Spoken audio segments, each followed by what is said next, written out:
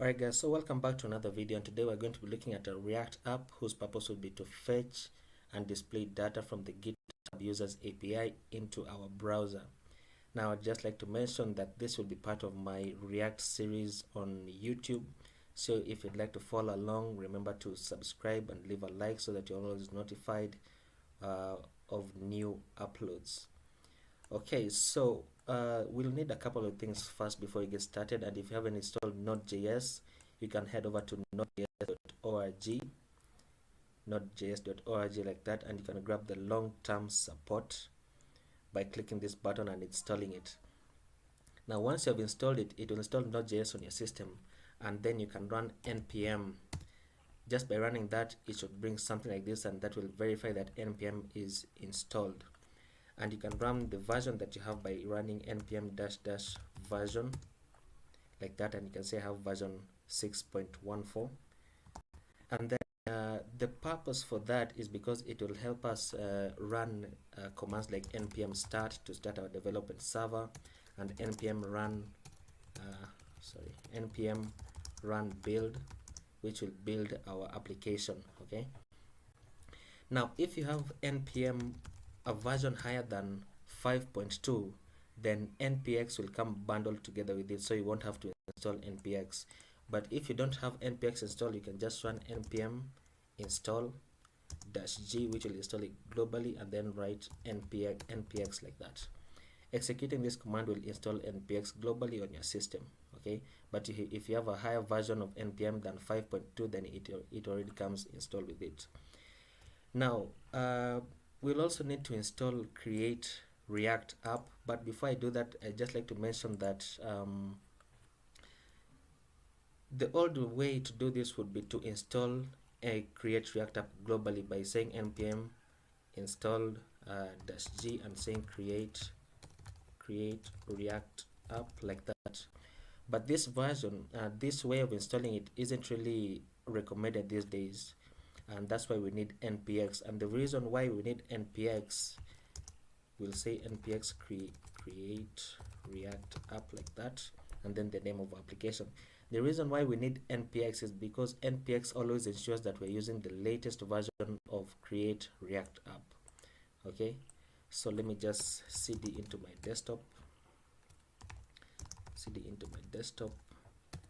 and then I'll say npx create react app, and I'm going to call it fetch data, just for the purposes of this tutorial.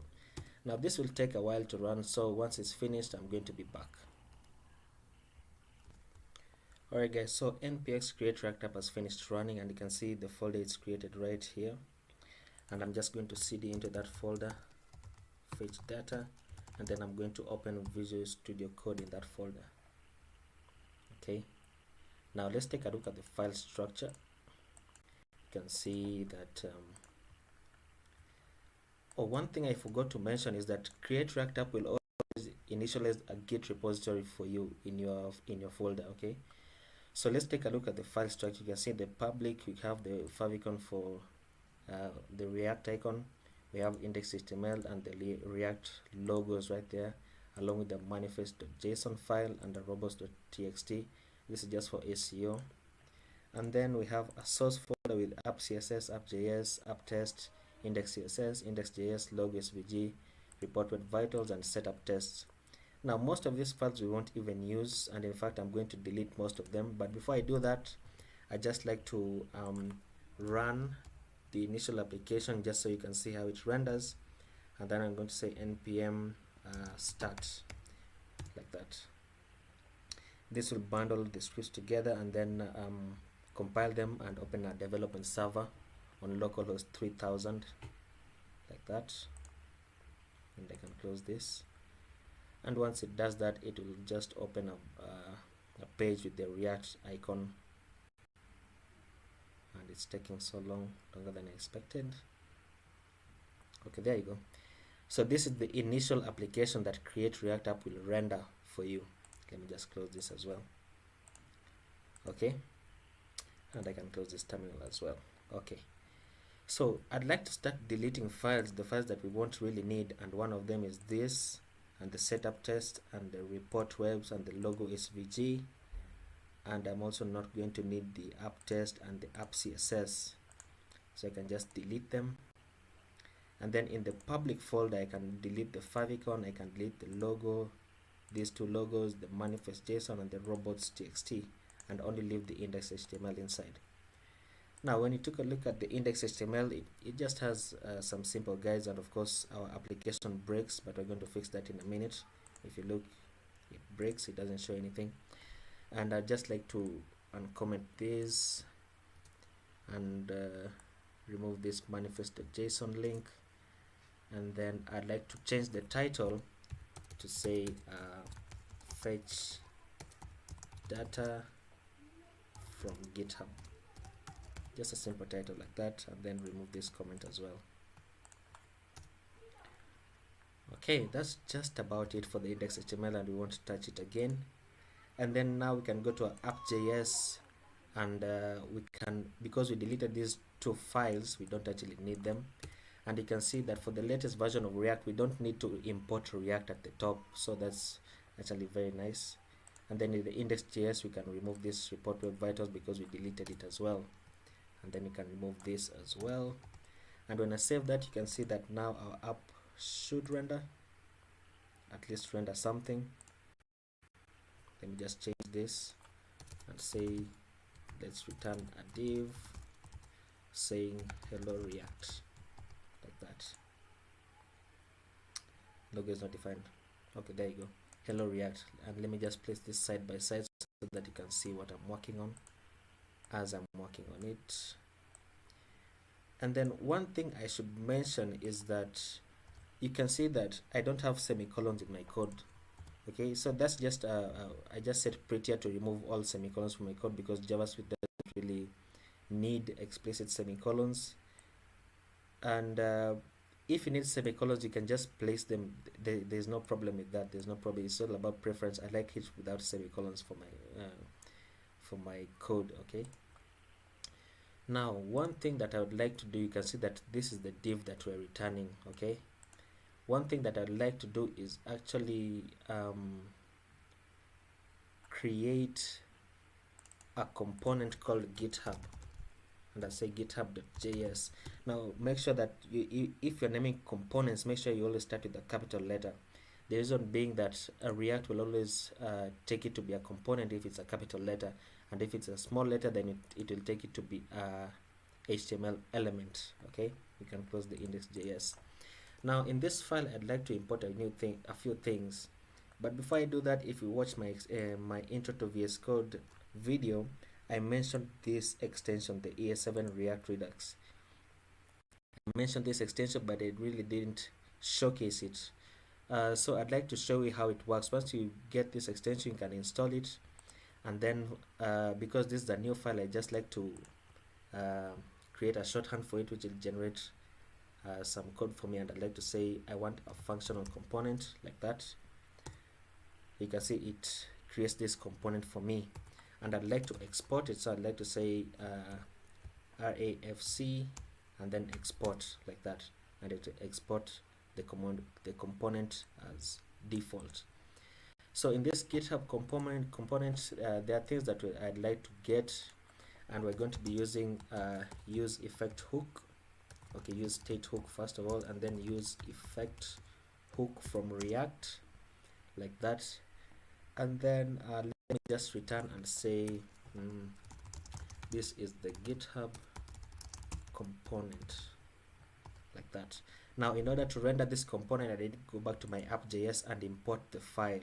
So I'm going to go at the top, and I'm going to say import GitHub from /GitHub like that.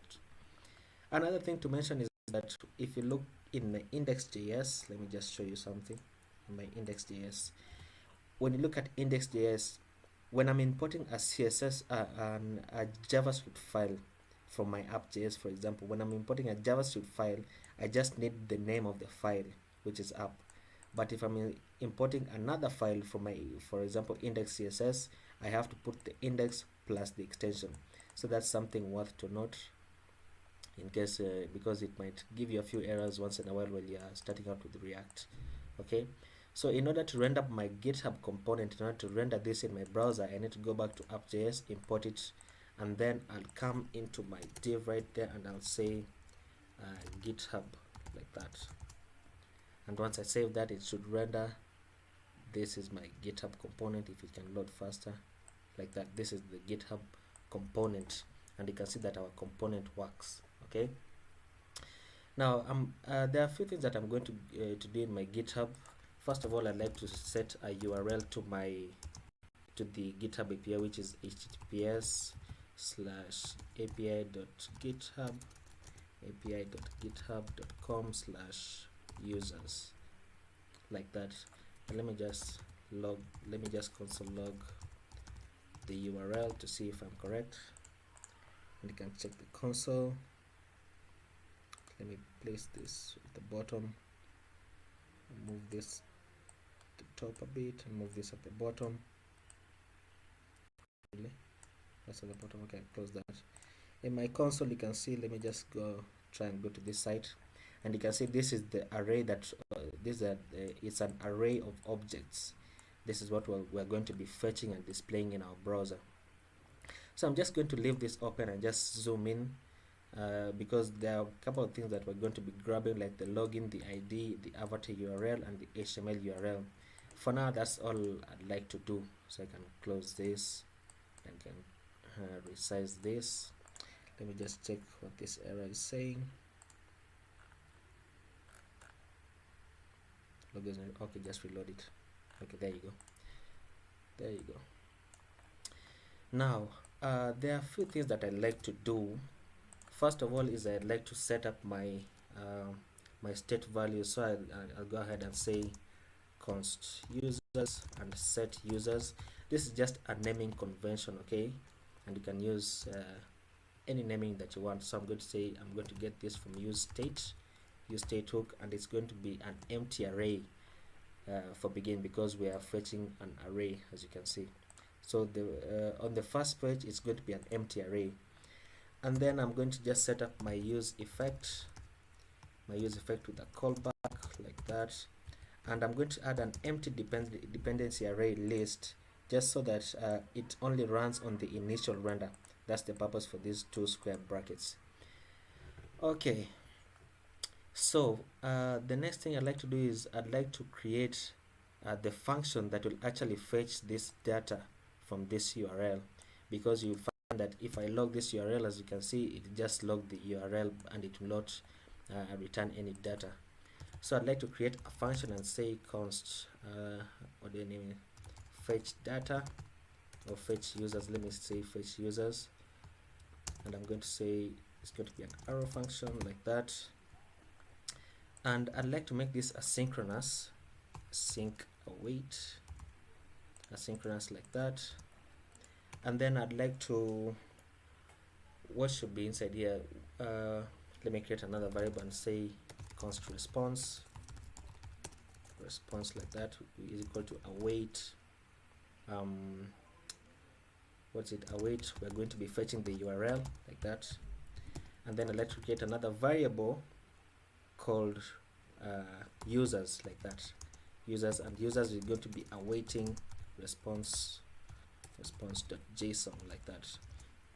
So basically what we're doing inside here, inside this function, is that we are fetching data from the URL, and the data that we get, we're going to be displaying it as a JSON in JSON format.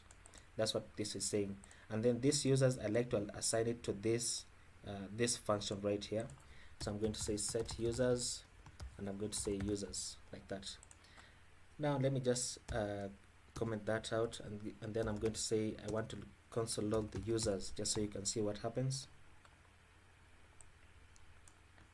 And if you console log the users, because oops, did that work correctly? Let me return this.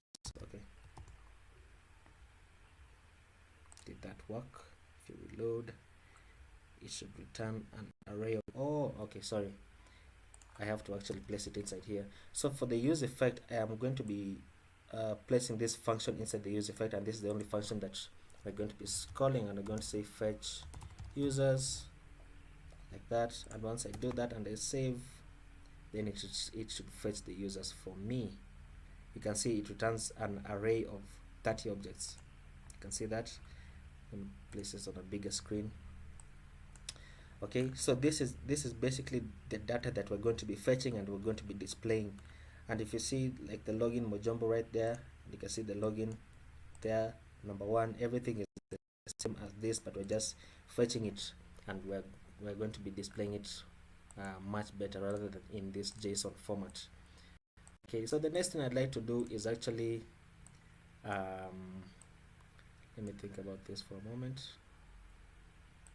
Resize this. Okay, not so much, because I still want this either, but I can remove this console log for now, because we have seen that the function actually works. Okay, so the next thing I'd like to do is actually work on my return statement.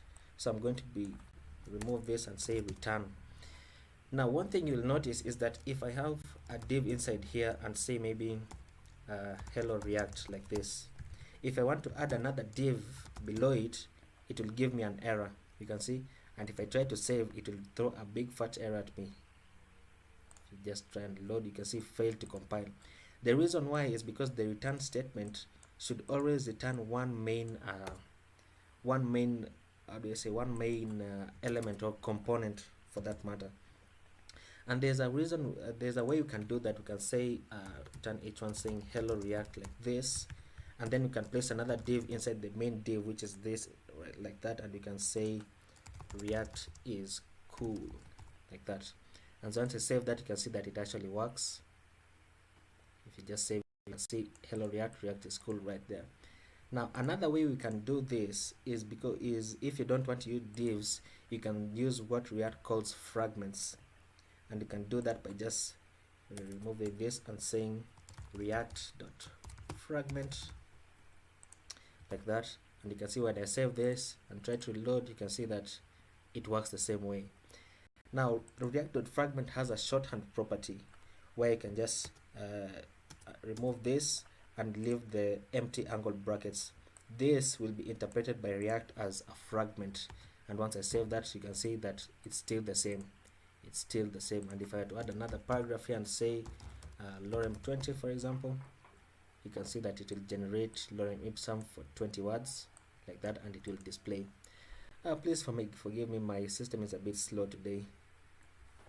Okay, so now what I'd actually like to do in this return is I want to get this data and iterate over the data, which will give me a list. I'm going to be using the map function, the map method, sorry, and it will give me a list, and then the list is what I'm going to be displaying right here. So I can actually close this console, and I'm going to say what I want first is get the users, and then map over the users that we've got from here. We're going to be mapping over the users, and then I'm going to say a user, and then for the user I want to destructure this data. Okay, I want to destructure this data. That's why I zoomed in.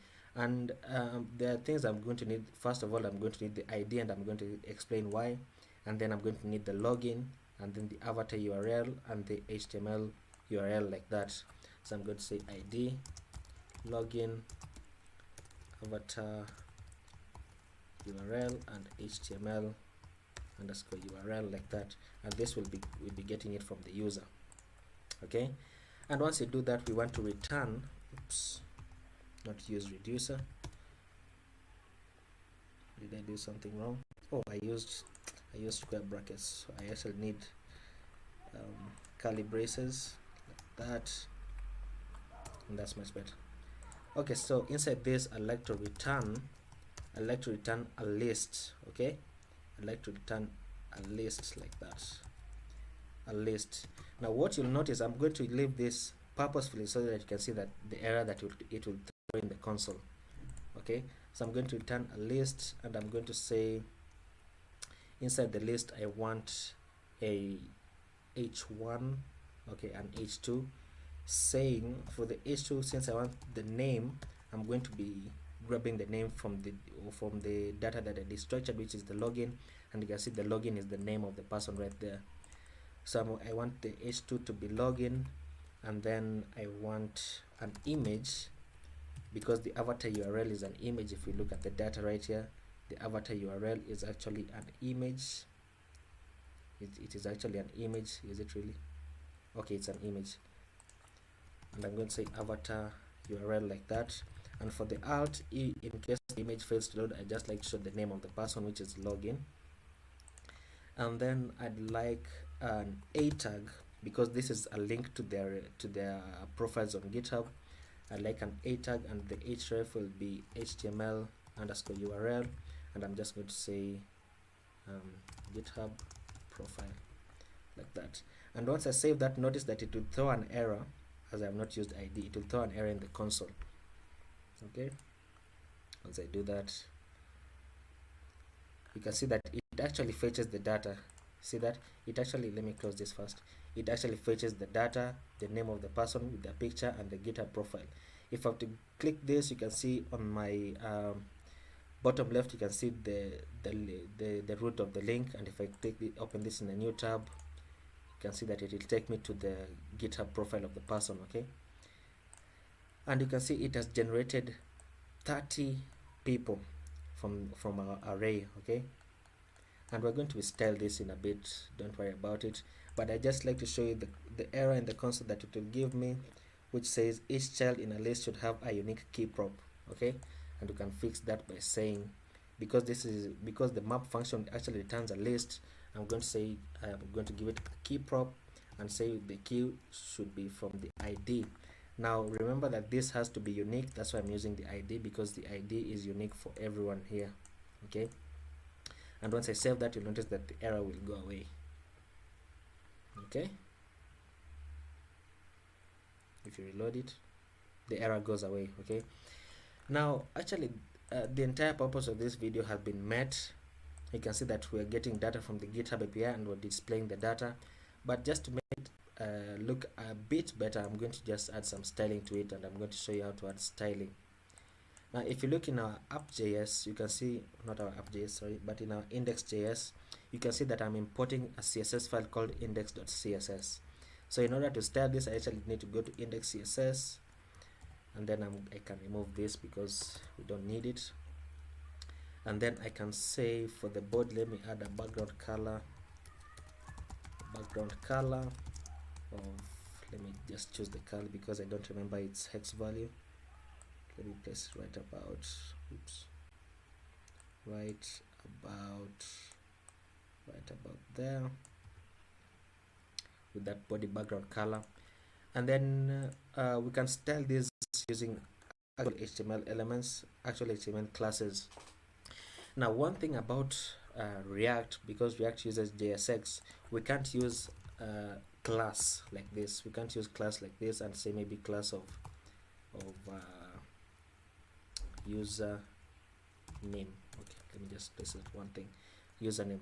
Now if I had to use this as class, styling it actually will work, but in our console it will actually throw an error, because it will say something like, do you mean class? Do you mean class name? Like this. So in JSX we actually use class name instead of class. So remember that when you want to add styling. Okay, so let me just add some stylings here and say for the h2, because this is only one file, I'm not going to be adding classes, I'm just going to be targeting them individually. And I'm going to say let me say h2 should be, actually let me start by removing these bullets, and I'm going to say for the list items, let me remove the bullets. And then I'm going to say for the images, let them have a width of 50 pixels and a border radius of 50% so that they are circular, like that.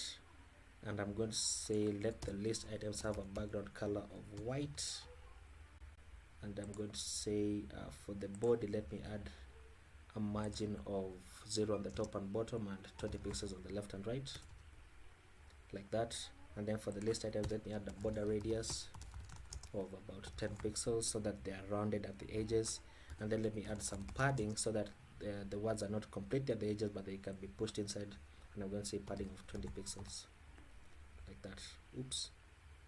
Let me add some margin on the list items so that they actually push downwards and reduce the padding. And I'm going to say margin of 10 pixels or 20 pixels on the top and bottom, and 0 on the left and right, like that. And yeah, this is a good enough styling for this kind of project. And you can see if you want to click the GitHub profile, let me just remove the text decoration, like that. If I were to click these links, it will take me to their individual GitHub profile. Okay, so let me just add some styling for about 992 pixels, and I'm going to say add a media query and say for a min width of 992 pixels. Then let actually, do I need that? I should have displayed this as an added list so that I can actually display it as grid, but I didn't do that, so there's no point of really doing this, is there? Let me try something. Oh, sorry, I'm gonna say display flex. Yeah, it doesn't really work.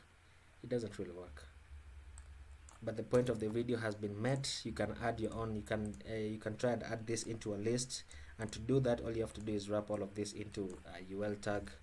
Wrap it into a UL tag like that, and then you can add this to be a class name of maybe a list, like that. And then you can now style the list and then display it as a grid once it reaches about a width of about 900 pixels and above, to display it as a grid so that it looks much better. And the reason why there is more space on this side than on this side is because I haven't removed the padding for the lists. So you can do that at your own time, or you can just come and say no, you can do that at your own time. Okay. And yeah, I think that's it for this project. A simple project to fetch and display data from an API. A simple project looking very nice. And yeah, so this will be part of my React series. I'm going to be doing some simple project looking at React functions and the use state hooks, React hooks, and all that good stuff. And I'm going to be doing some periodic videos about them, and then I'm going to place them in a playlist. So if you want to follow along, remember to like and subscribe, and ring the bell so that you're always notified of my latest uploads. And I'll see you in the next video, guys.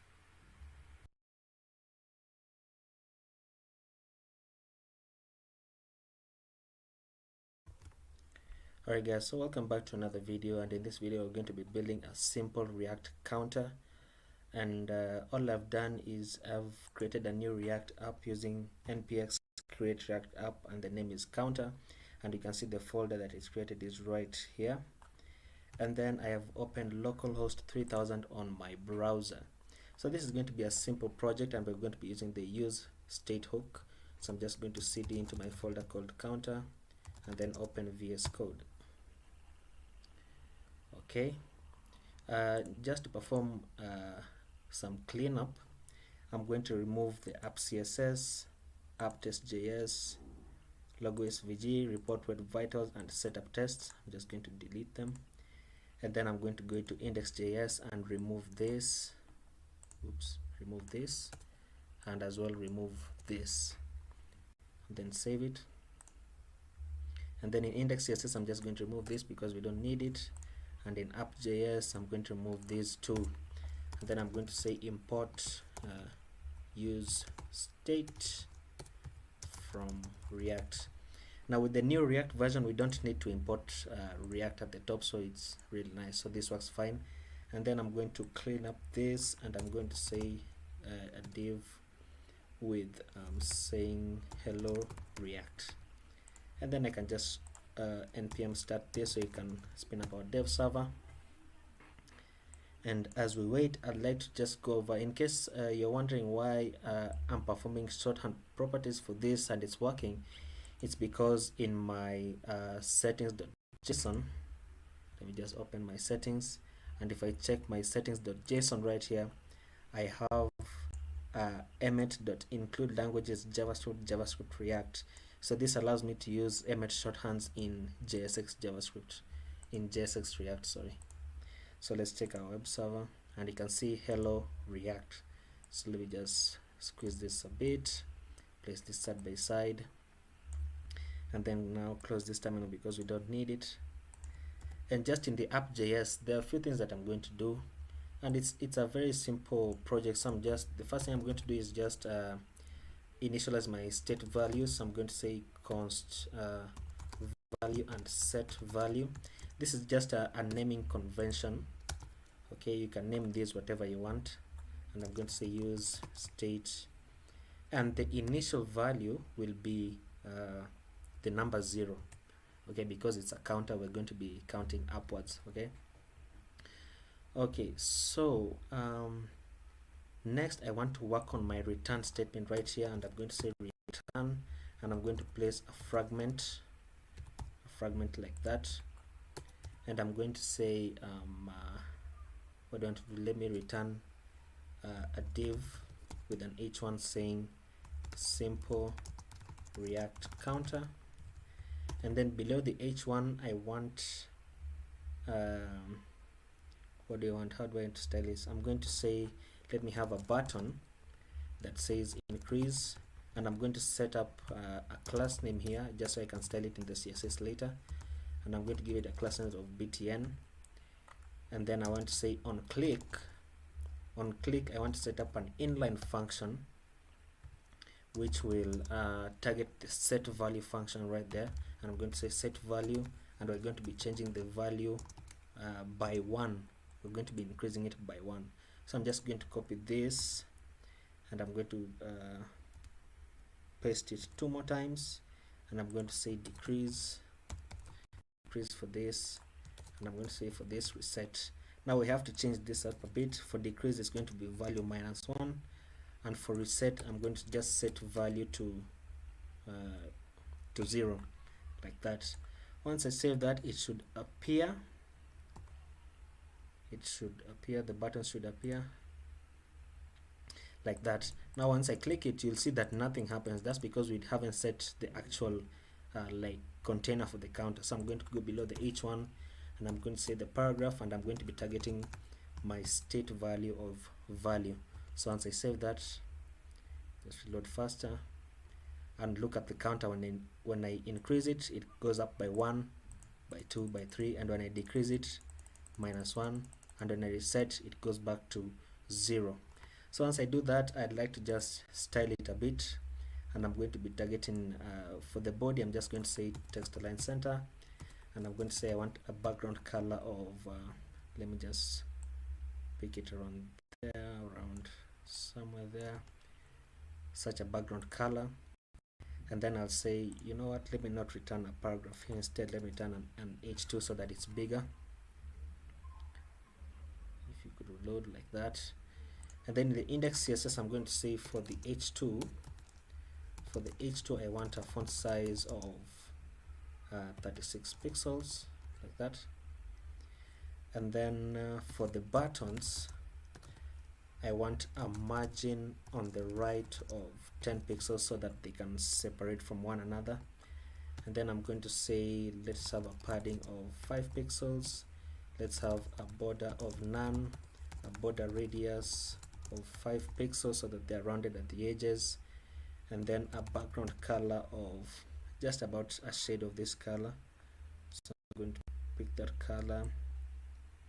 I apologize if you can hear music in the background.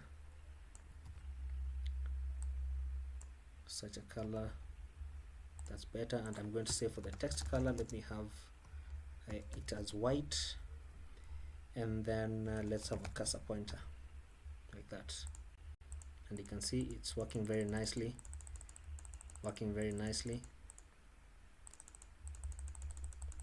yeah.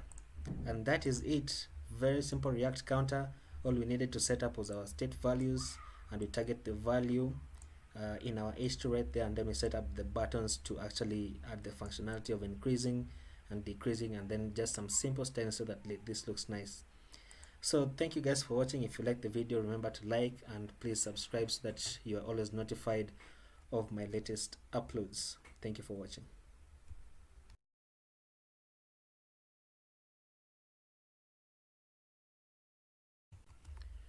Alright guys, so welcome back to another video in this React series, and as you can see on my left here, I'm bootstrapping a React app using npx create React app, and I'm calling it local data, and you can see the folder is created right here. And for this particular video, I'm going to be looking at how we can fetch local data and then display it in our browser. And I'm going to open this in Visual Studio Code just to show you what I did. This is just lorem ipsum. All of this is just lorem ipsum, but I divided it into titles and description for each one of them, just so that we can have some kind of data to work with. And in case you're wondering, I don't know if you're wondering though, I'm going to be using this as a named export. That's why actually I did this wrongly. So I'm going to remove that export default at the bottom, and I'm going to be using this as a named export just to show you the difference between export default and a named export. So once this finishes bootstrapping, I'm going to be back. Alright guys, so the application has finished processing, so I'm just going to cd into my folder called local data, and then I'm going to open Visual Studio Code in that folder. Okay, and just to perform a bit of cleaning, I'm going to remove the app CSS, app TsbSankara, remove logo, web vitals, and setup. So I'm just going to delete those, and then I'm going to move this file into my source folder. Now this is what my data.js looks like. It's just an ID of 1 through I think 13, okay, with the title of lorem ipsum and description of lorem ipsum. Is just dummy text for all of it. Okay, if you need to copy it, I don't know how you'll do it, but essentially all you can do is just copy like 1 to 5 right there, and then copy it down again, and then just change the IDs to 6, 7, 8, 9, and 10. Okay, so the first thing that I'd like to do is first goes to index.js, and then remove this and remove this as well, and then I'm going to go to index.css and remove this, and in app.js I'm going to remove this, and I'm just going to return a div saying hello React, like that. And then I'm going to spin up my dev server by saying npm start,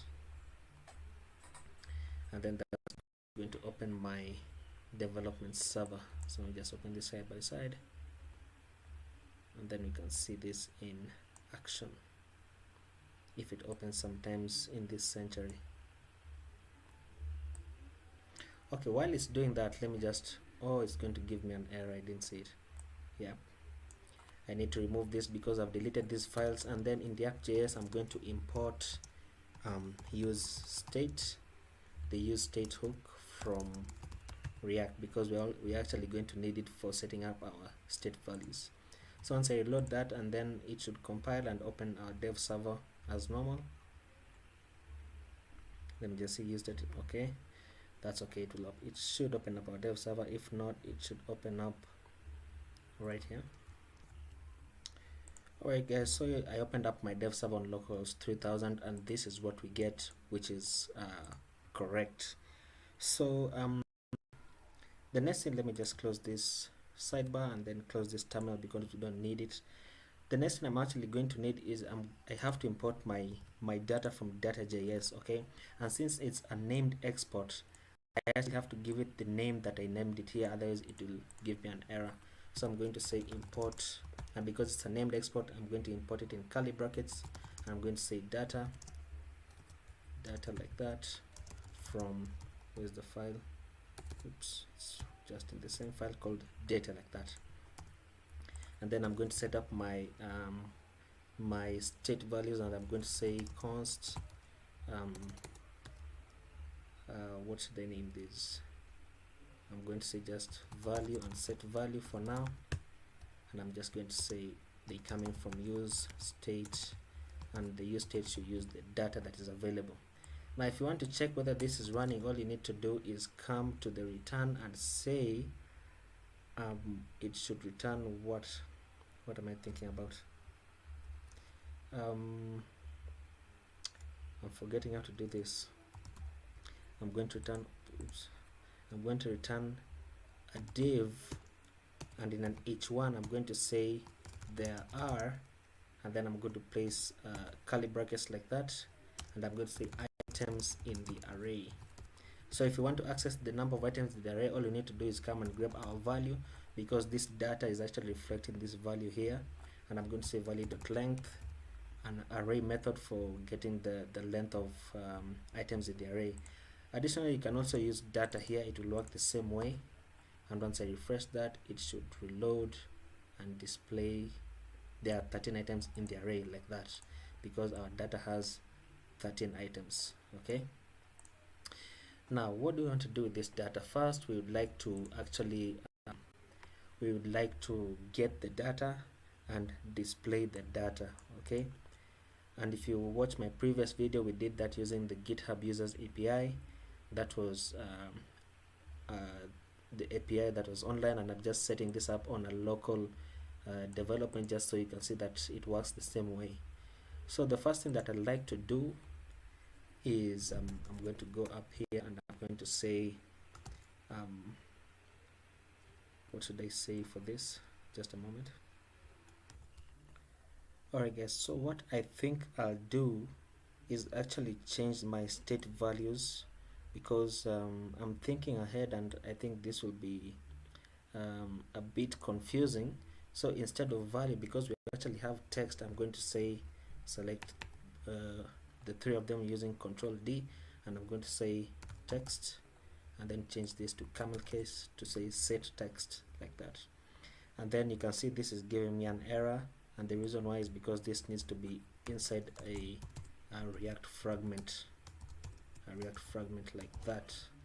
Then I can paste it in, and now the error is no longer there. So what I would want is to iterate over my text data, of my data.js that you find here, iterate over this data, and then return a list of this data. As you can see, I was testing it and it works. If I reload it, okay, if I save this and then reload it, it will return this. There are 13 items in the array. Okay, so in order to do that, I'm going to say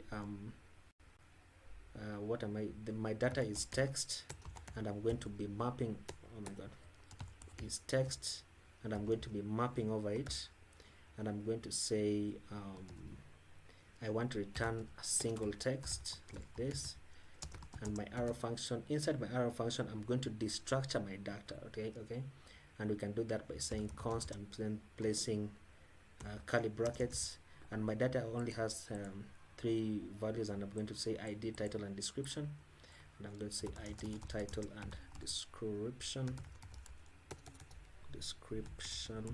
like that, and this will be coming from single text like that. Now once we do that, because the map method will actually return a list of values, I'm going to say return, and I'm going to say return a list item like that, and the list item should always have a key, and for the key in this case is an ID. What I mean is, when you're using map to return a list items in React should always have a unique key. That's why I'm using the ID, because the ID is unique for every set of data, for every object in the array. Okay, so I'm going to say I'm going to return a key, and inside the list item I want to return a div with an h1, and the h1 will be targeting the title value, which will be technically this, the title for each one of them, as you can see. And then I'm also going to return a paragraph below that, and I'm going to say the paragraph will be of description like that. And once you save that, it should display the data like that, and at the bottom you'll find there are 13 items in the array, so I'm just going to remove this because we don't need it anymore. And then once we do that, I'll just like to add some styling to make this look a bit better. But before I do that, because on bigger screens I'd actually want to style this in a way, I'm actually going to to wrap all of this inside another list, and I'm going to say ul, and I'm going to give it a class of list dash items like that, then place that inside just so that I can style it on bigger widths. Once I do that, I'm going to go inside my index.js, and I'm going to say for the URLs I want the list style type to be none, and then I want the body to have a background color of, let me just select it, should I give it a dark blue or a navy blue, right around there, and I'm going to set the color to be white. Why aren't you reloading? Did something break? Something broke. Yep, right there. Okay, there you go. And then I'm going to say let's text align to the center, and then I'm going to go above the body, and I'm going to select the all selector, and I'm going to say I want a margin of 0, and I want a padding of 0. The reason why you have this padding is because these are list items. They always have a padding of 30 pixels by default unless you remove it, and then I'm going to remove this from there, and I'm going to say box sizing to be border box like that. And then I'm going to go for the list items, and for the list items I want a margin of 20 pixels on top and bottom and 0 on the left and right, and I want a background color of white. Let me see how that looks. Let me place a margin of 20 pixels all around. Yeah, that will push them from the edges. Oops, save like that. Let me add a border radius on them, and I'm going to say a border radius of 10 pixels. Let me remove this color from here, that's so you can see the text. And then I'm going to say for the padding, let me add a padding of 10 pixels all around. And then let me add some spacing between the headings and the list items. So I'm going to say for the H1s, am I returning H1s? Let me just confirm. I'm returning an H1. Okay, I want a padding on the bottom of 10 pixels, just so you can push it down a bit. Okay, looking nice. So what do I want to do next? Next I'm going to add a media query just so that it can display these items as a grid when it reaches a great enough width, right about somewhere like here, about 800 pixels, and right there. Okay, so I'm going to say at media and a min width of 800 pixels. I want to grab the list, which we gave a class of what, list items like that, and I want to say display grid with grid template columns spanning two columns and one fractional each, like that. You can see it's looking nice. Okay, now I want to explain something. You see, for a situation like this where the words aren't really taking up the entire space, you see the container will span to be the same size as its correspondent right there. So in order to avoid that, you can just come below here and say align items to the center like that, which will do that. But for now I think the other way just looks fine, so I'm just going to remove it like that. And then I'm going to target a min width of 992 pixels. Just going to grab that, and I'm going to say for 992 pixels. Actually I should have grabbed all of it. Let me just grab this again, grab this, place it inside there, and I'm going to remove this because it's already displayed as a grid up here, and I'm going to say repeat 3 columns like that. And once I place it full screen, you can see that it's looking very nice. Now let me just remove this 13th one because it looks misplaced. So I'm going to go back in my data.js just to show you that this is dynamic. Once I remove it and save, you'll see that it will come from it will not be displayed. Okay, that's what I mean right there. And then I can say for this, let Let me go back here and I'm going to say place items to the center. Oops, nope. Place content. What was it? I've forgotten what it was. So just to avoid that, let me just add some padding on the body.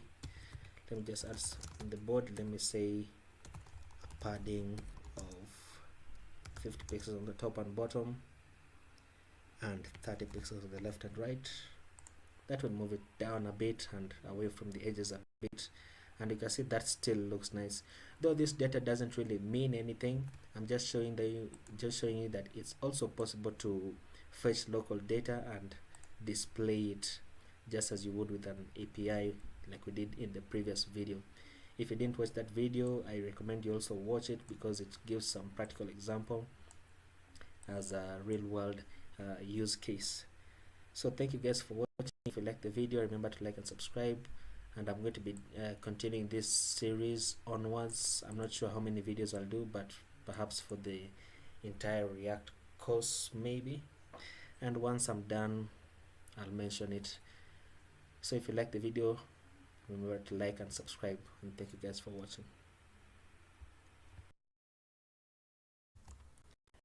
Welcome back guys to the video, and today we're going to be building a birthdays notification app using create react app.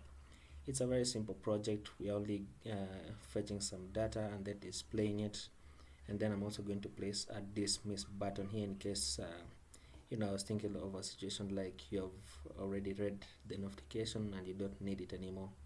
So when I click dismiss, notice how the state will also change here, and let's say dismiss, it changes to 7 because there are 7 remaining, and so on and so forth. And if I'm to go to inspect, if you go to this components tab right there, you can see my state only has 4 objects remaining. Okay, and if I say dismiss, 3 more remaining, dismiss and dismiss, and finally the last one, and my state is finally empty, an empty array. Okay, if you're wondering about where to get these 2 tabs, it's actually an extension called React Developer Tools. Yeah, it's called React Developer Tools. Just go to the Chrome Web Store and search for React Developer Tools and install, and once you install it, it will give you these 2 extra tabs here.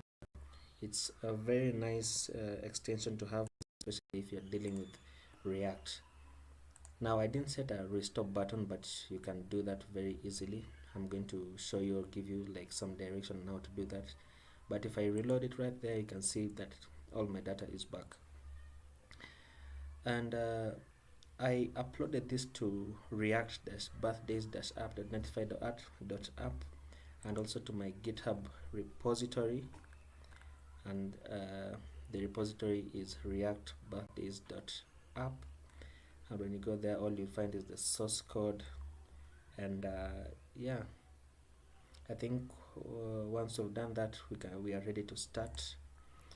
Okay, so what I did is I just created a new React app on my desktop, and I called it birthday app.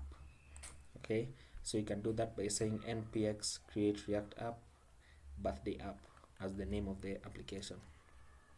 So what I'm going to do is I'm just going to cd into that folder called birthday-app, oops, -app like that, and I'm going to say open VS Code in that folder like so. Now something that I want to do is actually I created my data right here. This is my data, and I'm going to take it and I'm going to place it into my source folder. Now this file, you can easily get it. You can just head over to my repository and you'll find it there. Okay, so the first thing that I'd like to do, as always, is to do some cleanup, and I'm going to delete the favicon and these 2 and everything inside the public folder except the index.html. And for the source folder, I'm going to delete the app css, app test, logo, this and this, and I'm just going to delete those as well. And then I'm going to go to this and remove this and remove this like that. So let me just go to the app and clean this up as well, and I'm just going to say to return a div saying hello react. Once I do that, I can say npm start to start my development server, and you can see what runs in the browser. Okay, oops, I should have removed this first because it will give me an error. Delete that. Yeah, let's see how that looks.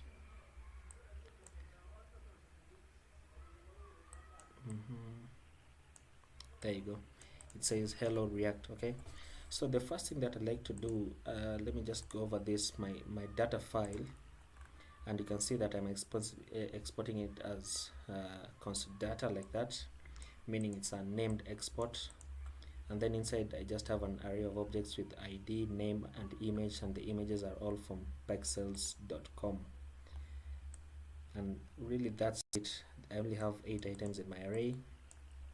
The reason why I'm pointing out that this is a named export is because we have to name it while importing it. We have to give it the name that we gave it in our original file. So if I were to call this like data1, it would throw me an error. So I'm going to start by importing I'm going to import use state hook, use state from React. And remember, with the React version 16, we don't need to import React anymore, so that's pretty nice. And then I'm also going to import my data. Because it's a named export, you have to put it in curly braces, just like the use state above here. And now it's coming from which folder? Birthday data, like that. And then I'm going to set my state values, and I'm going to say const people and set people, like that, and they're coming from the use state, and I want to pass in my data like so. Okay, so what do we need to do now? Now I would like to get this data and display it on my browser, so I'm just going to set up my return, and I'm going to remove this and remove that and set up my fragment like so. And I'm going to say I want to map over this data and then display it a certain way using HTML elements. So I'm going to say people.map, and I want to say for each person, then I want a few things. So I'm going to destructure it, and I'm going to say I need the ID, name, and age, and I'm going to say ID, name, and age, and these will be coming from a person like that. And once I do that, I'm going to set up my return for each one of these, and I'm going to say return a div with the class of container, which we'll use to style it in the index CSS. And because this is returning a list, we actually have to have a unique key prop, and the unique key prop will be coming from the ID, like so. And then I'm going to place another div, and inside the div I'm going to have an image, which will be the avatar of the person. And for the source, the source is what this is, shouldn't be age, it should be image, like that. The source is image. And for the attribute, in case it fails to load, I just like to display the name of the person. I'm just going to say name, and then return another div. Inside the div I'm going to have an h3 with the name of the person, like so. And maybe I should have placed this. I'm going to place this as one thing. No, what am I doing? I'm going to place these two inside one div so that I can style them together, and I'm going to call the div avatar, like that. And then outside the avatar I'm going to say I want another div, and this div will actually be the one that has the dismiss button. So I'm just going to give it a class name of button. Remember, in JSX we don't say class anymore, we say class name. We didn't really say class, I said class anymore. Class was never used, but instead of class we say class name. So remember that. Technically, even if you had class like this, you'll be able to style it in your index CSS, but in the console it will throw you an error. Okay, so I'm going to have a button with a class of btn, and I'm going to say dismiss like that, and I'm going to set up an on click. Because this is technically JavaScript, we have to use command case, okay? And I'm going to place an inline function, and I'm going to say remove person, and the remove person will be targeting the ID, the unique ID that each person has. So let me go ahead and create this function right above here, and I'm going to say const remove person like that. And because this is targeting ID, we actually need the ID.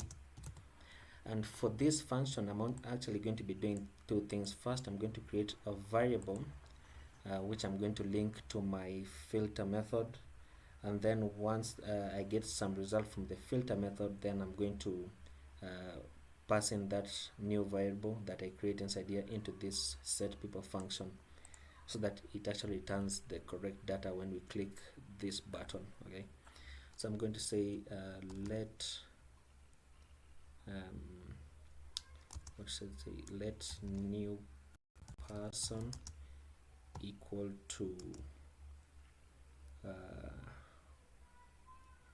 what was it, equal to people.filter, and I'm going to say for each person I want to filter the person.id and check for the ID right there, and I'm going to say set people to new person. I hope that's correct. Let's save that and let's see. There you go, with the images. Very nice. Let's test if this button works and say dismiss, and it works. It actually works. So once we do that, the next thing that we need to do is actually just style it.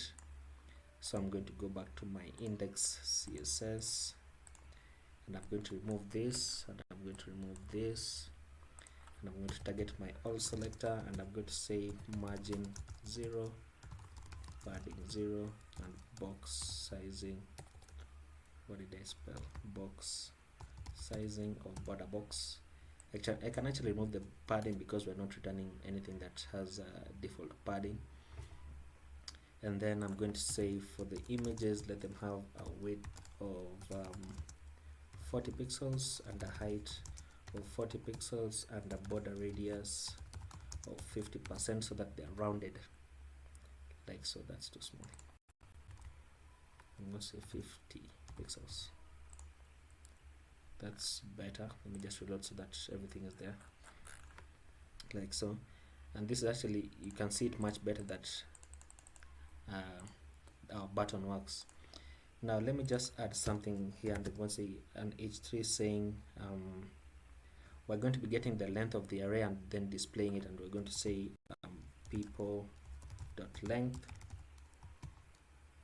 and this is what dash birthdays today, like so, and it should reload automatically. 8 birthdays today, like that. And once I click this, it should turn to 7 and 6 and 5 4 3 2 1. Yeah, so our functionality is actually working great. So the next thing that I'd like to do is I'd like to add some a background color to the body, but the background color that I'm adding is actually a linear gradient, and in order to do that, I'm going to say background dash image. This is how we add a linear gradient. See, like so. And because I want it to run from left to right, I can actually say to right, like so, and then place in the colors that I want. But I don't like using that syntax. I like using degrees instead, so I'm going to say it should go 120 degrees, and I'll be picking the colors manually, and it has to have at least 2 colors, like so. The color that's here means the color from the beginning, and the color that's ending will be the one that's somewhere there at 120 degrees. So I'm going to say, let me pick maybe I'll even try to change up the colors a bit, and we can say at about say it about somewhere there. See how that looks, not bad. Okay, so what's the next thing we need to do? Let's tell our container, did I place a class of container right there? So let's style our container, and I'm going to say for the container I want the background color to be white, as so. Let me add some padding on around the body so that it pushes the container pushes inwards. Okay, so I'm going to say padding of 20 pixels all around, like that, and I want to add a border radius on the container of about 5 pixels. Now you'll notice that this is outside the container. That's on purpose. Don't worry about it. You can place it inside the container. There's no problem. Now what you'll notice is that in our app.js we are returning a div with a class of container, but we're reiterating over all the items that we have in our container. That's why when you look at our styling right here, you can see that there are some edges here, rounded edges before the end of the actual end of at the bottom here.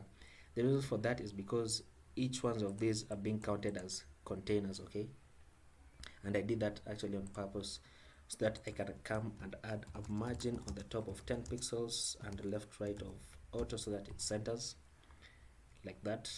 And then I can come and say, let me also have a padding of 10 pixels like so, and it's looking much better. Now for this I'm going to add inline styling. For this, just so I can show you a different way of adding styles in JSX. And I'm going to say the next thing that I need is actually to now display this as flex. So I'm going to say display flex as this, press them like that, and I'm going to say align at in center, brings to the center. Now if you remember, for the image and the name I actually had an extra class called avatar, so I can target it, and I can say the container, and I want the avatar class, and I'll say display flex. This will push them in raw form like that, and I'm going to say align at center like that. Now in order for this to be, I didn't do that. In order for this to be aligned to the end, I'm actually going to say this had a class of button. Okay, so I'm going to target that class, and I'm going to say the container, and I want the button class, and I want the margin left to be auto. Once you do this, this will be pushed to the right. Okay, and once I save, and voila. So next I'd like to target the H3s, and because this is also an H3, I just like to put one global style, and I'll say for the H3s I want a font size of about, I don't know, 16, and then I want a color. Let me actually place a margin left so that it pushes away from the image.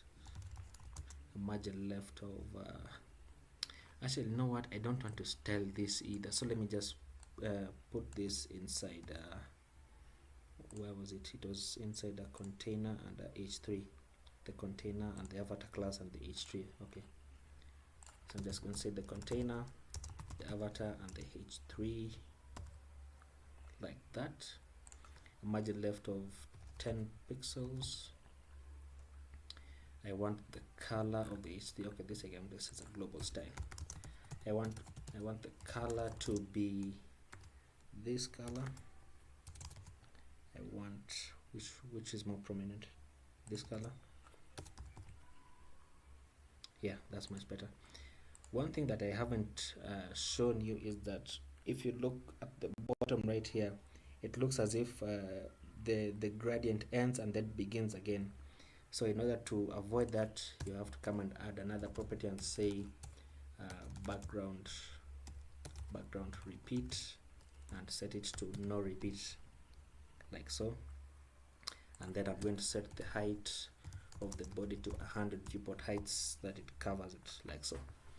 That looks much better. Now what we are remaining with is actually to style this button, and it's inside the button container with the class of btn like so. And I'm going to say the container dot button and target the buttons, and I'm going to say I want the background color to be I want perhaps this color. Okay, that looks nice. I'm going to remove the border. I'm going to add a padding of 5 pixels and I'm going to set the color to white, and I'm going to set the font family to inherit, and I'm going to set the cursor to pointer, and I'm going to say transition for this, transition the opacity that we're going to add, transition it by 0.2 seconds, and then we can add the hover state for the button, and I'm going to say for the hover I want the opacity to be 0.8, like so, and then we can move this down like that. See that? Looks much better. And we're going to say actually let me make this color darker, it looks too bright. Yeah, that's much better. Let me also add some, what's it called, border radius on the body, border radius, and I'm going to say the border radius to be 4 pixels. And what else? Let me say letter spacing of 1 pixel, like that, so that it's more pronounced, you know, it's more pronounced. And for the H3s, let me also add a letter spacing of 2 pixels or 1. Okay, that's cool. Okay, so now what we actually need is now to style this H3. So I'm going to go back into our app.js, and inside this H3 I'm going to say style equals, and I'm going to put 2 curly braces because I'm adding style. Okay, and I'm going to say I want the color to be white because we're adding styles actually in place of JavaScript, you know. So actually for things like background color, we're actually going to be using camel case, and I want something like text align, we have to use camel case and place it in brackets and say center, not in brackets but in single quotes or double quotes, whichever you're using. And then I also want the font size, I want the font size to be 36 pixels, and that should be it, shouldn't it? Like so. And maybe I can add a background color to be white, so I can actually change this text color to, what's this color, to this, change the text color to this, so that there's a bit of matching, like so, and add some padding on this. Actually, let me not add it there, I'm going to add it in here, and I'm going to say I want a padding of 5 pixels, just so it pushes a bit down, like that. Okay, let me add some kind of padding above here and below as well, because this looks too squeezed, it looks too squeezed. So I'm going to say for the, actually what was it? Let me just check. Let me add it on the body. For the body, let me add a padding of let me say 50 pixels on the top and bottom, and 20 pixels on the left and right, like so. That didn't work. Oops, something's wrong down here, something is wrong. What will that do? Just reload. Okay, so let me see, this should be, actually let me remove this, remove that, and actually this would work. Okay, and then you can remove this to 50 pixels. Yeah, that looks much better, that looks much better. Now what you'll notice is that because we haven't added any media query, when you get to a higher width it looks horrendous. So we can fix that, and we can fix that by saying let me say add a media query, and I say for the mean width of about what, 992 pixels, I'm going to say I want the container to have a max width of 800 pixels, and that should be it. that should be it. Yep, I left this in by design because I think it looks nice like that.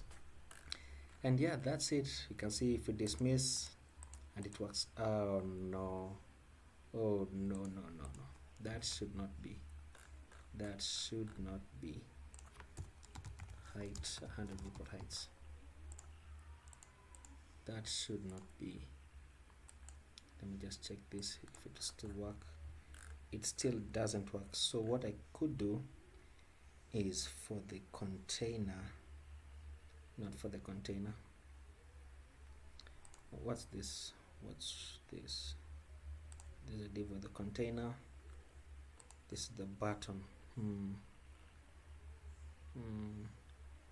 Something's not right.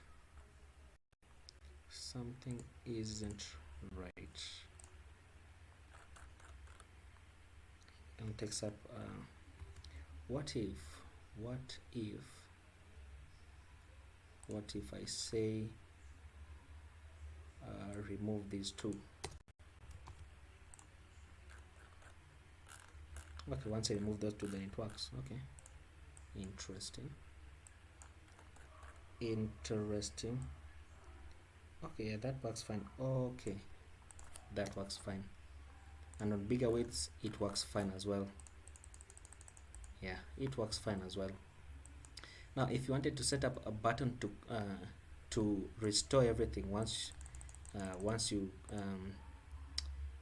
deleted all the data, then what you can do is go back to app.js and say, like above, where below the h3, and say a button with a class name of btn, just so it can apply some styles. And I'm going to say restore notifications, and I'm going to set up an inline. I'm going to set up an on click first of all, and I'm going to set up an inline function that will create, and I'll say all we need to do is actually just this pass in this function called set people, and we pass in the data, and that will restore the data. And I'm going to say set people, and we pass in the data like that. Let's see how that looks. Restore notifications, restore, and you can see it works. It works. Why didn't this style apply? Let me just check it. Okay, that's because if I come and remove this, then it would apply like that. There you go, and you can see it works fine. It works fine. So yeah, that's it for today, guys. And this isn't a very good start. You can try and move it to the center. But that's it for this project. I hope you enjoyed it. I hope you liked it, and I hope you learned something new. Please like the video and subscribe and ring the bell to always be notified of my latest uploads, and I will see you in the next video.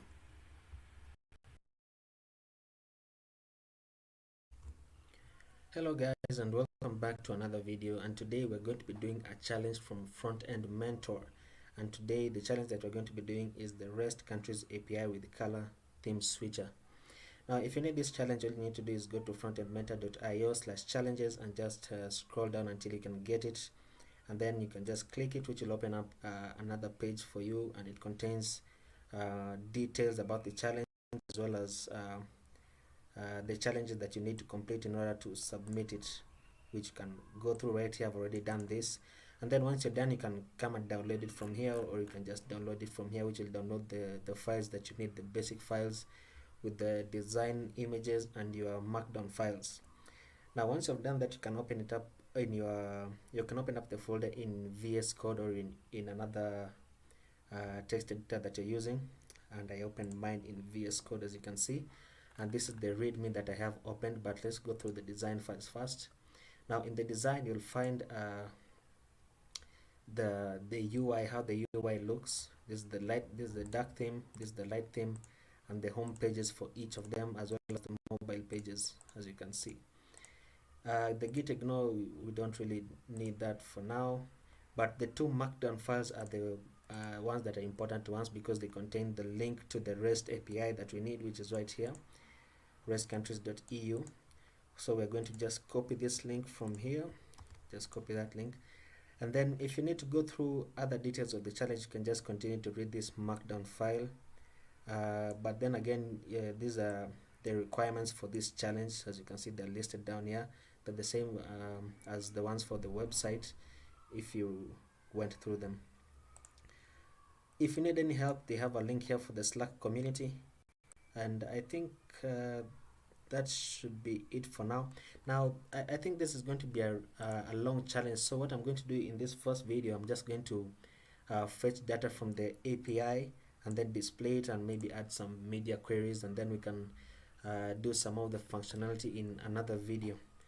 So in the style guide, the markdown file, it has the devices for which the design images were made, and it has the colors for the current project that you're working on, as well as the font that you're using. So I'm just going to open this font in Google on my Google Chrome browser, and then I can check the 300, 600, and 800 font weights. So where do we start? The 300, what was it? 300, 600, and 800. Okay, 600 and 800. I'm just going to place that. I'm not yet going to copy it. Okay, so I'm going to be doing this project in React. So if you want to follow along, you can go ahead and create a new React app by doing the command npx create React app and giving it a name. As you can see here, I called it what did I call it? I called it REST Countries API, as you can see. And then I went into that folder and just opened Visual Studio Code in that folder, which is this right here. Okay, so I think we can get started with our cleanup, and I'm just going to remove these files, remove all of these files, and then I'm going to go into index.html and just remove this and remove everything to here, including the manifest.json, and then I can remove this as well. Now I increased my font size just so it can be visible on smaller screens. And then in the source folder, I'm going to delete app CSS, app test.js, logo svg, report with vitals, and setup test. So I'm only going to remain with these 3 files. Okay, and then we can go in index.js and just delete all of this. You can just delete that. In index.js, we can remove this as well as this. And I have my formatter to remove semicolons in case you don't see semicolons. And then in app.js, we can remove these 2 files as well, and we can say may just import React from React, but we don't really need this these days. So I can remove this as well and just do return a div saying hello React, like that. Then I can start up my dev server.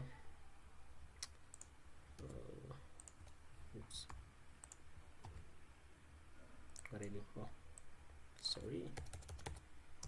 Say a div saying hello React. I can start up my dev server by saying npm start, like that. Now while it's starting, I'd like to import my font, which is this right here. But before I do that, just because I copied the URL before, I'm just going to place my URL up here so that I don't forget it. So I'm just going to say const URL equals into a string and just paste it inside there. So I can go to Google Fonts and then grab this import that I have here, copy that, and then I'm going to place it in my index CSS, and then I'm going to say just let the body have that font family of what's it, Nunito, and a fallback of sans serif, like that. And then another thing I'd like to do in index CSS is just reset everything. So I'm just say margin 0, padding 0, and box sizing border box, like that. And then I'm going to place the images to have a max width of 100%, like that. Okay, we can close the index CSS for now, and you can close this terminal because we don't need it currently. And you can see that our app is running on localhost 3000, so it's working correctly. Okay, so when you take a look at the design files, I'm just going to open this. Is it this or this? Just going to open this. You can see there's a header up here, so this is going to be a separate component. And you can see I'm just going to call this component a filter, which is contain this input search and the filter by region, and then it's going to contain all of this inside. Okay, so I'm just going to call this the third one, I'm just going to call it a countries component. So I think I'm going to start by creating the countries component first, just so you can fetch the data and display it in our browser and see how it looks. So I'm going to create a component inside the source folder. I'm going to create a components folder like that, and then inside the components folder I'm going to create a new file and just call it countries.js like that, and I'm going to say use my extension called ES7 React Redux. This one I'm going to say once you install this extension, you can do some shorthand properties, which I'm just going to show you the few that I use. And I'm just going to say RAFCE, which will generate a React function component and export it by default, or as default rather, as you can see right here. So in my countries, I'd like to take this URL, cut this and paste it inside my countries like that, because this is where we're going to be using it. And then I'm going to say we're going to be using React hooks, so I'm just going to bring them in, and I'm going to say use state and use effect like so. And then what else am I going to do? Let me just import this in my app.js, and I'm going to say import countries from components / countries like so, and then I can display it inside here, and I'm going to say this is just countries like that. And I would like for this to be a fragment, so I'm just going to delete this div, which will just make it a fragment, and then I'm going to place all of this inside brackets like that. You don't have to place these brackets, but if you don't place these brackets, then this has to be on the top line as the return. Otherwise, when you place it at the bottom, you can see if you place this at the bottom, you can see it's grayed out, and the reason it's grayed out is because it is unreachable code. Okay, so if you want this to be red, you actually have to place it in the same line as the return, or you place it inside brackets like that. Okay, so I'm just going to go back into my countries, and I'm going to set up my state values, and I'm going to say countries and set countries, and this will be coming from the use state hook. And by default it's going to be an empty array, because once we fetch the data is when we are going to be displaying it inside the use state, and then it's going to be taking up that space.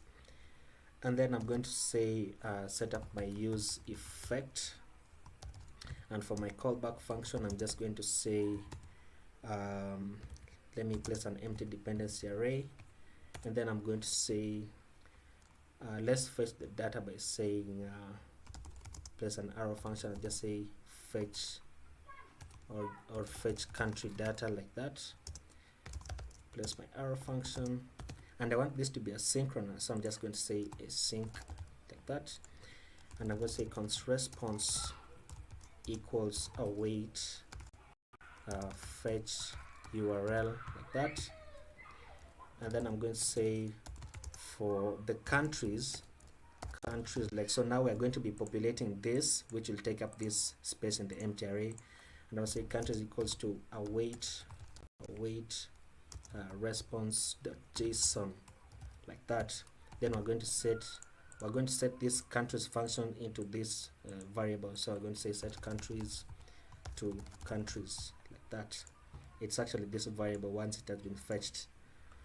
Okay, so the next thing that we're going to do is now set up our return.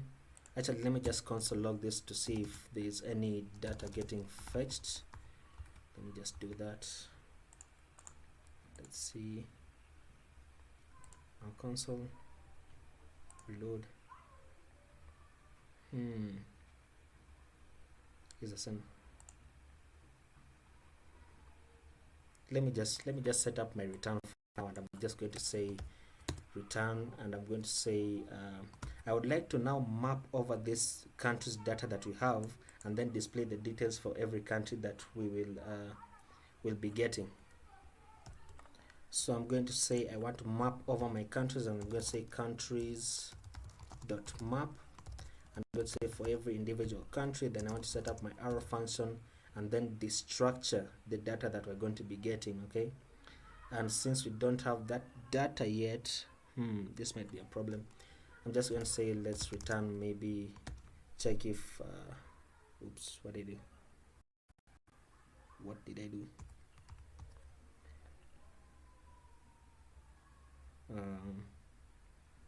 Is this correct, or it has to be inside a fragment? Let's see. Oops, messed it up. Okay, that's fine, I can just do it again. So I'm just going to say countries.map, and for every individual country, set up my arrow function, and we're going to say we would like to destructure a few things which I don't yet know about. So I'm just going to say maybe ID for now, and then we're going to set up another return inside. Oops, not there, but inside here we're going to set up another return which will return an article with the key of ID like that, and I'm just going to say country data. Let's see if that will display, and that is not displaying because, let me move this up, and then let me call it inside here, fetch country data. Let's see, and copy. Oops, let me just check this URL. Okay, let me just check it, and let's see. We're going to say fetch all countries. Okay, let's replace this with that. That should be fetching something. Okay, there you go. I had the wrong URL. Okay, I had the wrong URL. Okay, which means we can now open this in a separate tab, so you can see the data that we get, which we can then destructure inside here, and then we can then display it. Okay, so what we're going to do is actually just check this, and we can see we can destructure the name, which is actually what is required. Let's just check. We need the name, we need the image for the flag, the population, region, and the capital for now. Anyways, so we're going to say we need the name, we need is there, let me just use find and say region. Is there region? There's region, there's population, is right there. What else do we need? Capital. Let's see, capital is there as well, and then we need the image for the flag. So let's see, flag, and flag is that there, which is an SVG, which is an image. Okay, so we can get all our data. So I'm just going to destructure it and say wait, I also need a unique sort of ID right there. So I'm just going to take a moment, but we need a name, we need the name of the country, we need the what's it called, the population, region, capital, and the flag. The population, region, capital, and the flag, which will be the image. And then we need a unique sort of, what do I say, a number or an ID, which we can then display as the key prop, because if you check in our console right now, it says each child in the list will have a unique key prop, which means that this ID either is not available or is not unique to all the country data that we're getting, which is an array of 250 items. So let me just check and see for what can be a unique number. And if you happen to find another number, you can just use that instead. I'm going to pick this numeric code because it seems to be unique. So I'm just going to say numeric code. Let me just check it. It seems to be unique for every country. If it's not unique, it will still throw the error that we get in the console. So I'm just going to say, let me destructure numeric code as well, and then I'll set the key to numeric code like that. And then inside the article, I want to display a div. Let me say a div, and inside the div I would like the image, which will be coming from the flag that will be structured. And for the alt, if the image fails to load, then I just want to load the name of the country, which is the name, and then I want an h3, which will be the name of the country, like so. And then this will be, let me check this, h3s and h4s for this. Okay, so I'm just going to say let me get an h4 and then copy it down 3 times. Okay, this will be the population, this will be the region, and this will be the capital, like so. And we need some text in front of it, so I'm going to say population, and this is region, and this is capital, like so.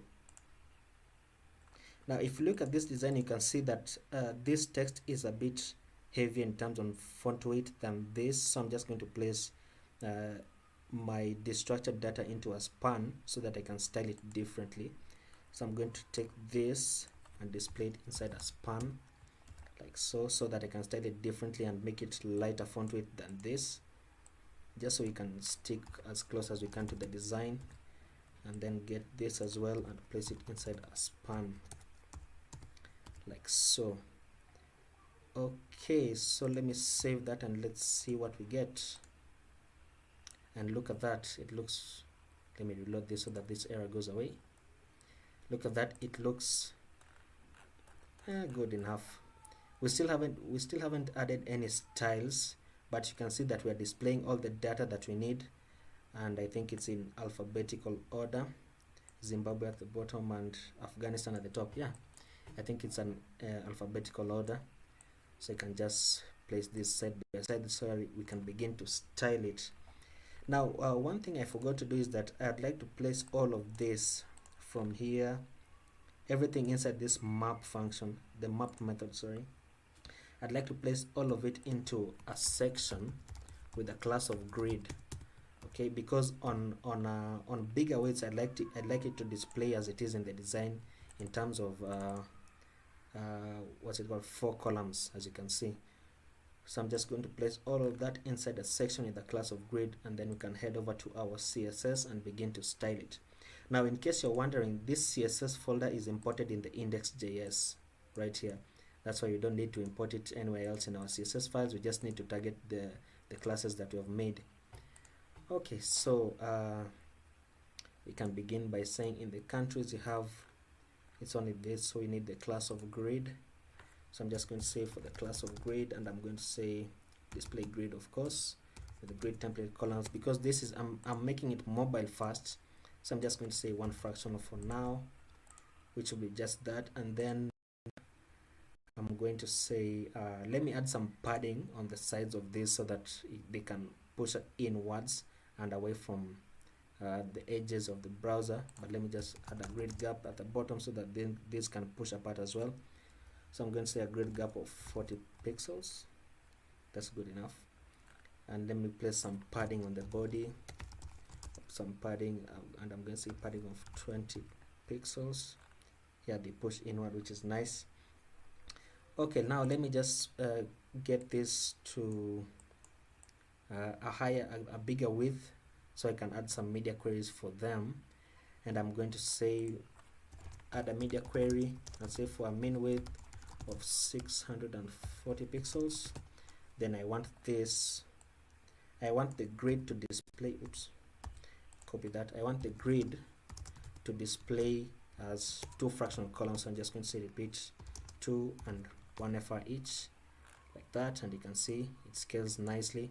If I had to go lower than that, it goes back to 1 fractional column, and you can see it goes up very nicely, but we're still going to add media queries. And I'm going to say copy this down, and I'm going to say for a minimum width of 768 pixels, I want this to display as 3 fractional columns. And let's see how that looks. You can see it's still looking nice. Okay, still looking nice.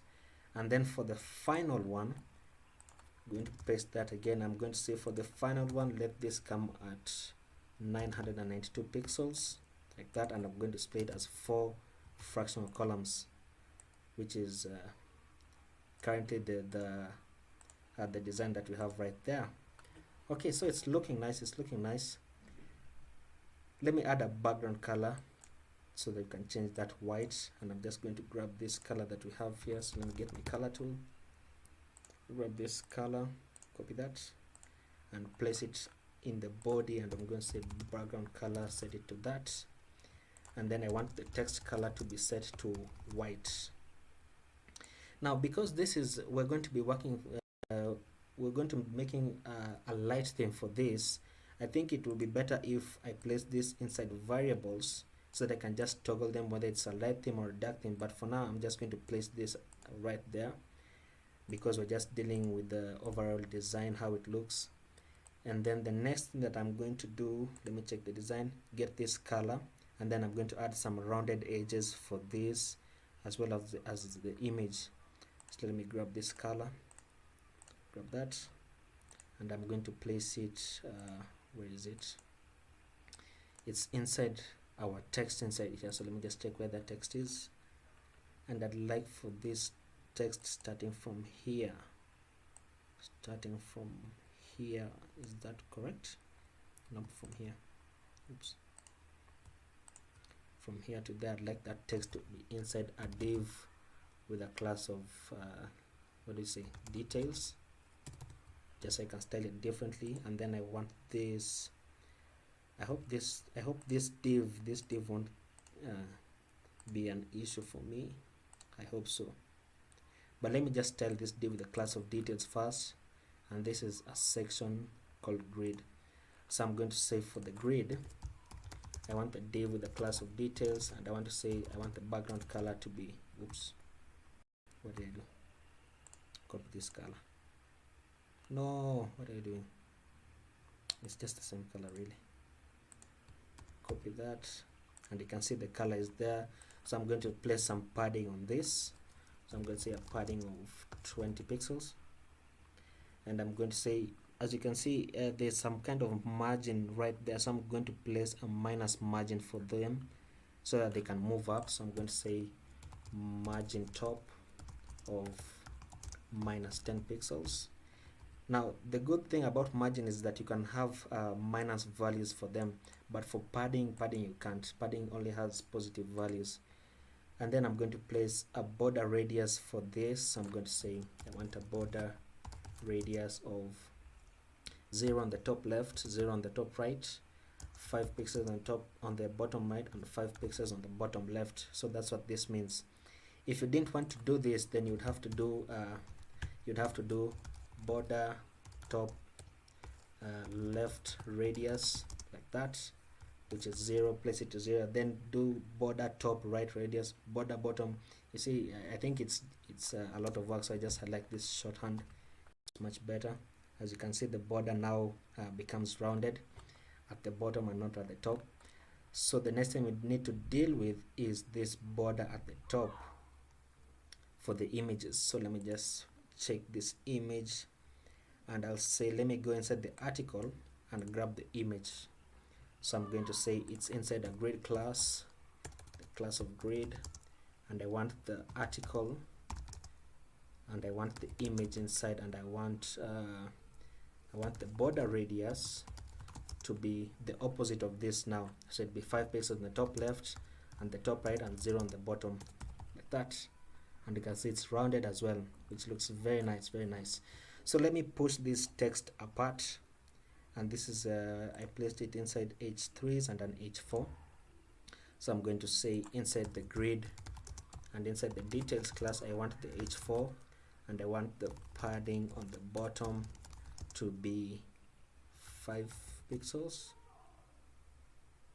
I meant the h3 here. Okay, let's say 10 pixels. And then for the h4 as well, just grab this and copy it down, and say for the h4 as well, I want a padding on the bottom of 5 pixels, push them down. And then now I can grab the span that I placed inside this, and then I can reduce the font weight, this span that I placed right there. So I'm going to grab this again, and I'm going to say for the span, I want a font weight of 300, like that, and it's looking almost as close to the design, almost as close. And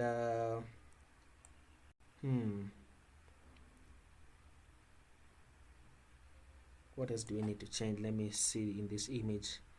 What do we need to change? We need to add some gap for bigger screens. We need to add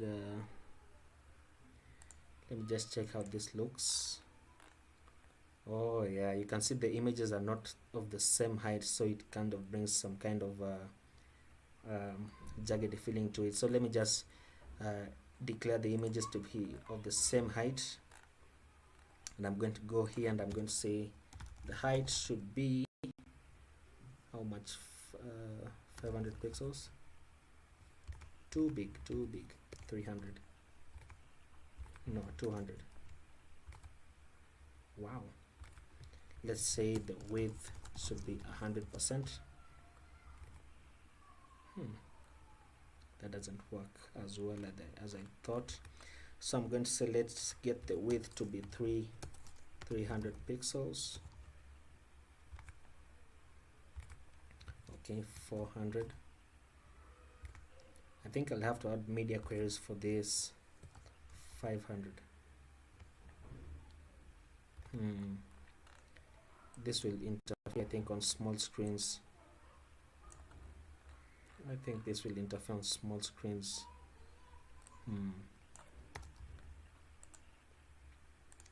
Let's see what can we do for these images. I would only need to declare the height, isn't that right? But I did that, and the height doesn't move as well as I want it to. 250. Okay, 250 is about right here, almost. Anyways, so I can increase the margin top for this so that this goes up a bit. So let me just confirm where I hide that and say 20 pixels, and then I can add padding for this, for the text, so that it pushes down. And I'm going to say which one was it? It was the details. Okay, yeah, they're right there. So I'm going to say padding of 40 pixels on the top and bottom, and 20 pixels on the left and right. Okay, that's acceptable. And I'm going to say but it becomes broken right there again. Okay, you know what, I'm not going to place this right there because it's going to bring some headaches. I'm going to add it later, or you can add some media queries yourself, but I'd like to just create the header component and the filter and the filters that we need. So I'm going to say for the header component, I want to create another component in my components folder, and I'm going to say for the header JS, and I'm going to say RAFCE once again using my extension that I have, and I'm going to say place this fragment, and I want a section with a class of header. Oh, you know what, not a section but a header with a class of header, like that. And I'm going to say I want an h1 saying where in the world, question mark, okay. And I want this inside a div. The reason why I want this inside a div is because I want to display the header as a flex box, which means these two have to be block elements. And as you can see, we're going to have an icon right here. I'm going to be using font awesome. So I'm going to say this is I want this to be one flex item and this to be another, so that I can justify them to be I'm going to place justify between, so that they can go to the ends for both of them, and you'll see what I mean in a moment. So I'm going to say I want that to be a div, and I want another div which will have a font awesome icon saying IFAS and FA dash. Actually, I don't know the class of that that icon, so I'm just going to say moon for now, and I'm going to say outside the text, and I'm going to say dark mode, like that. This is not the actual icon, and we need to import font awesome in order for this to work, otherwise it might break. But once we save that, we need to actually import our header into our app.js. So I'm going to say import header from component/header, like that, and I'm going to render it like that, and you can see right there. Now what I meant was I'd like for this to display as in the design. So I'm going to go into my index CSS, and I'm going to go above the grid and place a comment saying header. Let me just place another one saying grid, like that. And for my header, I'd like to display flex, align item center, and then justify content to space between, like that. And you can see there at the ends as I wanted. Now I want to add some space between the edges, because as you can see in the design, there's a lot of space right there. So I'm just going to place, I think I'm going to place, perhaps increase the margin. Let me just increase the margin, and I'm going to say margin on the body for, let me say, widths like this. I want the body to have a padding of 20 pixels on the top and bottom. No, let me say 50 pixels, and then I'm going to say 100 pixels on the left and right, so that they push inwards, like that. And then I'm going to increase the grid gap for this. Oops. And I'm going to say grid gap of 60 pixels, so that they can push apart just a little bit more. And you'll notice in the design there's a bit of a box shadow, so we can do that. And you can say, where was it? It was in, is it the grid? Oops, I've forgotten where it was. The details class. I'm just going to place it inside the grid. I want all of this to have a box shadow. Okay, yeah, the grid. So I'm going to say for the grid, I want a box shadow of 0 and then 10 pixels and RGBA. So let me just grab this color first and then transform it into RGBA, and it's easy in VS Code, as you can see. And I'm just going to add an alpha value, and I'm going to say 0.5. So what am I doing? This needs to be lighter, not the same as the, or darker, not the same as the background color. This will break something. Yeah, this will break something. I'm doing it wrong. This should be on the article. The box shadow should be on the article, and I'm going to say the article, like that, and then move this down like so. But it doesn't look very nice. I'm just going to comment it out for now, and I'm going to add it in later. And then the next thing that I want to do is add this form and the filter by region. So I'm going to call that where am I going to call that, going to create another component, and I'm going to say this is called the filter.js, and another functional component like that. And I'm going to say I want to return a section. I want to return a section with a class name, actually class of filter, like that. And I want to return a form inside with a class of form-control. In case you're wondering why I'm doing those shorthand properties, it's because I have Emmet installed, and I've set it to also work for JSX JavaScript. That's why it's working. And then inside the form, I want to just have an input with a type of search. Oops. Search. The name will be search, and the ID will be search as well. The placeholder will be what's it? Search for a country, and it has an icon. Search for a country, like that. And I'm going to place wait a minute. Okay, doesn't need a button. And then I'm going to display these two as flex as well, so I'm just going to place this in another div, and I'm going to say create a select with a class of select, with the name of select and an ID of select. And I'm going to say for the options, I want to pass in a few options, and the first one is filter by region, which will be filter by region. And then for the, I'm just going to copy this down a few more times. Once I do that, let me just copy a fifth one because I've seen there are 5.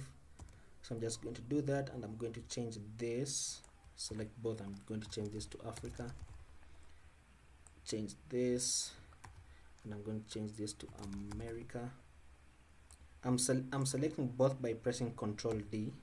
Okay, so I'm going to say this is Asia and this is Europe. Copy this down one more time and change this value to Oceania, like that. Okay, so we need to bring this into our app.js like always, and I'm going to say import filter from components/filter, right, and just render it inside there and say filter, like that. Okay, so once we do that, it should render in our application like that, and I want to just display this and justify them to space between so that they can be at both ends. So I can do that by going into my index.js and targeting my filter, which is just going to place inside here, and I'm going to say filter, and I'm going to say for the filter display flex, oops, align at center, and justify content to space between, like that, and it should render like that. So let me just add some padding so that this can push away from the flag images. So I'm going to say, oops, I'm going to say I want a padding of 20 pixels on the top and bottom and 0 on the left and right. That should work. And then I think that would be it for the UI. Not really. Okay, let me just change a few things for the inputs, because you can see this is a bit grayed out, as well as the header. The header needs to have a background color, which means I can go back to my index CSS and say the header should have a background color. Oops, background color really of that.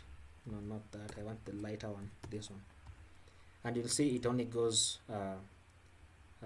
it doesn't go all the way to the edges, because I have padding both on the left and right, so I'll have to remove that and then add some padding on the header as well. And then I'm going to grab this, the form, which is inside the filter, and I want the filter, and it has a class of form-control. Does it? Form control, okay, yeah. And then I want the input. And I want the background color to be transparent. Oop, I did something wrong. If you see on small screen, this will be a bit weird, or not, maybe. I want the border to be none.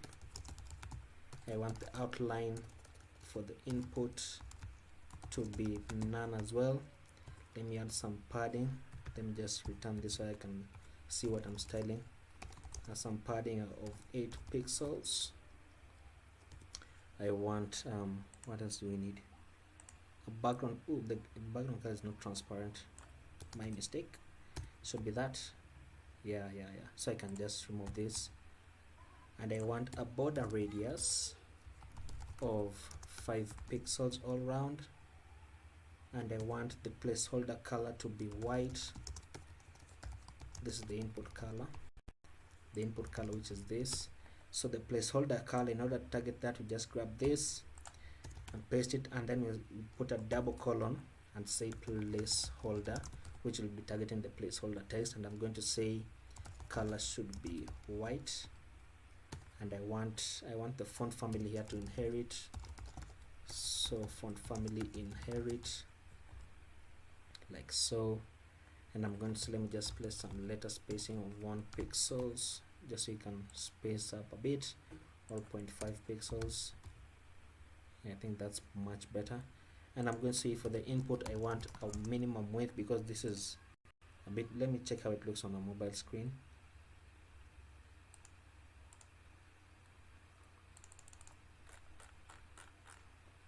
it takes up the whole width. Okay, okay, and then it's displayed as a column. So I'm going to work on that. I'm going to work on that. We can say what right here. We can say flex direction to column, like so, and we can say for the width here to be 100%. Oops, did I do that correctly? I'm going to grab the form,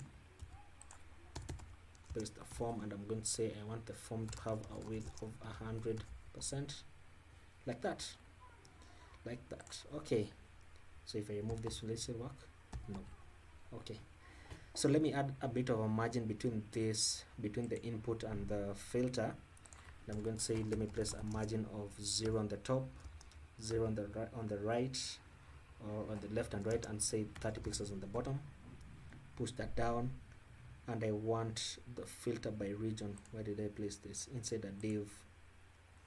So I'm just going to say class name of region dash filter, like that, and then I can target it in my CSS by saying it's inside the filter and it's called region dash filter, and I'm going to say let me place a width of 100% on it, like that, so that this goes to the what's it called, to the left. And then I can say, because I want to target my select, which will be this, I can do that and say for the select, and it has a class of select as well, and I'm going to say a background color. Oops, background color, I want the color to be this as well. I want the text color to be white. I want the font family to inherit like so. I want the padding to be 8 pixels like the input, and then we can say what else do we need for this. Oops, not that one. For the we need it already has the card, doesn't it? It already has that, so I can say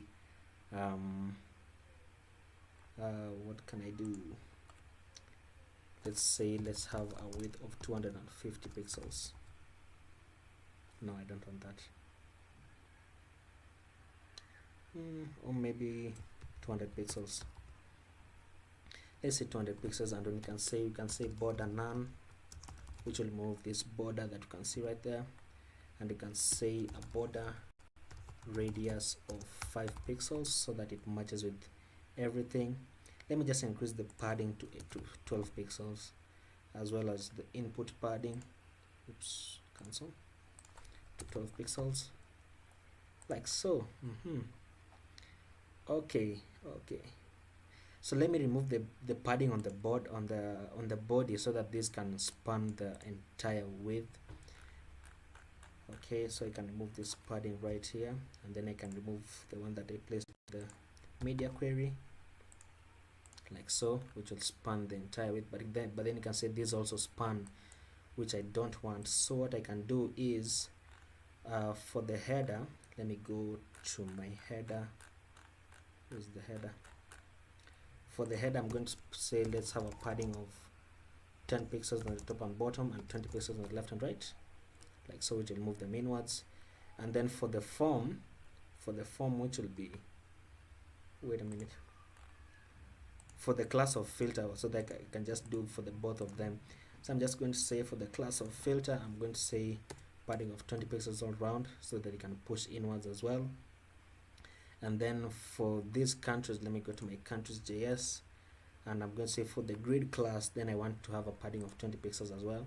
I would have put this inside a container, but I don't like doing that because these are just it's very easy to get confused. Okay, so I'm just going to say for my grid, let me add a padding of 20 pixels all around as well, push them inwards like that. Now on bigger screens, I don't want this to appear like that, so I'm going to say I'm going to change this way. I'm going to change the input as well as for this. Once it reaches a width of around 768 pixels, yeah, 768 pixels should be fine. So I'm going to say right there, and I'm going to grab my filter, and for my form control, you remember I placed a width of 100%, so I'm going to say width of auto, like that. And then for the input inside the form, I'm going to grab that place. I'm going to say for the input should have a width of auto as well. And then I have to change the, because I placed flex direction of column right, or where was it? I placed a flex direction of column right here, so I have to change it to flex direction of row so that they go side by side again. So it's inside my filter, so I'm just going to say inside my filter, I want flex direction of row.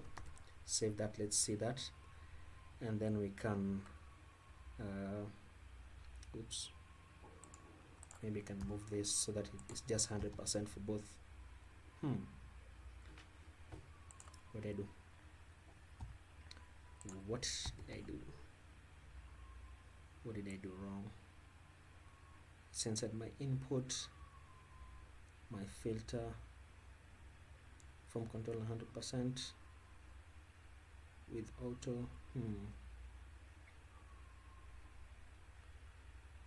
Justify, I can move this, I can align items center.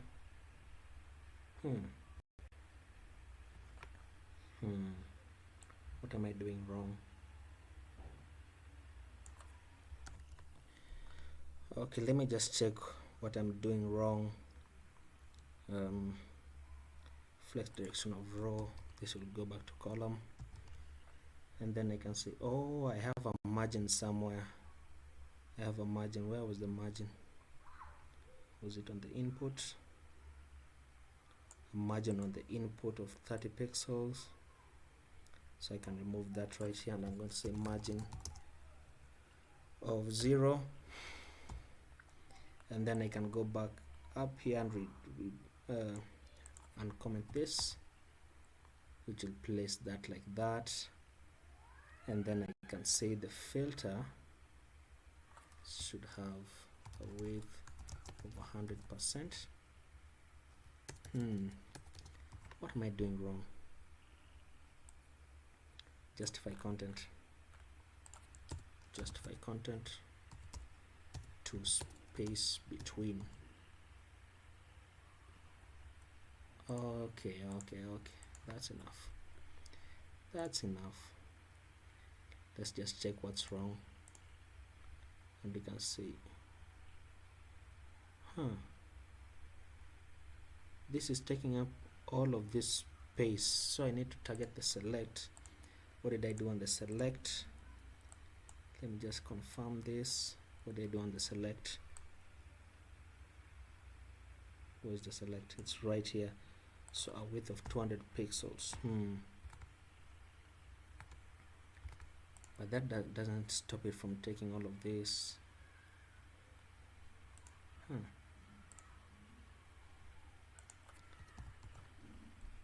Why?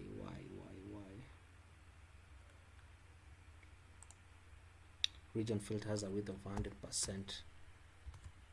That's why. Okay guys, I figured it out. I was almost giving up, but we did it. Oops, why isn't this resizing? Okay, so all I have to do is just remove this. Once I declare up here, and I'm going to just place it down. Where am I? Right there, and I'm going to remove, and I'm going to say a width of auto as well. So let's see. Yeah, right there. Okay, nice. Very nice. So let me add some padding for these widths. So I'm just going to say for no longer on the body, but for my grid, right? For my grid, and then I want for my filter as well. Actually, I should just start with the filter, and then the header as well. I want all of them to have a padding of maybe 20 pixels on the top and bottom and 100 pixels on the left and right. Let's see how that looks. That looks nice. That looks nice, and you can see everything is right there. Now in the next video we're going to be implementing this search capability, as well as adding the icon that I missed right there, and this icon which you're going to be getting from Font Awesome.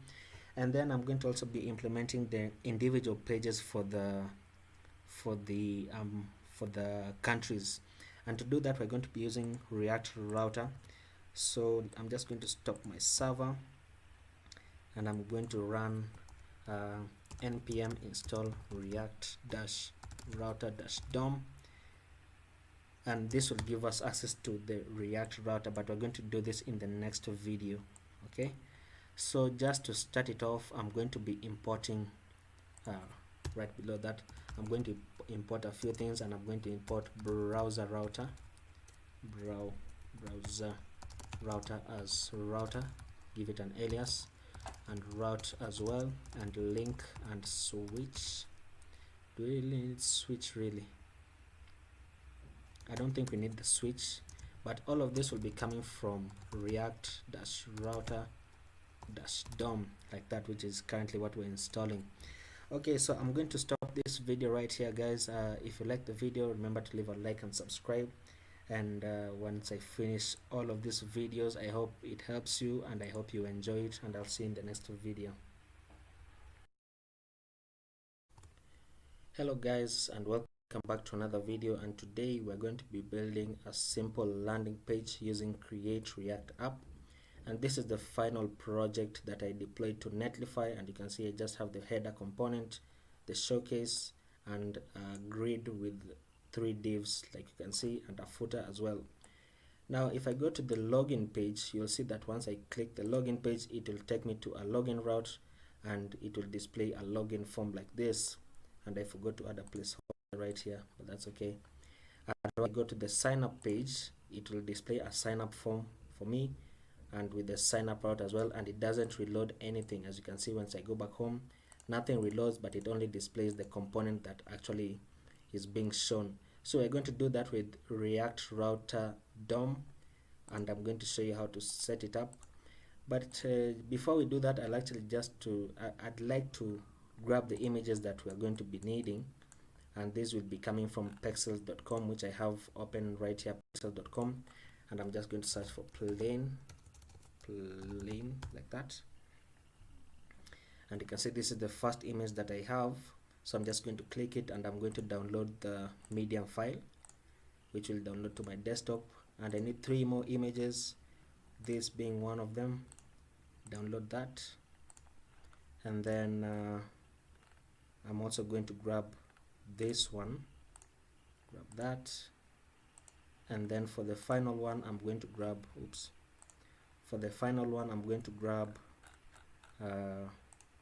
do I do? I'm going to grab this one right here. Okay, so these ones will download to my desktop, and I'm going to show you where they will come in. If you need the repository, you can get it on my repository, and it's called travel-agency-website, and it's this right here that I deployed to Netlify using npm run build, and I'm going to show you how to do that. But for now, I just like to open up my terminal, and I'm going to say cd into my desktop, and I'm going to say npx create react-app, and I'm going to call it travel agency. And then once that runs, I'd like to cd into that folder. That folder is called travel-agency. And then once it cds into that folder, I want to open Visual Studio Code, so you can actually change these commands, and we can let that run. And once this finishes running, I'll be back, and I'm going to show you how to set up our workspace. Alright guys, so as you can see, Create React App has finished running, and it has opened Visual Studio Code for me. So I'm just going to close this window, and close this as well, and close that. And then I'm going to go into my desktop and actually grab the images that I downloaded, which are these 4. And inside my source folder, I'm going to create another folder called assets, like that, and I'm going to grab this and just drop them into that folder. oops, not like that, but grab these and drop them into this folder like that. And then I'm going to rename these images because I don't want to have such long names. So I'm going to rename this to image 1, rename this to image 2, this to image 3, and this one to image 4, like that. Now before we begin, I just want to install my dependency, which is React Router DOM. So I'm going to say npm install react-router-dom, like that, and then we can begin to clean up our files a little bit. So I'm going to go into my index.html file, and I'm going to remove all of this, and then I'm going to remove everything from here up to the manifest.json, and then remove this comment as well. And for the title, I'm just going to say showcase travel agency, like that. Oops, cancel, like that. And then I'm going to go into my source folder and delete app.css, app.test.js, logo SVG, report web vitals, and setup tests. Just delete everything. And in index.js, I'm going to delete this, and then I'm going to delete this as well because we deleted it.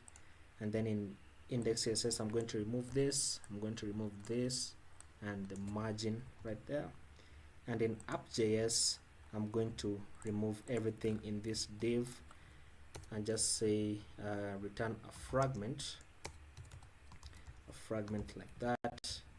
And I'm just going to say what should I call this? Should I just say showcase, which we're going to create. This is a component that we're going to create, and up here I'm going to import React from React, like that. Now the first thing that I'd actually like to do is set up React Router DOM, which I've just installed. And if you look in the package.json, it's right here, version 5.2.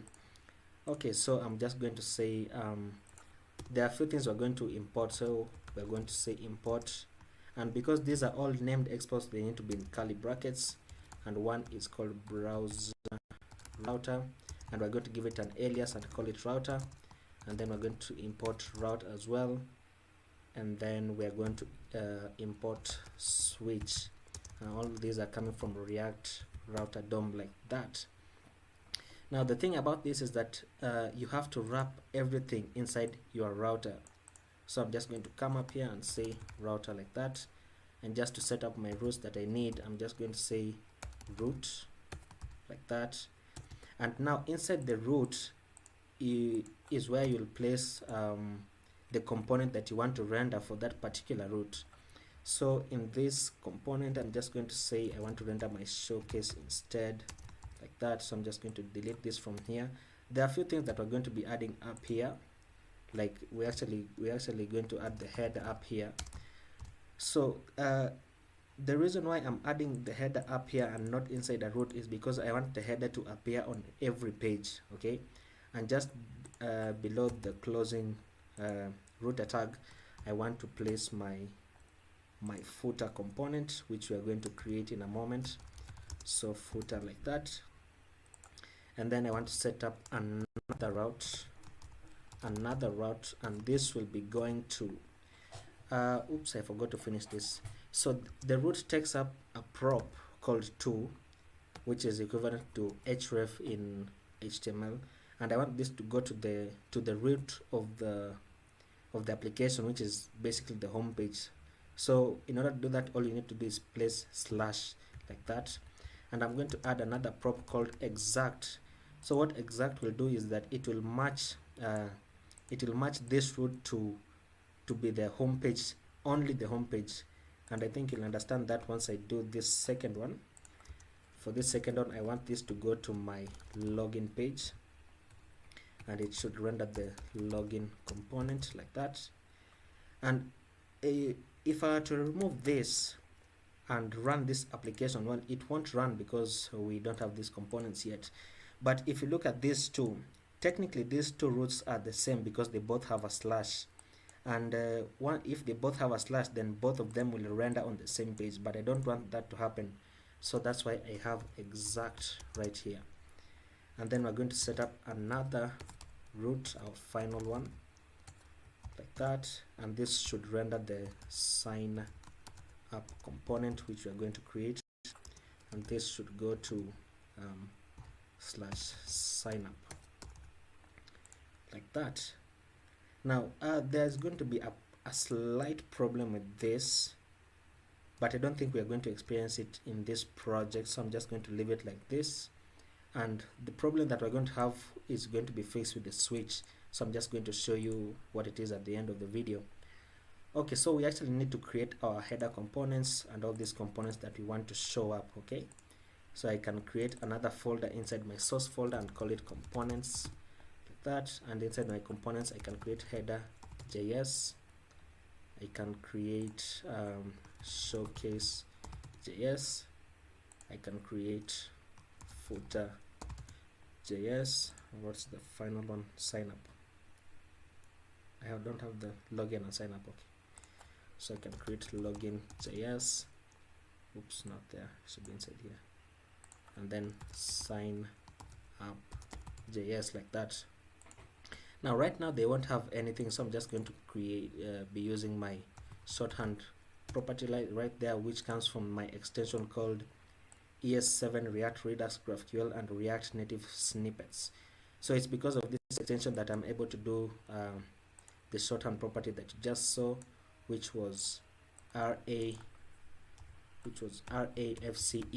and it generates a React arrow functional component and exports it as default, like that.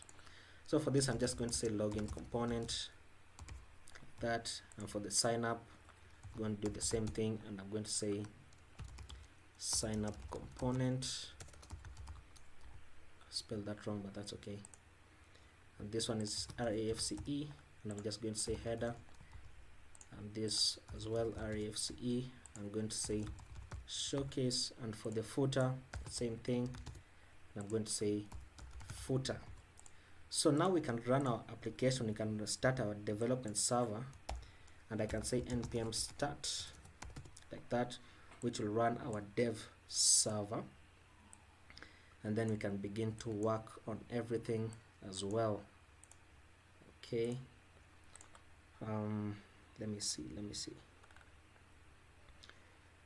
For the home page, we're going to have a couple of other components, such as like the destinations, where we had the grid showing the three images, and then we also want to display, actually it's only those two, so we're only going to need another component here called what should I say it, destinations, like that. But we haven't created it and I don't want any errors, so I can just do that. I forgot to import them, so I can just say import all of these, import the header from, it's in the components folder and it's called header.js, like that. We can copy that and paste it down for showcase, login, sign up, and the footer. Just change this and I just say showcase, and I say login, say login, and I say sign up, and I say footer, like that. And you can see everything renders very nicely. Okay, so the next thing that I want to do is actually start to work on my header, for the header component. So I'm just going to go to my header, and I can close these down, close this, and for my header I want to return a fragment, like that, and I'm going to say let it return a header component with a class name of header, and I want to return a div. Now inside this div we're going to have a link component. Now this link comes from React Rotterdam, so we're going to need to import it, and instead of href, this one takes 2 as well. Oops, what did I do? This is not 2, this is path, not 2. Sorry about that. Yeah, that's why these were showing. Okay, sorry about that. It takes the root takes a path prop instead of 2, so sorry about that. Then the link takes the 2 component, the 2 prop I mean. So for the header, I want this to be the home button, so I'm just going to set it to slash, and I'm just going to say home. Now let me show you what React Router DOM does. Let me just fix this error. So link is a named export, so you need to place it in curly brackets again and say link from React Router DOM like that. So if I were to change this, if I were to change this to slash login, then you'll see the login component is right there. And the reason why we see this up top and the footer below is because in our app.js we place them out of the routes. As you can see, we place them outside. If I were to place this inside, for example, place this inside the login, then it will only show on the login component. And if I were to come and go back to my home, you see that the header doesn't show anymore. But I want the header to show on every page that is available on the website, so I can do that and it shows. And if I go to sign up like that, it shows it should show the sign up component, which it doesn't. Oops. Anyway, we're going to deal with that, so no worries. So you can go back to the home page and we can begin to deal with the we can continue the header. So outside of this div, I want to create a nav with a class of navbar, and I want to create an another list, and I'm going to place another link component. I'm going to set this to go to slash login like that, and the text will be login, and then just copy this down and change this to sign up. This should be capital, place a space there like that. Okay, and you can see if I go to login, it will take me to the login page. If I click sign up, it will take me to the sign up page. What am I doing? This goes to path of sign up and login. That's okay. So let me just continue to deal with my home page, and I can say for the home page, the next thing that I want to actually do is my showcase. Okay, so for my showcase, actually let me just style everything all together. So I'm going to go in my index CSS and I'm going to reset everything. I'm going to reset everything, and I'm going to say margin of 0, padding of 0, and box sizing of border box like that. And I'm going to limit all the images to have a max width of 100%. And then once I do that, I want to say for my unordered list, I want the list style type to be none like that. And then we can begin to work on our header. Let me just deal with this header, and I say for the header, let everything display flex like that, align item center, and justify content to space between, so that they go end to end like that. And then I can actually give these links a class name. So I want to say I want this to have a class name of links like that. Just going to grab this and paste it down, paste it there and there as well. And then once I do that, I'm going to go in my index CSS and I'm going to target the header, and I'm going to target the links inside the header, the links class, and I'm going to say let them have a margin of 0 on the top and bottom and 10 pixels on the left and right like that. Let me just place some padding on the header so that this moves down. I'm going to say a padding of, I'm going to give that a padding of 20 pixels all around. Yeah, that should be good. And then for the links, I don't want this text decoration, the underlined right here, so I'm going to say text decoration of none. And then I'm going to say the color should be white, which will make them disappear, but for now I'm just going to give this a background color of black, but I want this on the header so that I can actually see it, but I'm actually going to change this background color. So the next thing that I want to do is work on my showcase component. So I'm just going to go to my showcase component like that. I'm going to remove this and change this into a fragment, and then place everything into brackets like that. And I'm going to say I want to return a section with a class of showcase like that. And then inside the showcase, I want a div with a class of overlay. The reason for this is because I want to add a background color that is slightly opaque so that we can actually see the image, and so that the image is not too bright so as to be unable to read the text. So once I do that, I want to return a h1 saying showcase travel agency, like that, and I'm going to return a paragraph saying book your flight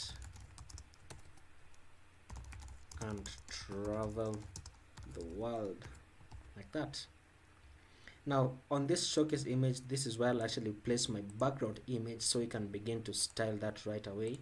And I can go to index.css and target the showcase, and I will say for the showcase I want a background of the URL so that I can actually add the image, and this will be inside it's in the source folder, and inside my my assets folder, and then it's called image1.jpg, like that. Once I say that, it should appear. Image1.jpg background URL. Failed to compile. Then maybe this should not be there. It should be like that, and you can see our image is right in the background. So I actually want to add a height of 700 pixels to this. 700 is a bit much. Let's say 600. So it will go to the bottom, and you can see my image is going to the right. We're going to fix that in a moment. But then for the overlay, let me also add a few properties for the image. So I want the image not to repeat, so I'm going to say no repeat, and I want to place to the center and to cover the page, so that this will actually place it in the middle, and we can actually see the plane, like that. And then I'm going to go inside my showcase class, and for the overlay, I'm going to say I want the overlay to have a height of 600 pixels as well. And then I'm going to say let this display flex, which will display these two as flex items, as you can see. And then I'm going to say align item center, and then you can see it brings them down. The reason why it brings them down is because we have a height here. If I were to remove the height, then they will go back to the top. Okay, so and I'm going to say justify content to the center, and just because I don't want this to be side by side, I'm going to say flex direction of column, like that, and it's looking nice already. Now I want to add I want this text to be white, but look what happens when this text is white. If I say color to white, you can see it becomes hard to read because of the clouds and because of the background image. So the reason why I have this overlay is because I want to add a transparent background to it, and I'm going to say background color of RGBA. That's how you add transparent background. This means red, green, blue, and alpha. The alpha value is the opacity of the color.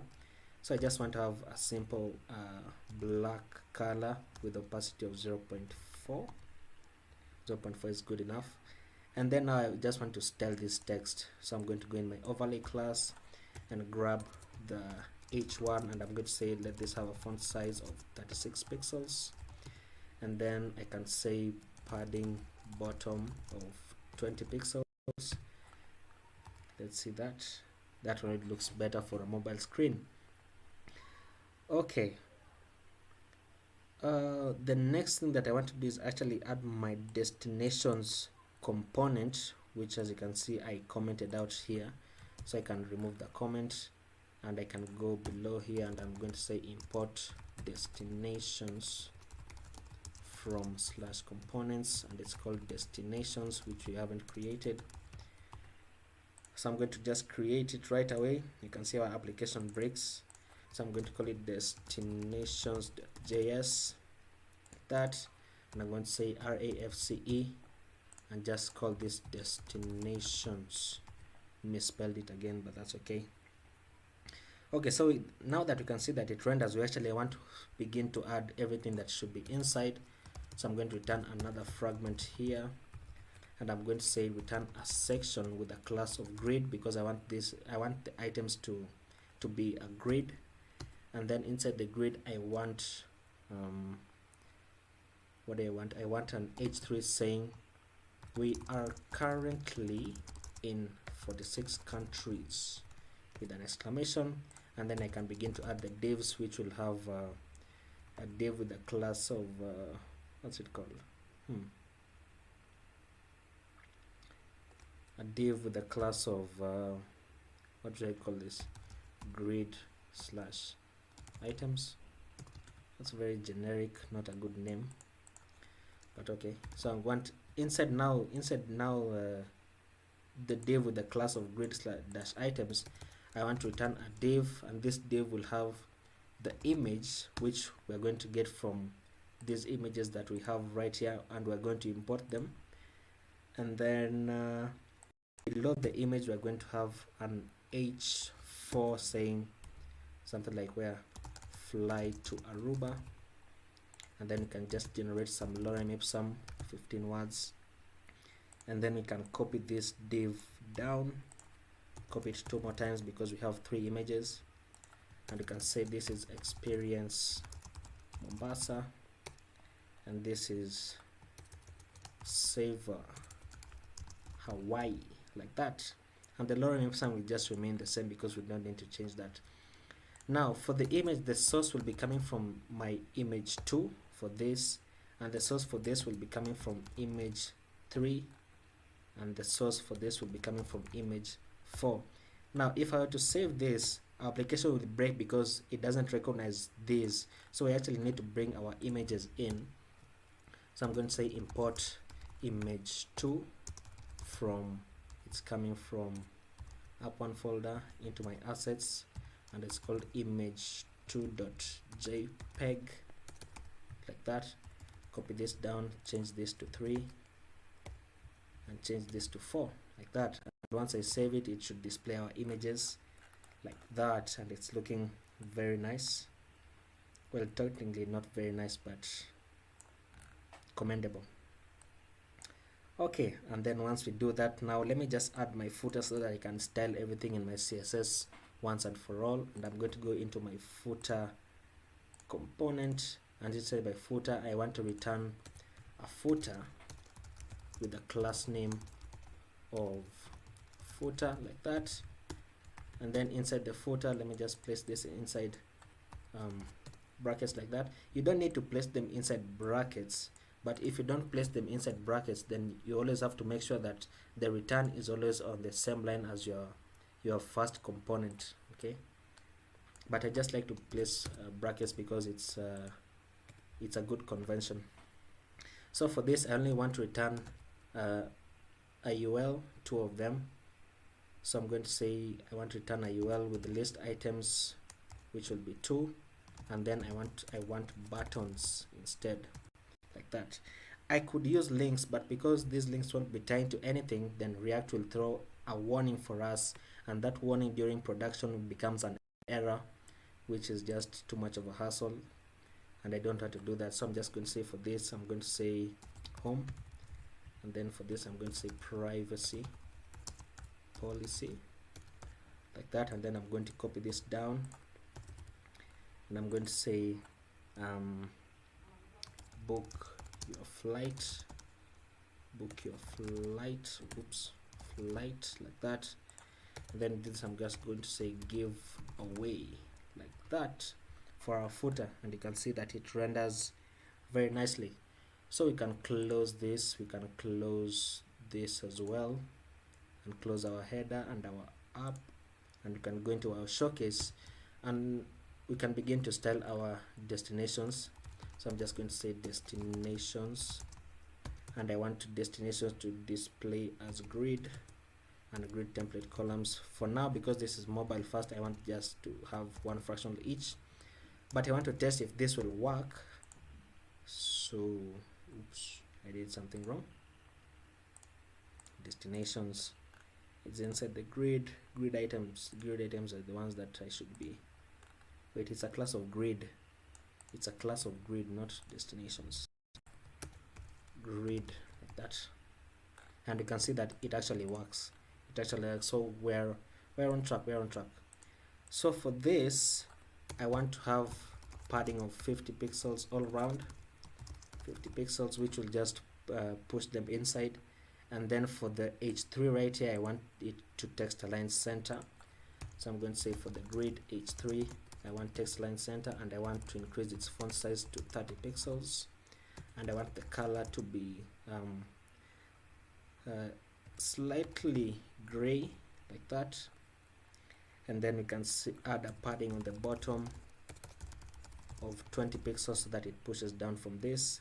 And then we can begin to style our grid items, So for our grid items, I actually have to go into the grid items class and then target my H4s and my paragraphs. So I'm going to say, what can we do? I'm going to say for the grid, and I want the grid items class, grid items, and let me just check this. They are divs, okay? So I want the actual divs, and I want them to have a background color of slightly gray. So F1, F1, F1, like that. As you can see, they are a bit gray. Then I want to separate them by adding a margin of 20 pixels on the top and bottom and 0 on the left and right, which will separate them, as you can see. And then I can add some padding all around of 20 pixels. Once I add the padding of 20 pixels, I want to add a border radius for them, border radius. So I'm just going to say a border radius of 10 pixels, like that. And then I can begin to separate this text from one another. So I can just grab this and say for the H4, I want padding of 10 pixels on the top and bottom, or maybe 20 pixels and 0 on the left and right. No, that's too much. 10 pixels, like that. And let me increase the font size to 22 pixels. And then for my paragraphs, let me just grab that. For my paragraphs, I want a line height of 1.8, which will just separate them a bit, like that. Makes it look much better. And then I want these images to also have a border radius, so I can do that by targeting the images. Just grab that and saying for the images, I want a border radius of 10 pixels. And look at that, it's looking very nice, very nice. Okay, and that's it for this really. Now we can begin to work on our footer. So for the footer, I want the footer to have a dark background color of, how do I keep doing that, of 333, like that. Let me add some padding of 30 pixels all around, and then I can say display flex, I can say align item center, align item center, and justify content to space between, like that, which will push them away. And then I can say for the actual let me just check the footer. For the actual list items on the footer, so I can say the footer for the UL and the LI, I want a margin of 10 pixels on the top and bottom for each, like that. And then we can begin to style the buttons on the footer. As you can see, they are buttons, so you can just do that by targeting the buttons. Grab that and say for the buttons, I want a background color of transparent, and I want some padding around them. I want the padding to be 8 pixels. Okay, so once I add the padding, I'd like to remove some of the default stylings of the button. So I'm going to say, let me remove the border, set that to none. Let me have a cursor of pointer. Let me place the font family of inherit, like that. Let me say a letter spacing of 1 pixel, and then let me also have a border radius, of 5 pixels. Let me save that and see how it looks. Okay, let me just set the color to white, like that, and that looks nice. So I'd like to have a hover effect on these buttons, so I'm just going to grab this and say that for the hover, I want the background color to be, let me just select it, it's around this color, right about there. Yeah, that looks nice. And let's just add a transition on the background color of 0.4 seconds, and we're going to say is in out, and let's just have a delay of 0.4 seconds as well. Okay, see that? And no, that delay isn't nice. Just remove that delay, and we're going to say, yeah, that looks very nice. That looks very, very nice. So let me just move this down, and then we can begin to work on our media queries for the home page. And this is very simple. The only media query that we're going to be needing to change is actually just for this grid, and maybe just increase the text size for this on bigger widths. So we can do that very easily, and we can say begin to add a media query at about 768 pixels, and I'm going to say just do that, and I'm going to say media min width of 768 pixels. I want the showcase, and I want the overlay class inside the showcase, and I want the h1 to have a font size of 46 pixels, too small, 64. That looks better. And then I want the paragraph to also increase font size, and I want the font size to be 22 pixels, like that.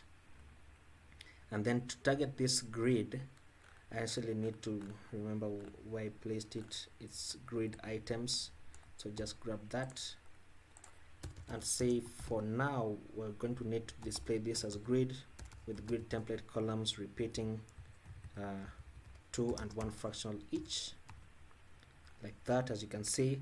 And then to separate them, you just need to add a grid gap, like that, gap of, let's say, 30 pixels. That looks nice, as you can see. And then you'll notice that the images aren't of the same height, so to correct that is very simple. You can just paste that and say for the div, I want the images and I want the height to be 150 pixels, and I want the width to be 300 pixels, like that. And you can see they're now the same height, so they look very nice, very, very nice. Okay, and once we do that on big ways, you'll notice that this remains nice, but the image will go up as we're going to correct that. And then we also want this now to display as 3 fractional columns, so we can do that easily by saying for let's say media of min width, let's say 992 pixels. CSS isn't case sensitive, so this is fine. And I'm going to say for the showcase, and in fact my format will correct this. For the showcase, where I added the image, right? Remember this, where I added the image, I'd like, instead of displaying it center, I'd like now to display it top. So I can do that by saying for the showcase, I just want the background position to display top, like that. And once we do that, you can see that now it goes to the top, but this doesn't look very nice. I can correct that by increasing the height of this, both of them, and I say 650 pixels, like that, and that looks much better. That looks much better. And just to target this grid now, I'm going to say for the grid items, this one right here, all I need to do is now change the grid template columns to display 3, 1 fractional each. So I'm just going to say grid template columns display 3 and 1 fractional each, like that. And you can see it's looking very nice.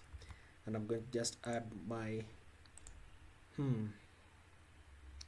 let's say text align center. Yeah, text align center does the job, and it's looking very nice. I like this space on the side, so I don't really think this is a big deal, and I actually like how it looks. Now if we are to go to our login page, you'll notice that our header will appear and our footer will also appear, because as we set it in our app.js, let me just remind you, app.js, we set the header to appear outside of our roots, as well as the footer, as you can see. So styling these two pages is going to be fairly easy because I'm going to be using the same classes. And let me just do that, my login component, and then I can go into my login, which is right there, and remove this and change this to a fragment, and then I can return a section with a class of showcase. Now the reason why I want a class of showcase right here is because I wanted to use the same image from my app.js, which is this, not from my app.js but from my showcase.js, which is this image right here. So I want this image to be consistent through the application, as you can see. So what I'm going to do is just give it a class of showcase and give it another class of login. Oops, not login, of login, like that. And then inside this class I want to have what's it, I want to have a div with a class of overlay again, which will just take the same styling as the one from our showcase. And I'm going to now return a form with a class of form, just give it a class of form. And then inside the form we want a few inputs, just 2 of them, because this is the login page. I want an input with a type of email, like that, with a name of email, oops, and an ID of email, and a placeholder text saying your email address, and we're just going to set it to required, like so. And then we're going to need another input with a type of password, like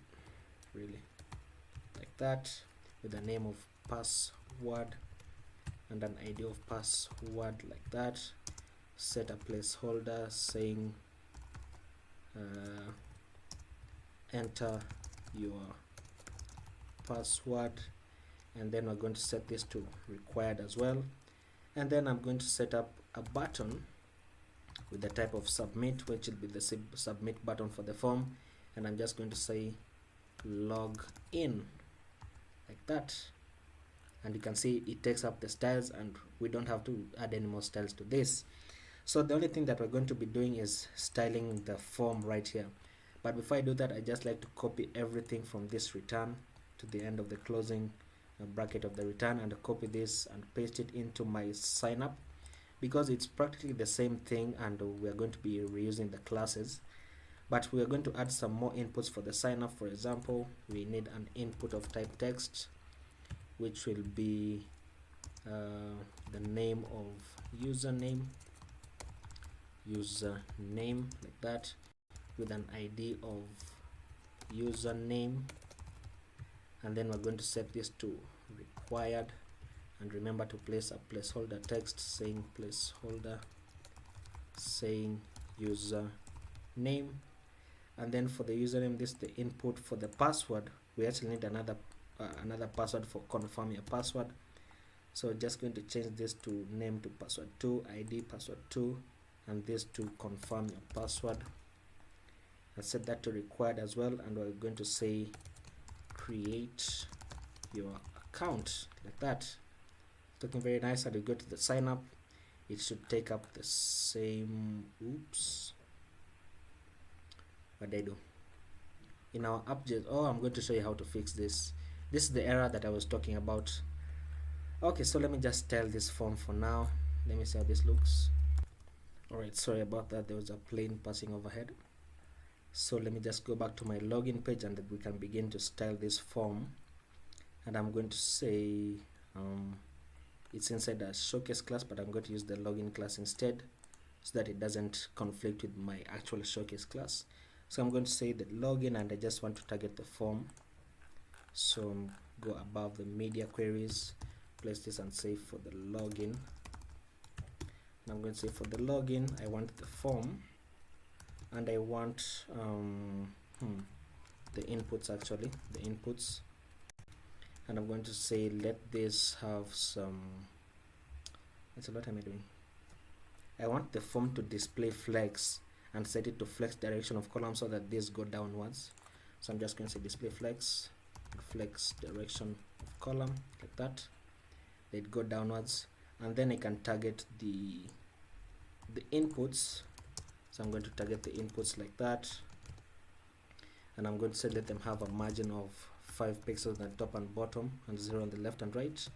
Let them have a width of 90 viewport widths, because this is a smaller screen, like that. Ooh, that's too much. 70, 80. I think 80 is fine. And then we can say let them have a padding of 12 pixels all around.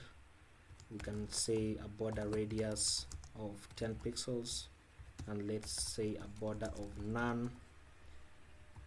Look at that, looking nice. And I can say let them have a font family of inherit.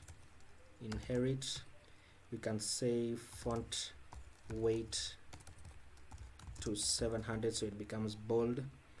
And we can say letter spacing to 2 pixels, and look at that, it's looking very nice. And then I actually want to change the placeholder text, how it looks, so I can do that by just targeting the input again and placing a double colon and saying placeholder, and I want the font weight to 700 as well. Oops, did I do that correctly?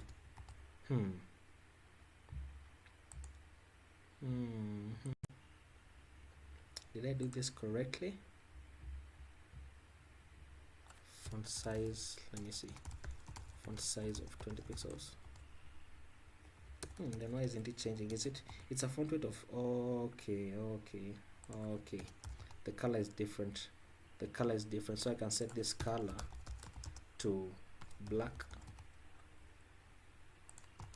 really, and this doesn't change, color to black, and there you go, that's what I wanted. Okay, and then we can now begin to style our button as well. So to do that, I just going to go into my form once again and target my button and say let it have a padding of 8 pixels with a border of 2 pixels solid, and I want this color. And then I'm going to say font family, set that to inherit. Inherit. I'm going to say font weight of 700 as well, and I want the text transform. I want the button to be uppercase, so I'm just going to set that to uppercase, and I'm going to say a border radius of what did I place on the input? What is on the input? 10 pixels. 10 pixels. Okay, save that. Let's see. Oops, forgot a semicolon. Wait, what? Did I do that wrongly again? Login form, and it is a button. What am I doing? Button of type submit. Why isn't this working? Why isn't this working? Okay, it looks like, okay, there you go. Why aren't you working? Okay, so this works. I want to remove this background color, so I'm going to set my background color.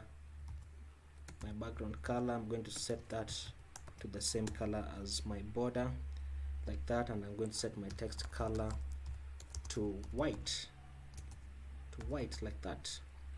Okay, looking nice. Next, I just want to target the hover effect for the button. I'm going to go that and say for the hover, I want the cursor of pointer, and I want the background color to be transparent, like that. And I'm going to add a transition for the hover effect, and I'm going to say transition the background color by 0.4 seconds.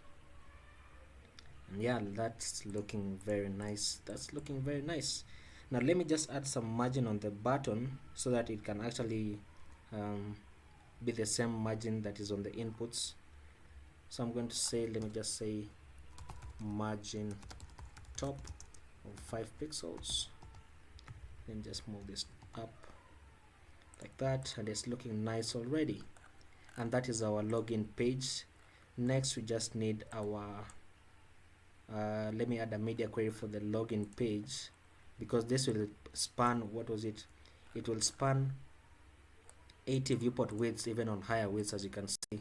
I don't want this to happen, so I want to add a media query for the login, so that when it reaches 992 pixels, I want the login and the form, I want the inputs to have a width of 60 viewport widths. 50 is good enough. As you can see, it's looking nice already. So now let's deal with this, and this error is coming from our React router. The reason why we are seeing double header and one footer is because in our React router, I think it's detecting both routes. Let me see, I'm not quite sure though. Alright guys, so the reason why I have my header showing twice here is because if you look in my app.js, you probably got this error already, but if you look at my app.js, I have my component well and good right there, but in my import, I import sign up from header, so this should be coming from sign up, and that's the reason why I have double header like that. And once I save that, as you can see, because we already created this and we're using the same styles as the login, you can see it directly just imports everything, which looks very nice. Now I've just seen something. Let me just add some spacing for the letters spacing on the button right here, and I can do that by going to my button. Where's my button? Right here, and I can say letter spacing of 1 pixel, 2 pixels, like that. And you can see it provides some little HTML validation, which is not really great, you know. And you can see it also gives you an option to use a suggested password, which will automatically get saved in your Google account. And then let me see, on bigger widths, as you can see, it also displays very nicely, very nice. But maybe I can add this margin just a bit. Let me say a margin of 8 pixels, push apart a bit. I think that would be fair, that would be nice. And then the final thing that I want to do is add a custom error page, okay, because as you can see, if I am to go to another route that doesn't exist, you see, we get this, we only get this. So I'd like to set up my custom error page so that I can display some kind of, you know, prompt somewhere or some kind of text. So I can do that by setting up another route, and I can say route, and this will be displaying the error component that we're going to be bringing in a few, and the path for this will be to everything. So everything else that doesn't match any of these three will show an error page. So that's what this means. And I can bring in my error, saying import error from components/error, like that. And then I can create my error component and say error.js and just RAFCE, and I'm going to return a div with an h1 saying looks like this page doesn't exist, like that, as you can see right there. Now I'm going to add some inline styling for this, so that I can just style it to take up 100 viewport heights for the entire thing, and we don't have to see this, like, you know, we don't have to see this on mobile screens or even on computers. So in order to add inline styles, I just say a style like that and place double curly brackets, as you can see. And then I can say for the height, and remember this is JavaScript, so this is a height of 100 viewport heights. And then I'm going to say display as flex, and then I'm going to say justify content, rather align items to the center. So because this is JavaScript, we have to use camel case, okay, remember that. And you can see this page doesn't exist like that. And then let me give this a class name of showcase. so that you can take up the image as well. Looks like this page doesn't exist. And then I can change this color to white, and I can say place a comma and say color to white, and I can say font size, set that to 30 pixels, like that. Looks like this page doesn't exist. Let me just add a background color for this so that it can look better. I'm going to say background color and set that to what should I do? 333. Oops, what am I doing? Wait, why is it not working? Instead of doing that, really, I can just do, I can cheat a bit, and I can say, let me give this a div with the class of overlay. So I can just use my overlay that I had. As you can see, looks like this page doesn't exist. And I can change this height to 650 pixels instead of 100 viewport height, so that this space at the top and at the bottom doesn't exist. And you can see it's looking very nice already. Let me just add something like text align and set that to the center. And it's looking nice, very nice. Okay, so this is our custom error page, as you can see. So what I'd like to do is what did I want to do?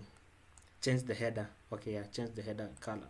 So I can go back to my header, where was it? My header right here, and I can set a background color, change this to the blue that I have right there, and I'm going to grab this color and go into my public folder and into my index.html and set this color as the theme color. This theme color is the color that will appear on the address bar on mobile screens. Once I save that, it should change the color. Save this CSS, and you can see the background color changes. Okay, looking very nice. So I think, oops, this is an error.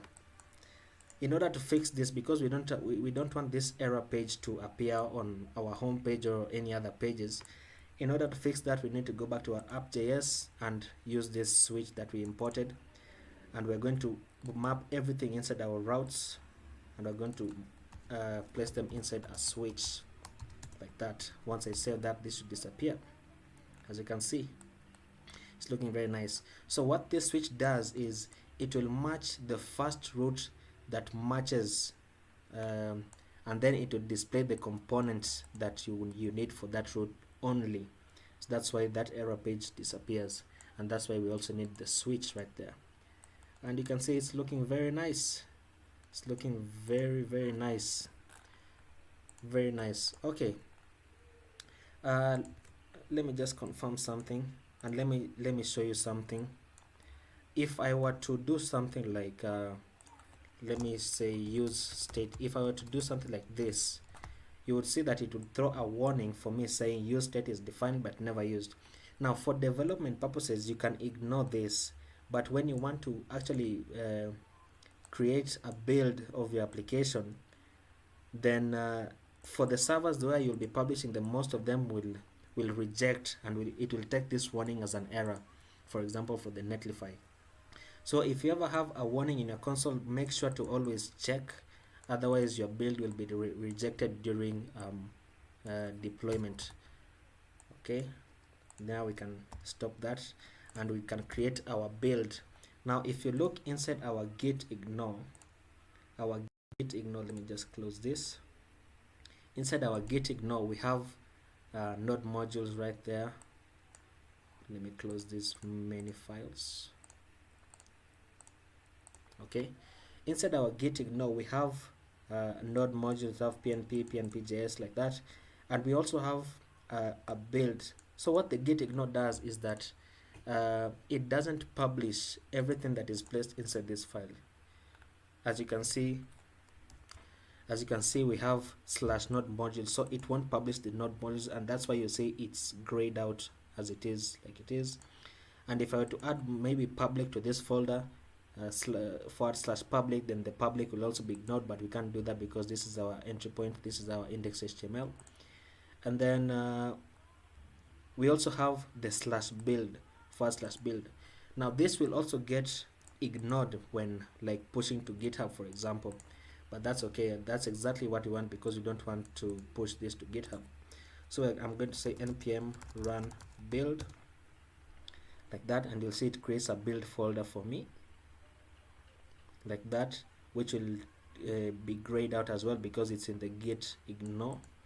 And this build is actually what you can drag and drop into Netlify, and it will serve your application. Or you can just go to Netlify and import your site from GitHub, and then connect it to Netlify, and Netlify will run your npm build for you, and it will serve your website.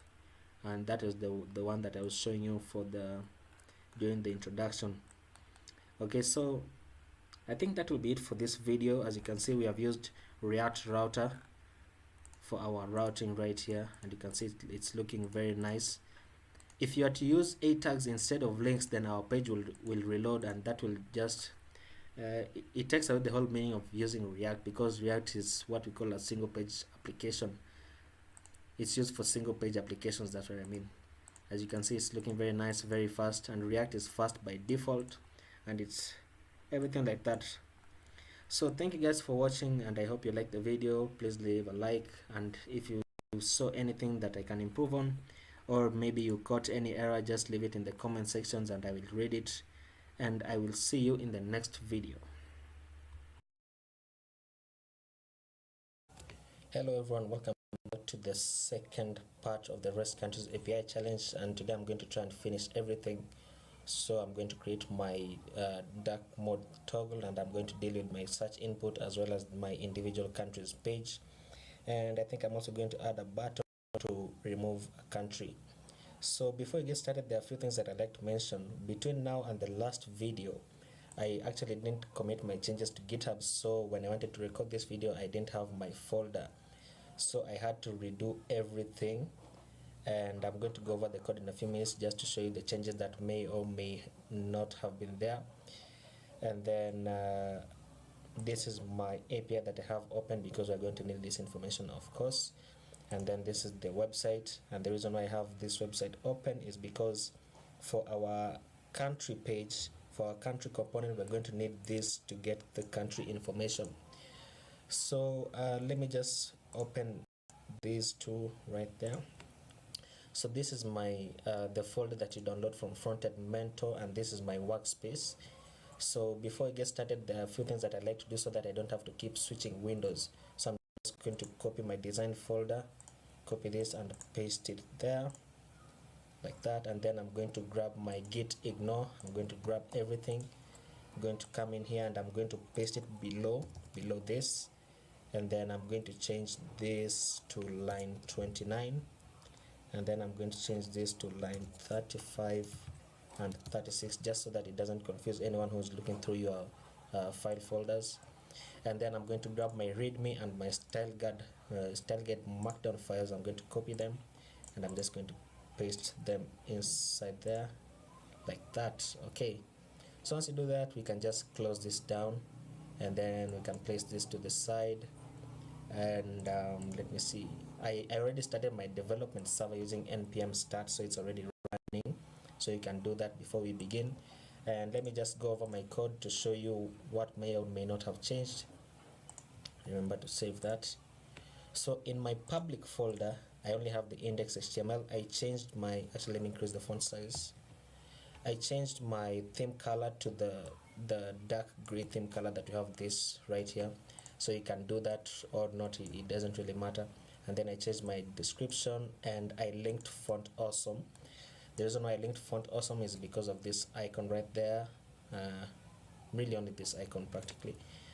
And you can use React icons if you want, if you know how to use React icons, but I'm going to use font awesome because it's much easier. You can just link the CDN and then you can use the icons directly.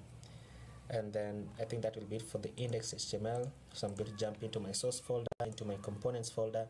I have my countries component as always. As you can see, we imported use state and use effect. We have our URL to fetch our data, and this is my state values, and this is my use effect. In the last video, I may have placed this above like this. You can also place it inside the use effect, but it doesn't really matter. It's all a matter of preference. And then this is my countries class that I'm returning a section of, which contains everything inside this, the flags and all the details. And then I'm rendering them in an article with the div. This is the image and the h4s, as you can see. I think this is more or less the same as we did in the last video. Okay, so we can continue to look through that, and I think that will be it for this. I'm going to place a timestamp in the description in case you want to skip all of this. And then in my filter function, not my filter function, but my filter component, I have a form. So the form is the casing for everything inside here. I have my input here with the type of search, and then I have another div with the class of select, and then I have my select with my options, each one of them, and this renders this as well as the input that we have right there. So you can close this. We can look through our header, and our header component just returns an h1 and our icon from Font Awesome, which has a class of FAS and FA-moon like that. And then in our app.js, we just import our components and we render them. And in our index.css, of course, this contains all our styling. Now, I think the most major difference that we'll have is actually our class names, but I don't think that really matters if you're going to style it by yourself. If you want to use the styles that I have here, you can just grab them. You can see where I've placed them and you can grab them. But to be honest, it doesn't really matter because you can style them on your own.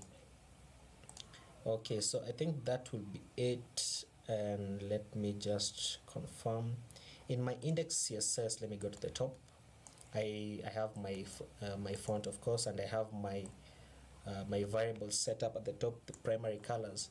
Now the reason why I did this is because for the dark mode toggle, we just want to change the color in one place. We don't want to have to keep on scrolling down and checking where we have our color and changing it manually. We don't want to do that. So I'm just going to set up another class that we are going to set up in a moment. We're going to set up another class and then move these colors down for the light theme and everything else. So I think in the last video we ended by installing React Router DOM, which I actually did. So you can see I have React Router DOM version 5.2. And to get started, I'm going to go into my app.js like that, and I'm going to go here and I'm going to say import. We're going to import a few things. We're going to import browser router as the router like that, as the router, and then we're going to import the route like that, and this comes from React Router DOM. And then in order for this to work, we need to place our entire component inside the router tags like that. So I'm going to just go there inside the router tags, and the reason why this works, I only change it in one place and it changes at the end, is because of an extension called auto rename tag. You can search for it and install it.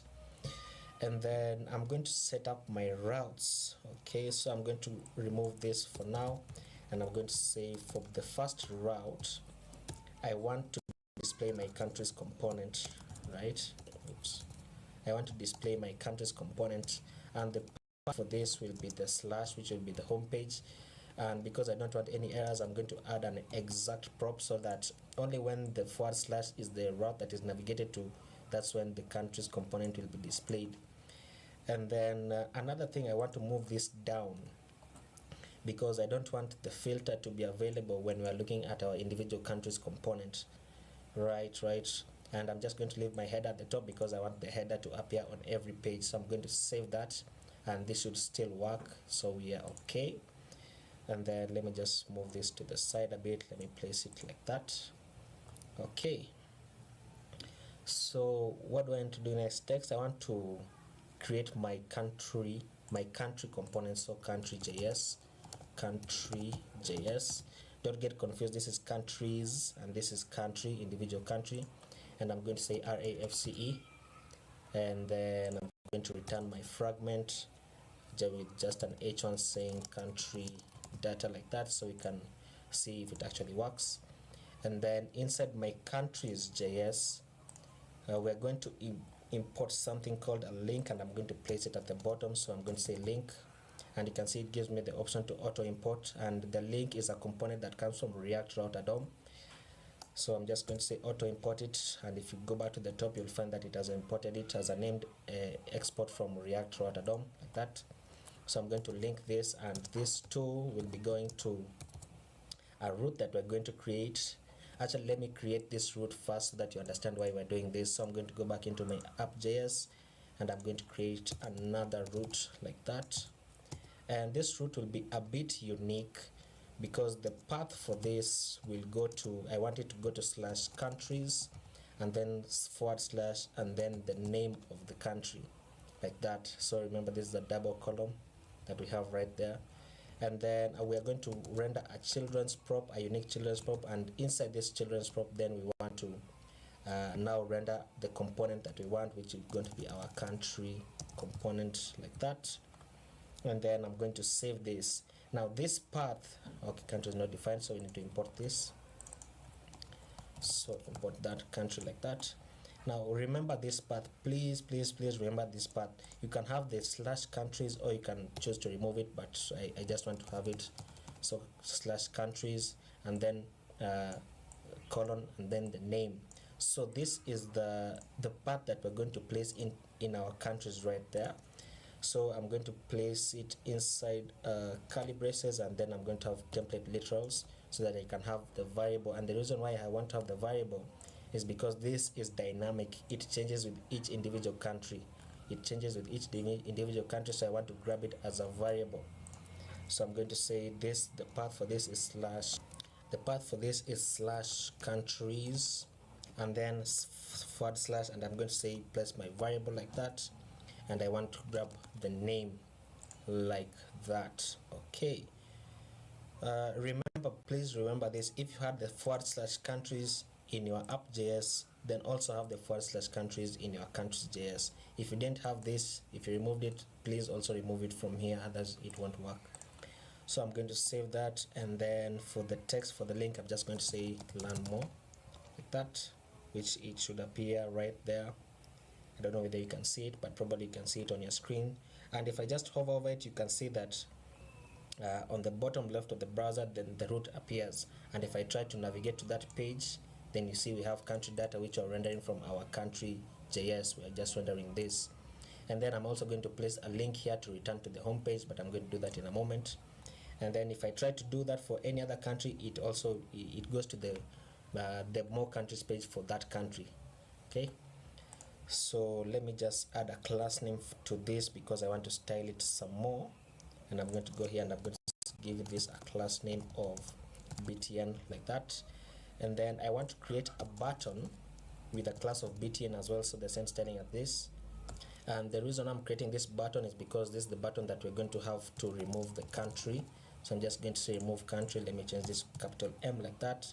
And then we're going to have an on click event on this button. And I'm going to set up my inline function like that. And I'm going to say remove country. Remove the country by the numeric code. I don't know whether you remember this numeric code, but it's something that is structured from our data. Okay, and then for the text, okay, the text says remove country, so we need to create this function, otherwise our application will break. So I'm going to go to the top below my use effect. I'm going to say const remove country, and we want to target our numeric code inside our parameters. The reason why we want to target our numeric code because it's unique for every country. So I'm going to create another variable called new country, like that, and I'm going to set that to countries.filter. And for every individual country, then we want to return our what am I doing? Let me place this full screen, it's confusing me. So for every individual country, we want the country.numeric code, which is not equal to the numeric code for the country that we have clicked on. And then we're just going to set our countries to new country, like that. And then once we set that to new country, then we can save that, and let's see if that works. Numeric code is not defined, and the reason for that is because this has a C, so numeric code, like that. And if you say remove country, then you can see that it works, so our function works. So let me just place both of these buttons inside a div so that I can step further, and they're inside this. So I'm going to grab this up to here, and I'm going to place this inside a div with a class of buttons like that, so that I can display them as flex and justify content to space between so that they can be end to end. So let me just do that in my index CSS, and I'm going to place it as a global variable. So I'm going to say for the buttons I want to display flex, align item center, and justify content to space between like that, as you can see. And then I'm going to go inside my buttons class, my buttons, and I want my btn. Actually, let me make the btn a global style because probably we're going to use it a few more times. And I'm going to say background color, set that to what was my variable name, what was this, set that to this. Let me grab that background color, set it to that, and I'm going to say so this is not what I wanted to do. This is not what I wanted to do. I wanted to grab this dark bg color, so I'm going to set that to a variable called dark bg color like that. And then I'm going to set a padding of 5 pixels all around, set the cursor to pointer, set the text decoration to none so that it removes the underline that we have here, set the color to white, save that, let's see. And then once I do that, I'm going to add a border of 2 pixels solid and the same dark bg color like that, which will remove our border. And let me add a border radius of 4 pixels all around like that. And let me target the hover state for this. So I'm going to say for the hover I want the background color to be white, let's say that. And then let me change the text color to our dark bg color like that. Let's see how that looks, and that looks fine, that looks fine. Okay, I think that will be it. Let me just add a transition on the background color of 0.2 seconds like that. And you can see our remove country works and our learn more button works.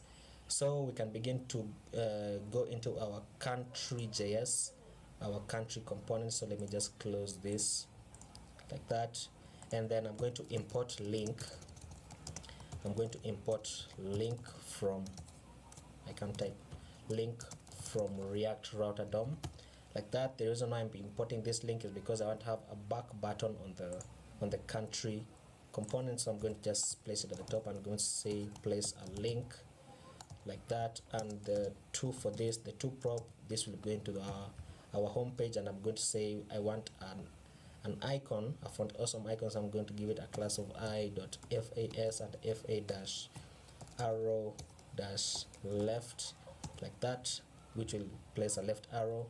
And then for the text for the link, I'm just going to say back home like that, and it should appear as you can see. And then let me also give this a class name of btn, which we just styled like that. And I'm going to also give it another class of btn-light so that it doesn't blend with the background color. I'm going to style it a bit more. So let me save that. Let me open my index CSS. Let me grab my btn light.btn-light and change the background color to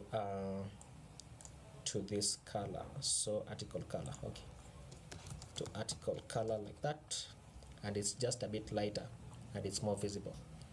Let me also change the border of 2 pixels solid and my article color once again, so that the border goes away like that. Okay, so let's actually deal with our country.js, and the first thing that I'm going to do is import use state and use effect from React Router DOM, not from React Router DOM but from React like that. And then I'm going to set up my state values, so const country and set country equals to use state, and we're going to have an empty array because we're going to fill it in when we fetch our data. So I'm going to set up my use effect, set up my callback function, and then set up an empty dependency array so that it only runs once on the initial render, and I'm going to have my function inside which will fetch the data. So I'm going to say const fetch country data equals to asynchronous, so asynchronous function like that, and we're going to be targeting let me just check what I call this function in my countries.js so that I don't have two functions with the same name. So this is fetch countries, okay, like that, and I'm going to have a const response equals to await fetch. Now the URL that I was telling you about is the one that I'm going to grab now. So this URL like this, I'm going to copy that, and then I'm going to paste it inside template literals like that, and I'm going to add a dollar sign like that, and I'm going to say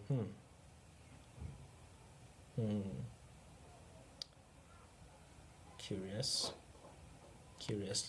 I'm just going to leave it for now because this means it's deprecated, but I don't think it matters. The reason why is because we're going to import another React hook from React router DOM, which will, I think it should handle this. So I'm just going to say this, we are waiting the fetch from this. So I'm going to say const country equals to await response dot JSON like that, and then I'm going to set my country data to our country that we fetch like that. Now if you save this and run this, you might notice that you might get an error, and I'm specifying that you might. Let me see if we actually do like that, because unexpected use of name. So the reason why is because this name is actually the parameter that we have in our address bar. So for this is Afghanistan, so that is the name of the country. So we need to grab this name, and then we need to check for the country that matches the name and then display the data. So we're going to import another hook called use params like that, and this comes from React router DOM, not from React.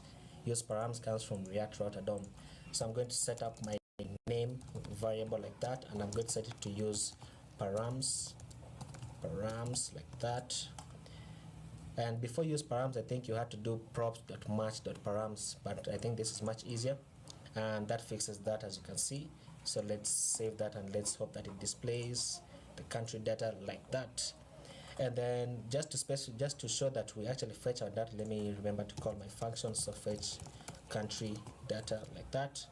We can log the country, not log.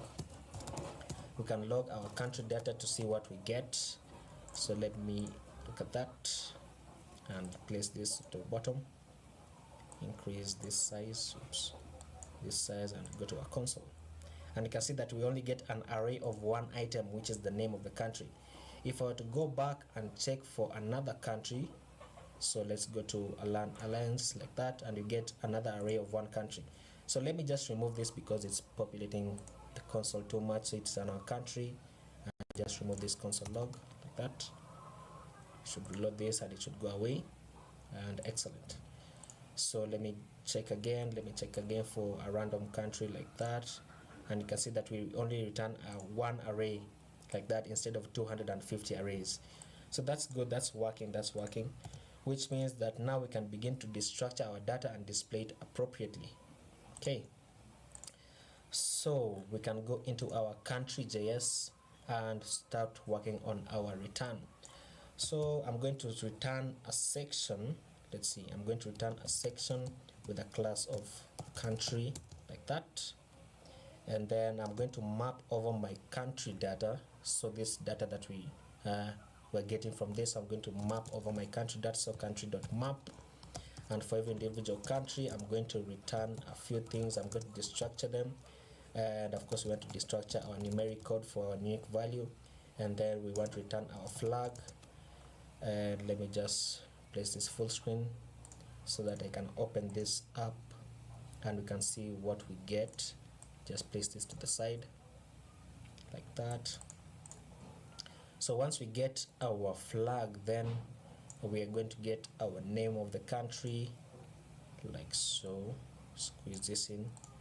we're going to return the name of the country, we're going to return the native name. Let me confirm what this is called. Native name, it's called native name, as you can see right there. So native name, and then population like that, and then region and sub-region. I think it's lowercase. Let me just confirm if sub-region is lowercase. So let's find sub-region, and it's lowercase. Okay, so we are fine. And then we need our capital, and then we need our top level domain.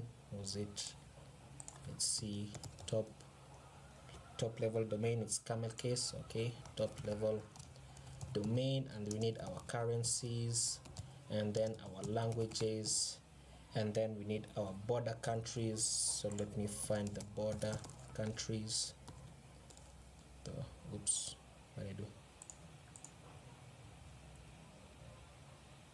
Please load faster. Okay, so border countries, okay, it's called borders. So we just want to destructure our border, and all this will be coming from our country, our individual country, which is, we have named the C right there.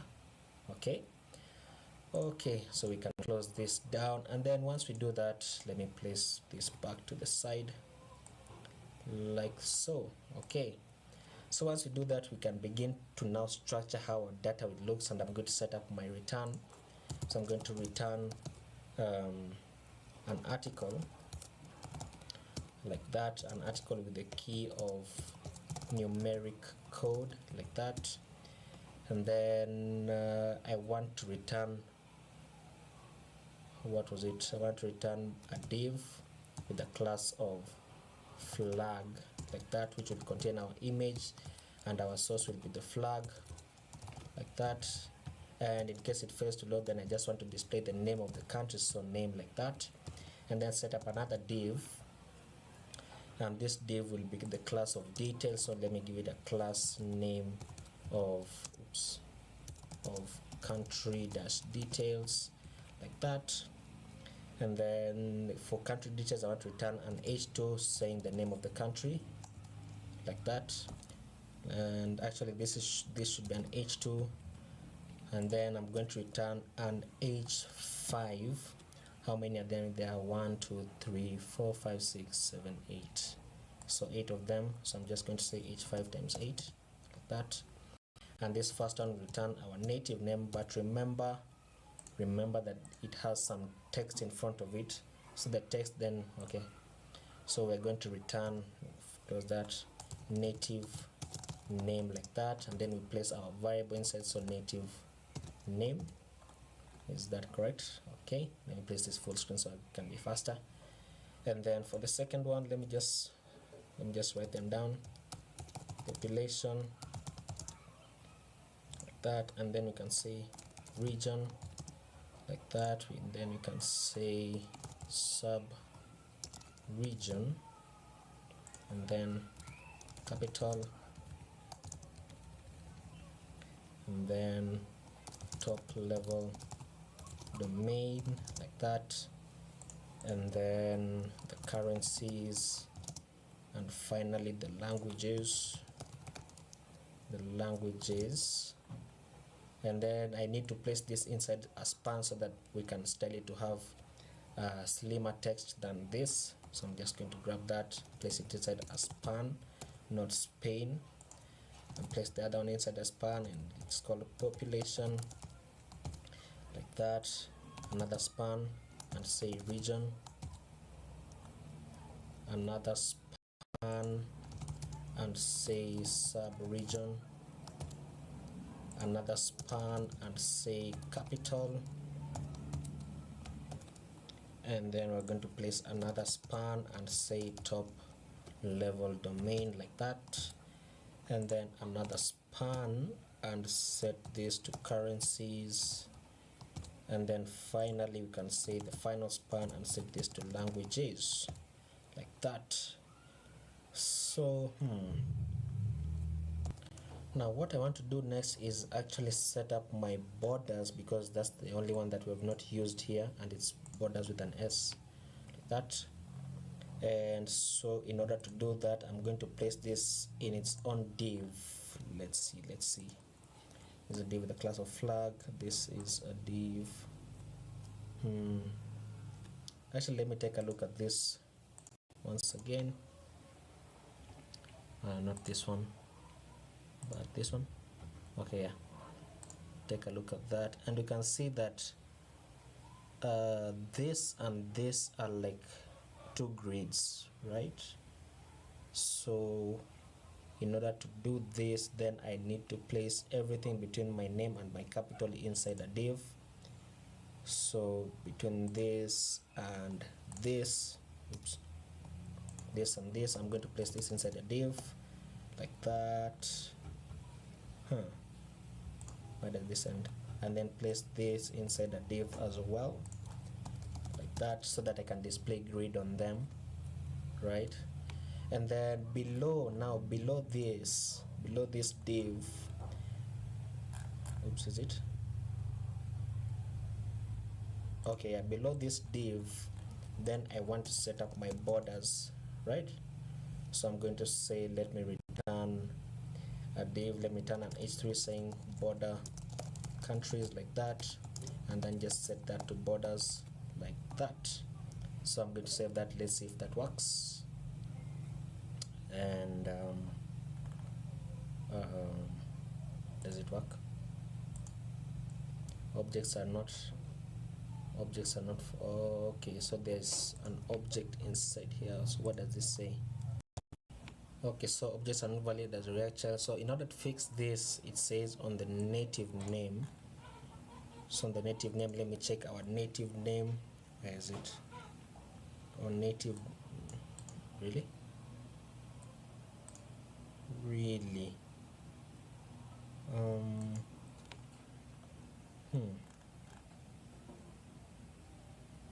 Native name.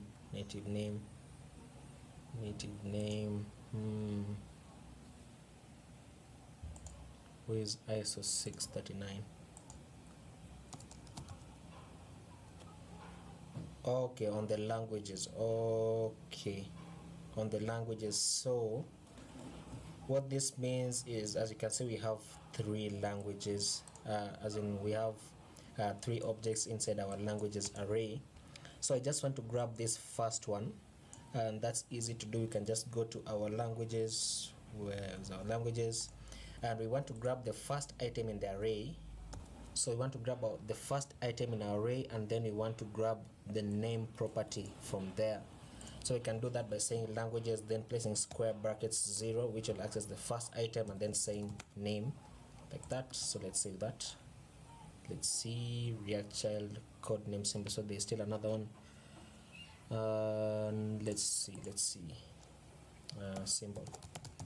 Where's our symbol? This is for the currencies. And once again, for the currencies, you can just do the same thing. So currencies, we access the first one, and then just say we want to return the name of the currency like that. Let's see, and that works. Look at that. We have that. Okay, so everything is working. Okay, nice. Okay, so let's see, we can begin to style our country component.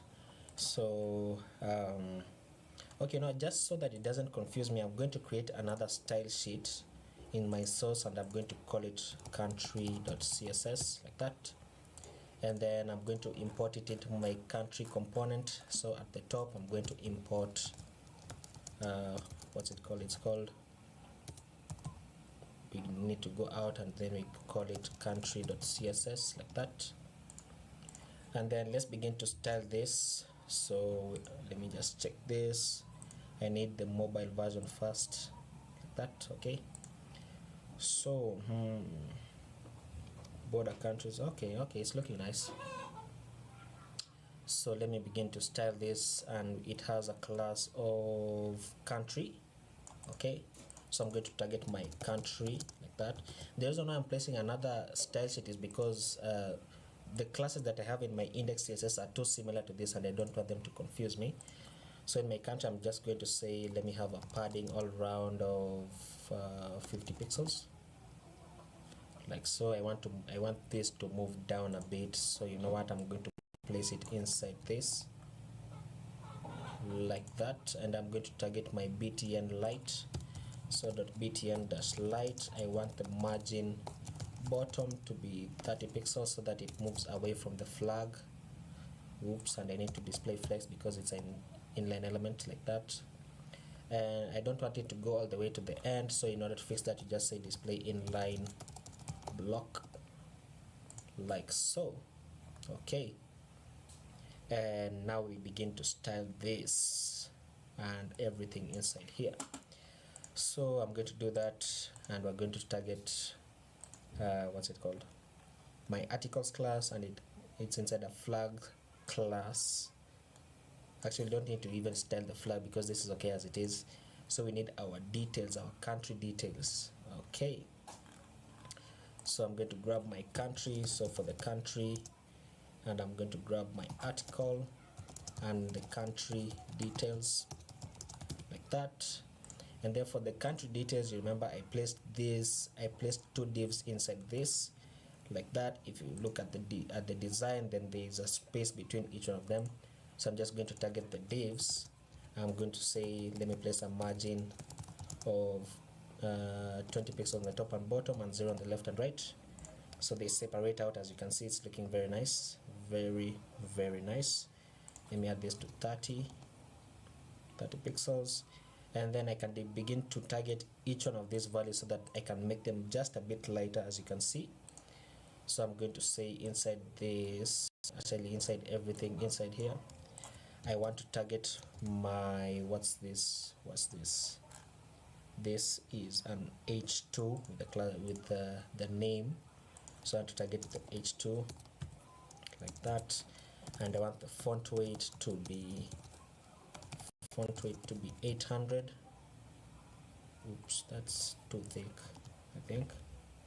Let's have it at 600. And then I'm going to target my h5s, which is everything inside here. So for my h5s, I want the font weight to be 600 as well. And then for my span inside my h5s, so I'm going to grab this and target my spans inside my h5. I'm going to give each one of them a font weight of 300 like that. And let me just increase their font size because they're and also add margin on each one of the h5s. So for the h5s, I'm just going to say, let me have a margin of 10 pixels on the top and bottom and 0 on the left and right, so they space out a bit, looking nice. And then what else can we change? We can increase the font size a bit. So let me increase the font size to 18 pixels, move this at the top like that, looking very nice. Okay, let's do 16 here. Let's see how it looks. Or 18. I think 18 looks fine, which means that I need to increase the font size for this. So I'm going to say font size for the h2, increase it to 24 pixels. Actually, it's already 24 pixels. What am I doing? Increase this to 30 pixels like that. Okay. What happens if I remove this? Let me have a letter spacing of 1 pixel on the h2, and I'm just going to copy the letter spacing down, place it on the h5 as well. That looks terrible.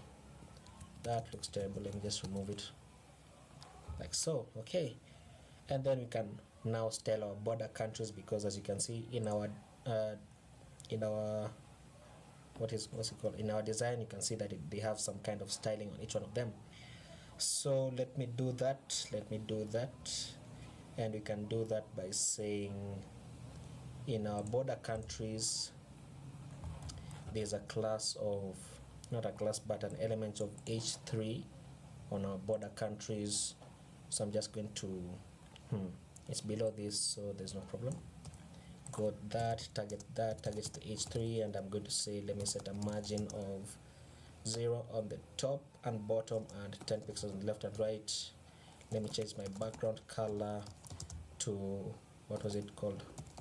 It was called in our index CSS. It's called dark beige color, like that. Actually, that's the background color. It won't work. So the article color. So article color, like that. Forgot to place this inside a variable. Article color, like that.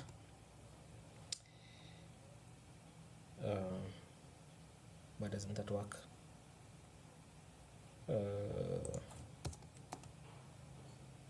Is this working? What? Red. Okay, so it's not inside this div. It's not inside the country details. What am I doing? Yeah, it's not inside the country details. Okay, so I need to remove this. Okay, that is not what I expected. Okay, so let me check this. So that means that we need to, let me check my borders. Okay, so it's an array, so we need to map over the array and then display it as individual items so that we can style them. Okay, so that's why that's not working. So let me go back to my borders. Going to grab, actually going to just remove this, return the h3, and I'm going to say, I'm going to grab my borders. So borders.map, and for every border I just want to return return what? Return an unordered list, like that, which will have the key of border, because we don't really need a unique key because the borders will always be unique. And then we want to return list items saying the border. Let's see that. Oh, this should have a return. This should have a return like that, which returns this. Okay, so we can work with that. Remove this background color. Actually, just remove this. Set this to font weight of 600, like so. And then let me see, where is this? Where is my design? Where is my design for the mobile? Like that. Okay, so that's how it looks. So let's style our another list right there, and then we can style our list items. So I'm going to go for my country, and then for going to the article element for the UL, and I'm just going to say display flex, which should display this as flex, right? But it doesn't. Why don't you? Why aren't you working?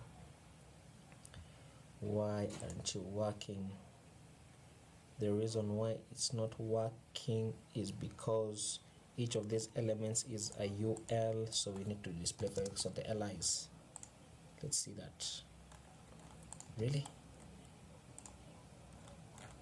Wow. Okay.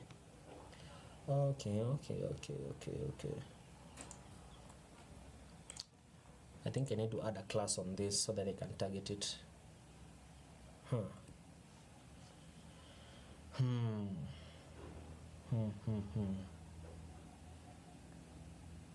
Let me think.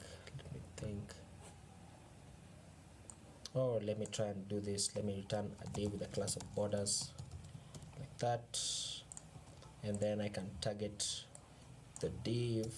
It's inside the article and it has a class of borders, display flex, like that. Okay, display flex, and then going to target this, target the ULs, and set a margin of 0 on the top and bottom and 10 pixels on the left and right, like that. And then we can add a background color of, it's called what, article color, like that.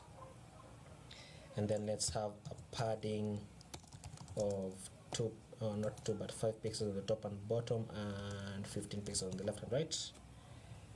5 is too big, 3 pixels.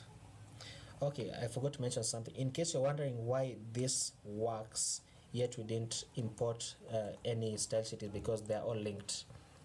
So once they're all linked, so once you have this here, you can just use the variables in any other style sheet that you have, in case you're wondering why this works. Okay, so I'm going to add a border radius of 3 pixels around that. Let me make this 20 pixels like that. Let me place a margin on the top, of actually 10 pixels all around. That's much better. And then it has a box shadow, right? It has a box shadow. Is that a box shadow or a border? Let's add a box shadow of 0, 5 pixels, 20 pixel spread, and RGBA, not RGBA really, but we have that color right here. No, let's do this. Okay, and we can place it right there, and we say HSLA and place the alpha value to 0.9 so we can see where it spreads like that. Reduce it to 0.5. okay, a very subtle box shadow. And that is it for the countries page. Let's see if any other country works. And as you can see, it's looking very, very nice, but I don't want this overflow, so I'm going to place a flex wrap of wrap on the borders, which will cause them to automatically go to the next line once they have filled the entire page like that. And that looks much better, much more accommodating, much more user friendly. Okay, so what do we need to do now? We need to scale it up. And I'm going to start scaling it out by about 768 pixels. So I'm going to say media min width of 768 pixels. Then I want, actually let me not do this. Then I want, where was I? Let me open this out, dark theme like that. Then I want this to display flex. Will that work? I'm actually going to go to about 992 pixels so that it's a much bigger screen. 992 pixels, and I'm going to go into which class do I want? I want my country class. What did it display it as? Nothing. Okay, so I'm going to go into my country class and I'm going to say display flex, align items to the center and justify contents to the center. Let's see that. We did not want to do that. Okay, I'm seeing a problem with this, so we need to just actually move it from here so that it doesn't bring issues, which means we also need to restyle it in our country CSS, which I'm going to do in a moment. So if this is displayed as flex, but it goes like this, so what am I displaying wrongly? There's a section class of country, so I need the article to display as flex. So the article like that. Okay, and if this is okay, then it means that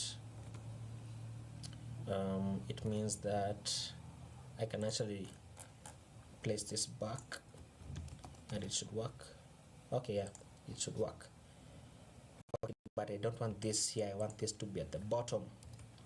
So let's see, how do we do that? We can say, let me display grid and say grid template columns, repeat 3, 1 fractional. Nope. There's something I'm doing wrong. What am I doing wrong? Let me just work with display flex for now.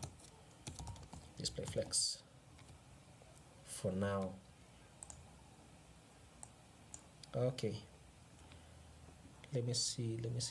I'm displaying flex on the article class, but I actually want, what do I want? I want to display flex on these two items, on the flag and my country details, and I don't want this, which means I need to place this inside another element. So I'm going to grab this all the way to the top right there, and I'm going to give this a div with a class of country dash inner. Paste that inside there, and then I'm going to target my article class, and then target my country dash inner class display flex. Okay, still not what I wanted. How does this look? It looks like that. Okay.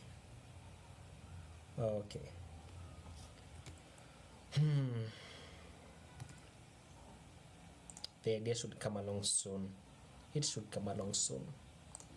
So let's just continue to style this. Let's just continue to style our country details.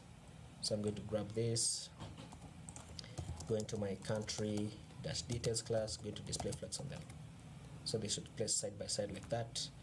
Actually, let me say display grid, and say grid template columns to repeat 2 and 1 fractional each, like that. And then let me say for 992 pixels, I actually want this to move to the center a bit more, so align out them center, just make content center.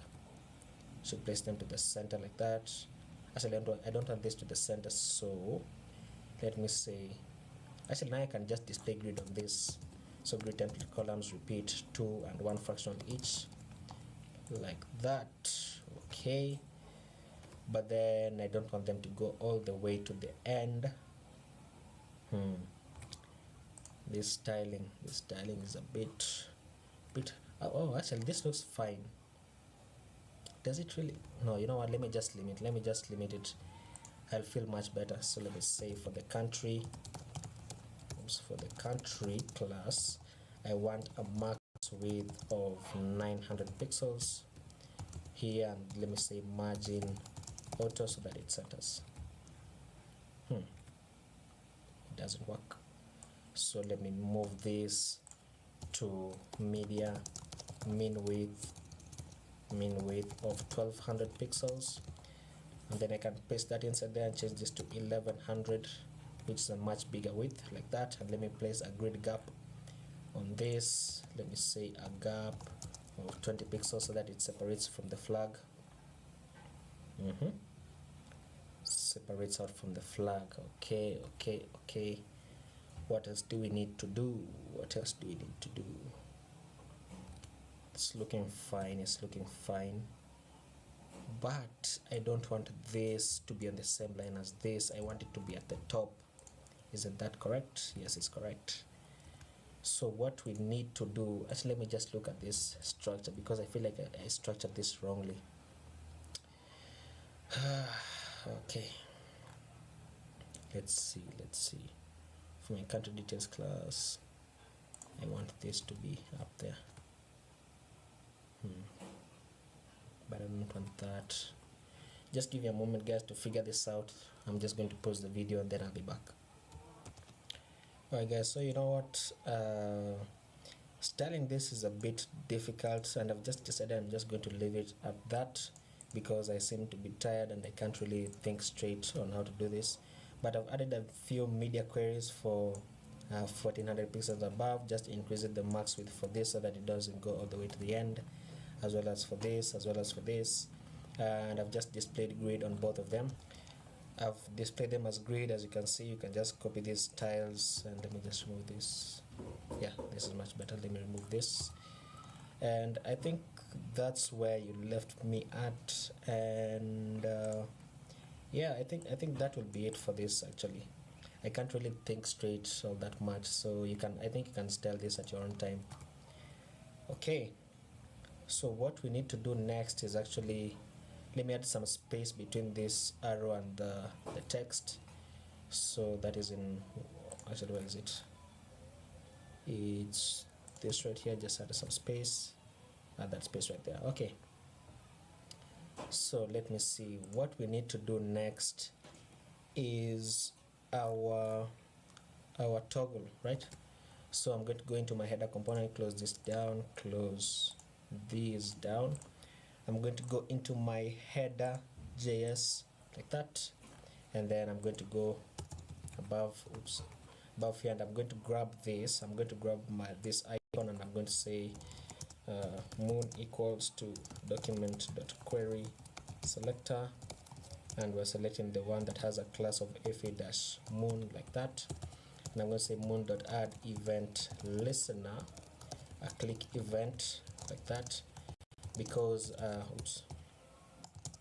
we want to add a click event on this icon so that when you click it, then it changes the background color. So I'm going to say document, when it say I want the document.body.classlist.toggle, and we want to toggle the light theme. Let me say light theme like that, which we haven't created yet, so we are going to create it in a moment. Actually, let's just create it right away. I can go into my index CSS. So I'm going to go into my index CSS like that, and I'm going to go to my ways. Where did I display the body? Right here, dark beige color. So I'm going to give the body a class of light theme like that, and I'm going to say I want the background color to change to what's the light theme? Light mode text, light mode background is this. So light mode background, okay, let me just do that. Light mode background like that, and then I want the color to light mode text like that. So let's save that, and let's make sure we've saved that as well. So let's see.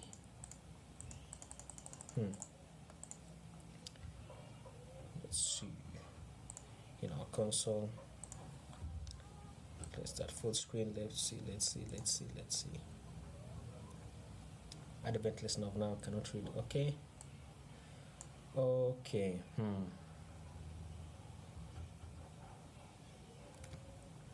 Cannot read property add event listener of now. fa-moon light theme toggle.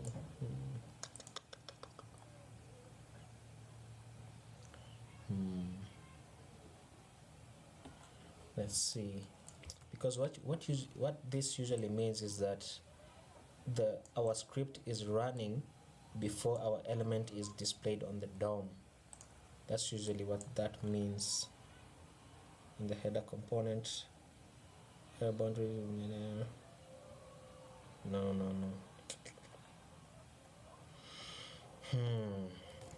Let's see. What can we do? How are these components rendering?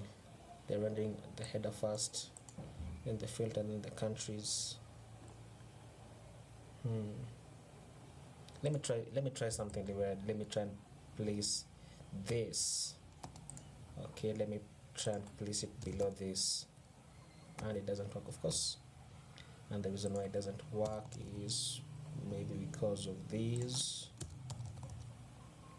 Let's see. Oops, I did something wrong.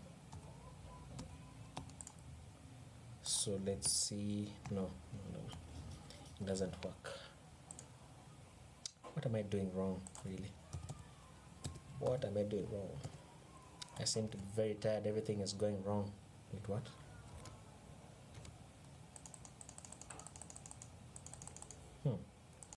So when I reload it, that's when the error occurs.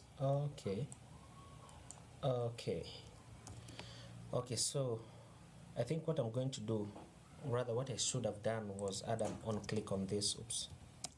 Add an on click on this, set up my inline function, and say change theme as a function, and then I should have placed all this inside a function called change theme like that, and voila, this should work. Reload this so that the error goes away like that. Let's see if that works. Why does it require a double click?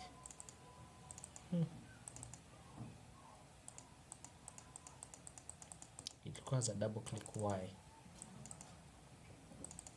I'm too tired to start thinking right now. Too tired. So let me just deal with these. Let me deal with these cards as well as the header. So I'm going to go back into this, and I'm going to say what I'm going to go to my header. So header.light theme, and I'm going to say the background color. Actually, it's just the same. It should actually be the same as should it be this one? Light mode background. curious. So I'm just going to grab these two, grab that, going to go into this, and that shouldn't change because I don't have my header. So I'm going to grab my header equals to document dot query selector, and I want the header, the class of header, like that, and I'm going to say header dot class list dot toggle, and we want to toggle the light theme class as well.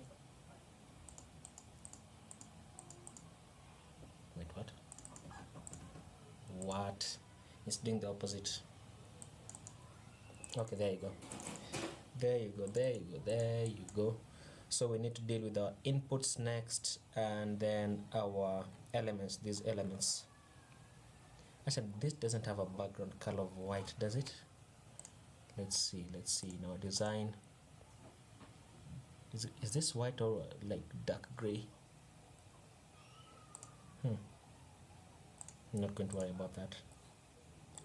So our light mode input, this is the color for our input for the light mode, which is found, where did I tell my input? In my form. So input this, okay.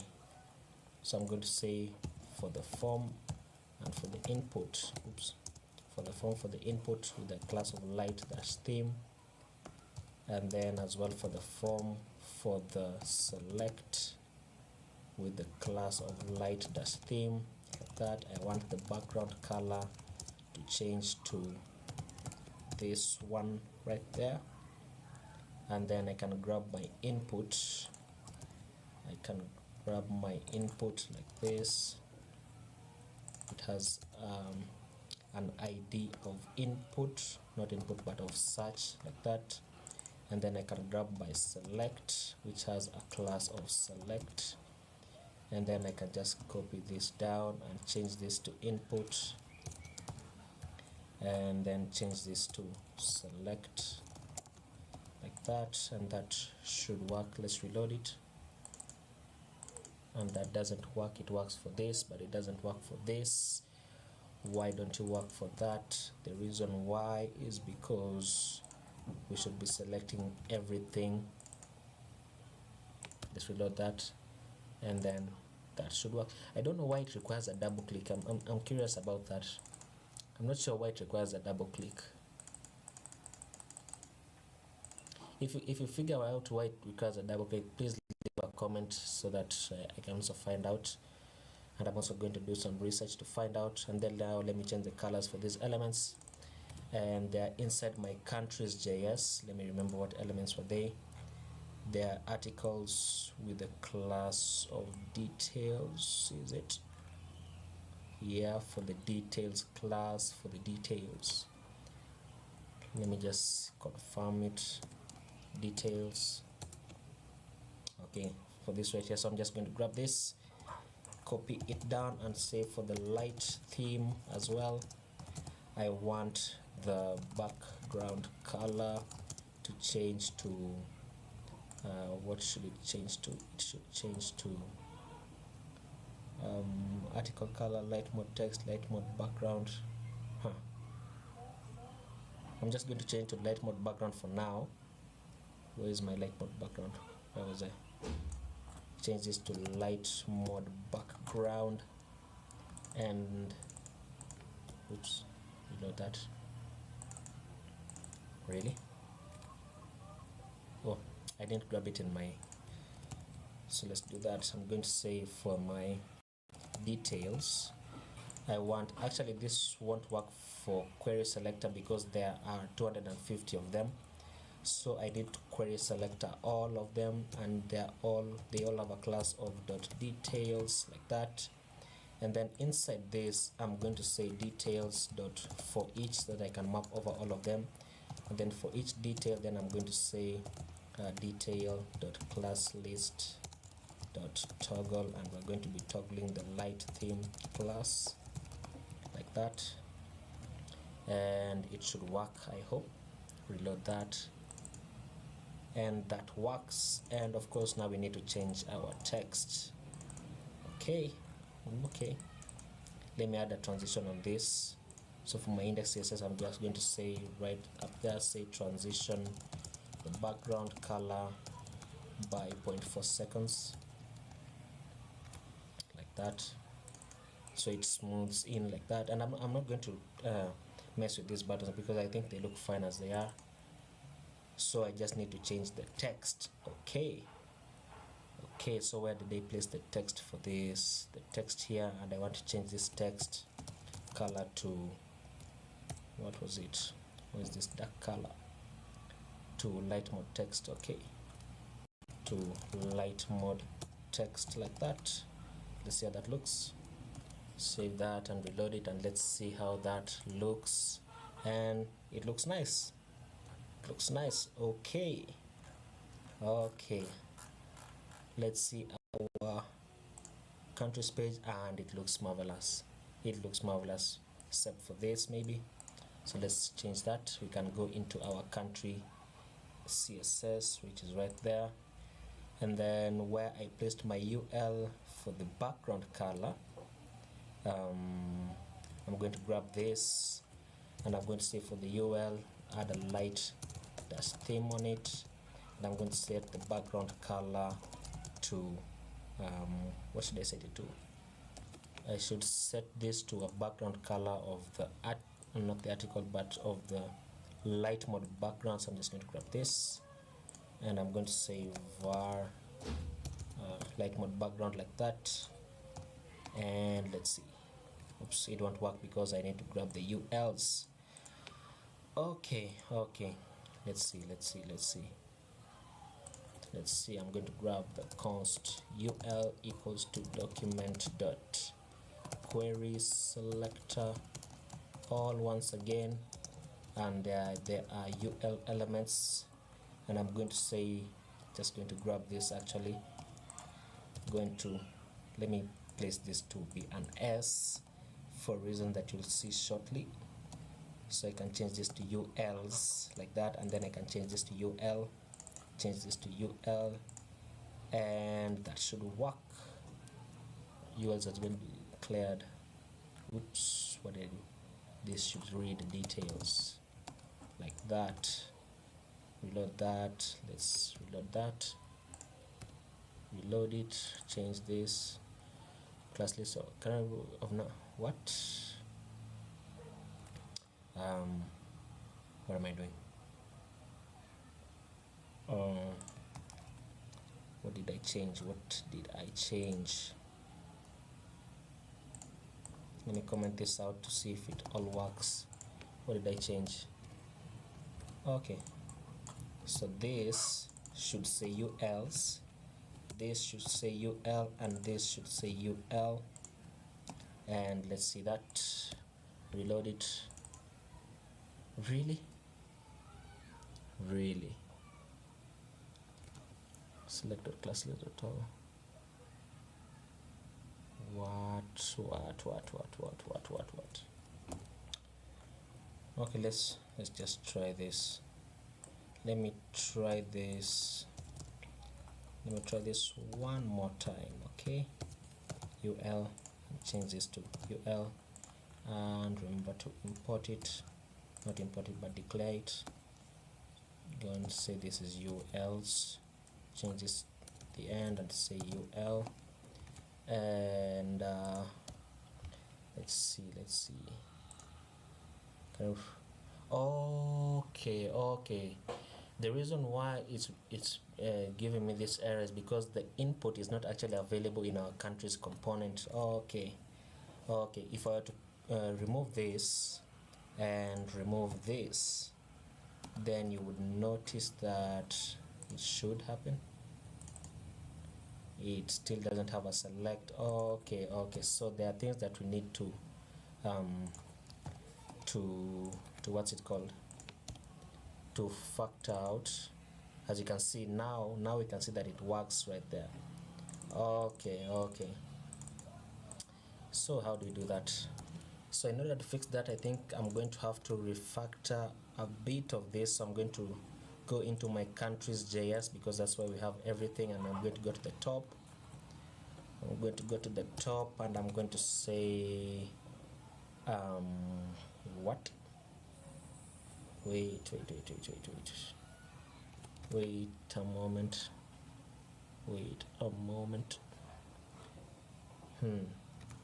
Okay, let me just try to do this one more time. If it doesn't work, then I'm just going to leave it at that and I'm going to try it another day. Actually, I just realized something, that this isn't actually available in my country's component, so what I wanted to do won't really work. So let me see what doesn't change. This doesn't change, this don't change, these don't change. Learn more, and these don't change. Okay, it's not really the worst thing in the world to happen, but you know. So what I can do is just remove these two and remove these, so we can have cleaner code. And for the final thing that I want to do is actually deal with this search input. So I'm going to go close this, and go into my filter.js, which has my input, and I'm going to grab my input. So I'm going to say const search equals to document dot get element by id, and it has an id of search like that. And I'm going to say search dot add event listener, and we're listening for the input event, and we want to target the synthetic event e, and we're going to say what are we going to say? We're going to say the value. So const value equals e dot target dot value, and let's see if that works by logging to the console the value like that. So let's inspect it and let's see in the console. Let's see. Okay, so that works. Did I mess this up? What? Oh, come on.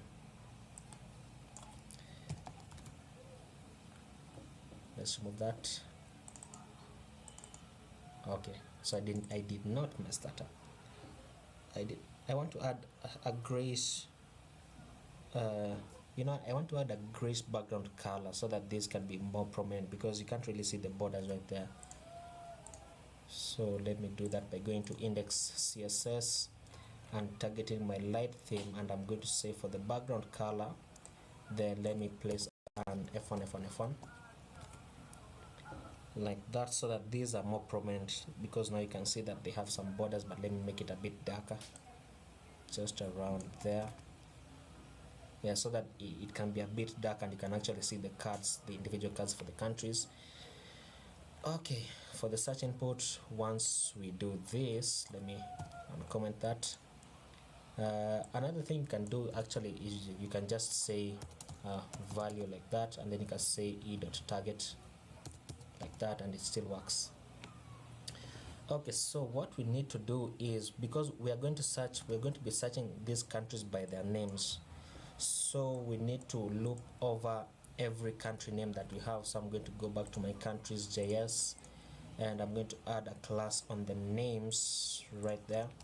So I'm going to say class name of country-name. So once I add this class name of country name, then I can grab all the names that we have in our array, and then you can loop over them. So I'm going to save that, and I'm going to go back to my filter, and I'm going to say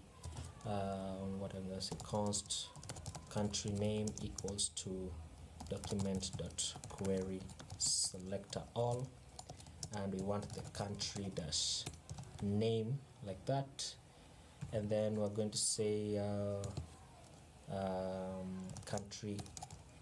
country name dot for each. So we are looping over each country and we want to get the name, and then we can say something like did I use this anywhere else here? Okay, I did not, so that's good. So I'm going to say if the name dot inner text, right, which will grab the name of the country that we have right there, and we want to be able to search in because no one really cares about typing in uppercase, so we need to transform this to lowercase. So I'm going to say dot to lowercase, like that, and then we're going to use a method called includes. So whether it includes the value that we get from the input, so whether it includes the value, and then we also want to transform this to lowercase, like that. Then we need to do a few things. Let me see. We need to get the name dot parent element dot style dot display equals to block. What this means is that if the name matches any of the names that are in our array, the name that we get from our input, then we want to display those names as block. And if they are not available, just going to grab this. So I'm going to say else, then we just want to display them as none, like that. So let's save that. Let's see. Something's wrong. Something is wrong. So let me see. Is there a country that starts with S? None. Really? Z? Zimbabwe. Okay, so the reason why this doesn't display is because we need to go up higher. So we need to say dot parent element twice, dot parent element, and then we need to say dot parent element on the bottom as well, like that. So let's see if that works. And if I reload this, it will give me an error. I'm sure of it, like that. Okay, so I'm going to fix that in a moment. Let's just refresh that, and then we can uncomment this once again, and let's see if it works. Really? Really. Alright guys, so what I've done is that I missed one bracket here. Okay, I missed a bracket, so make sure you add that bracket. And then in order to for the app not to crash, then you need to place all of this from here up to here. You need to place it inside this function, where this script will only run when everything else has loaded. So this is a much better way, so that even once you reload, you realize that it doesn't crash anymore. Now something else I've realized is that my input search actually works, but it takes a while to filter it. Maybe yours might be faster, but I think it's just that my laptop is now it's just really tired, it's just really tired. So I think that will be it for this video. Practically we have finished everything. We have finished we finished the rest countries API challenge, and I hope you enjoyed this video. I was surprised that this is actually a very in-demand video. So if you enjoyed the video, please leave a like and subscribe, and I will see you in the next video.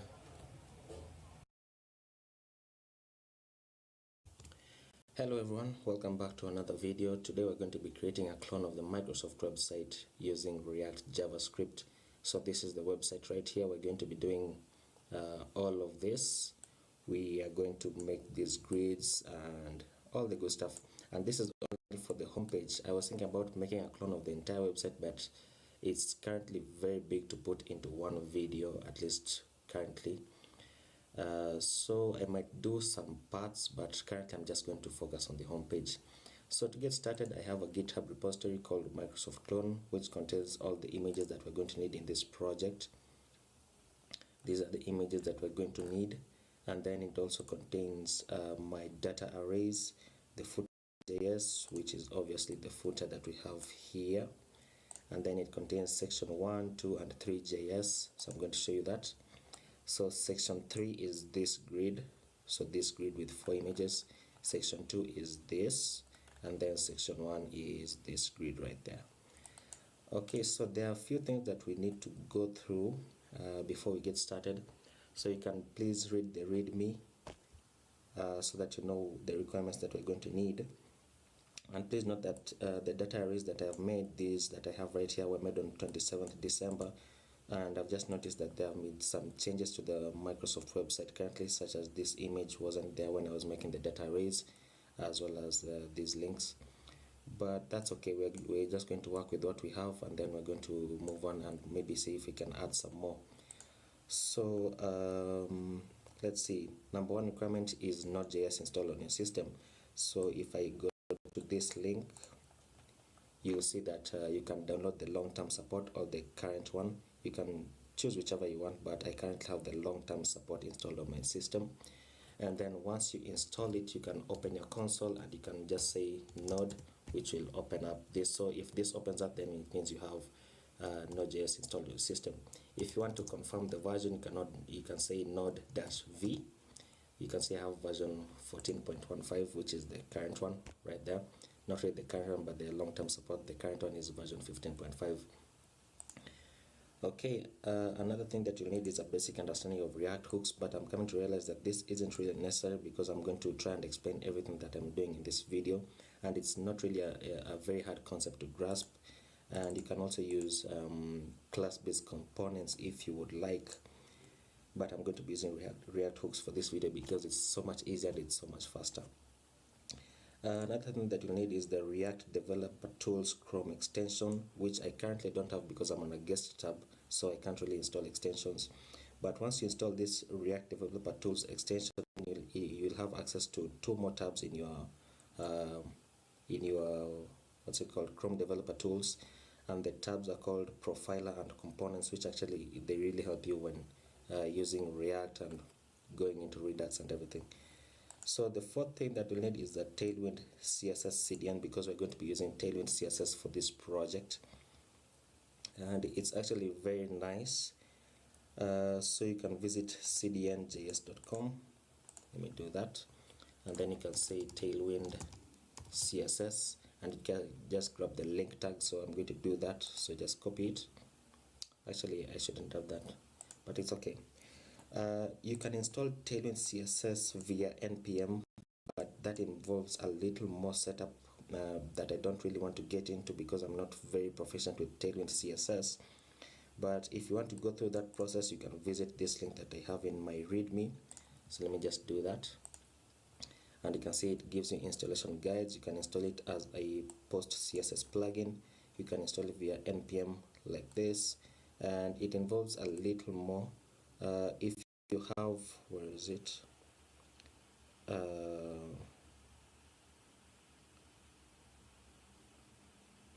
is it? There's a little more setup that is involved with this. That's why I didn't want to get into it. And in case it also details all the bugs that you might get if you install it via npm, and it really works out very nice. I've done this before, but it's a really long process that I don't want to get into. The upside of this is that there's an extension in Visual Studio called Tailwind CSS IntelliSense.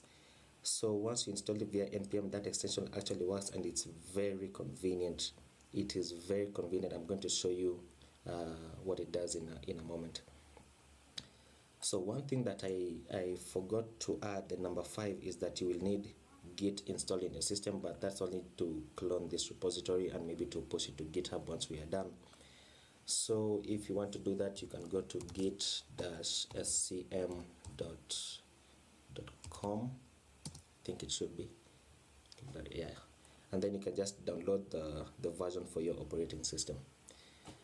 Okay, so once we do that, once you have Git installed, then I would like to start right ahead, and I'm going to start it from here because I don't have this folder on my desktop. So I would just like to start it from here so that you can see the setup that is involved. So I'm going to open my console, my command prompt like that, and then I'm going to grab this link.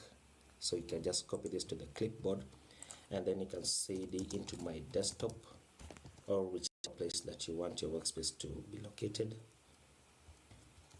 Okay, so once you do that, you can say git clone, and then I want to clone this link that I just copied.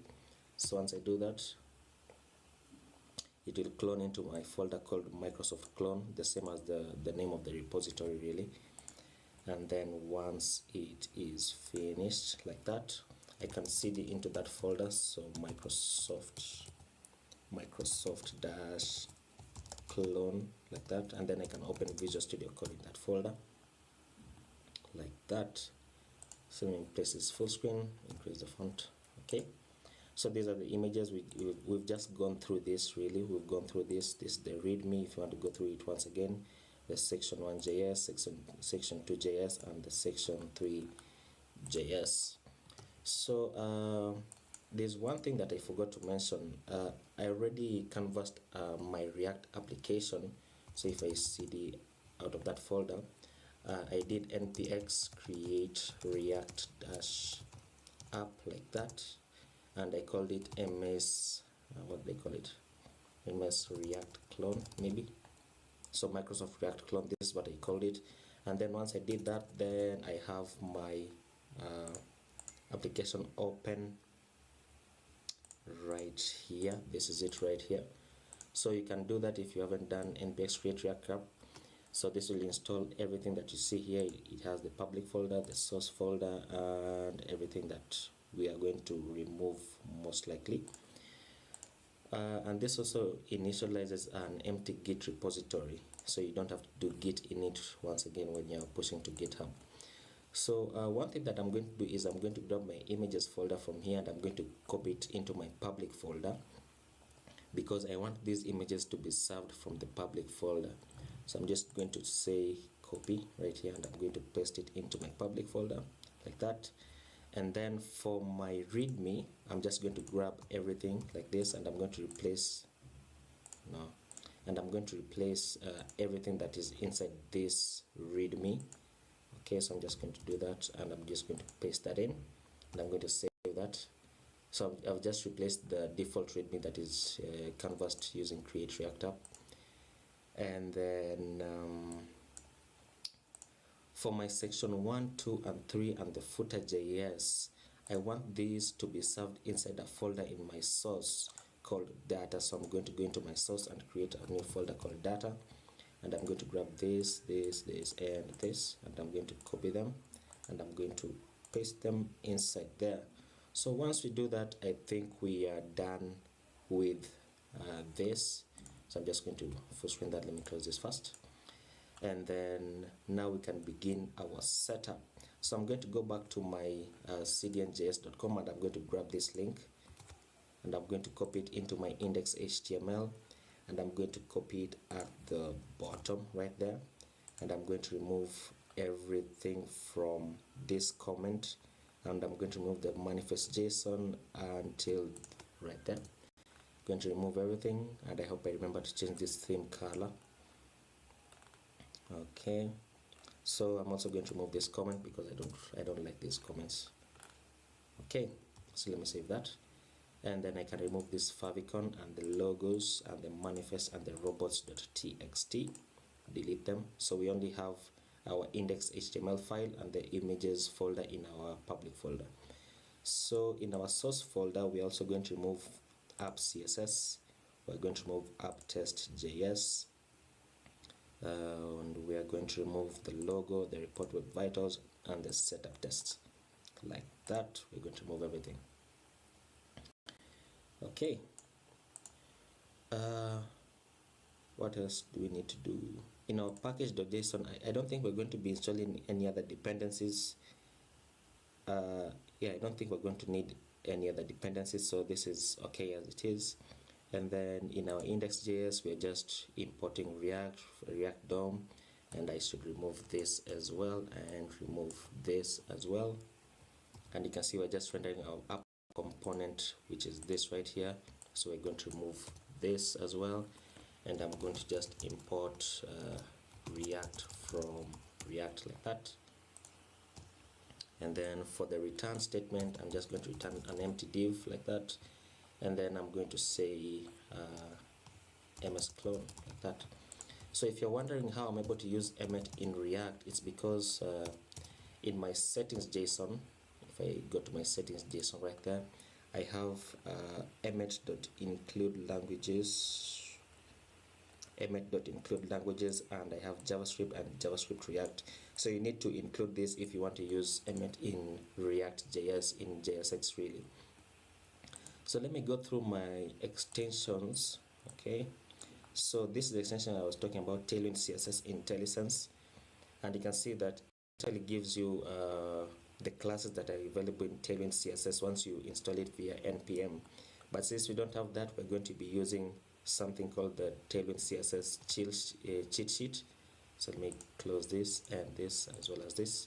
So this is the cheat sheet that we're going to be using. It's found at netgev.com/tailwind cheat sheet. I'm going to leave a link for this in the description, and it has all the classes that are available in Tailwind CSS.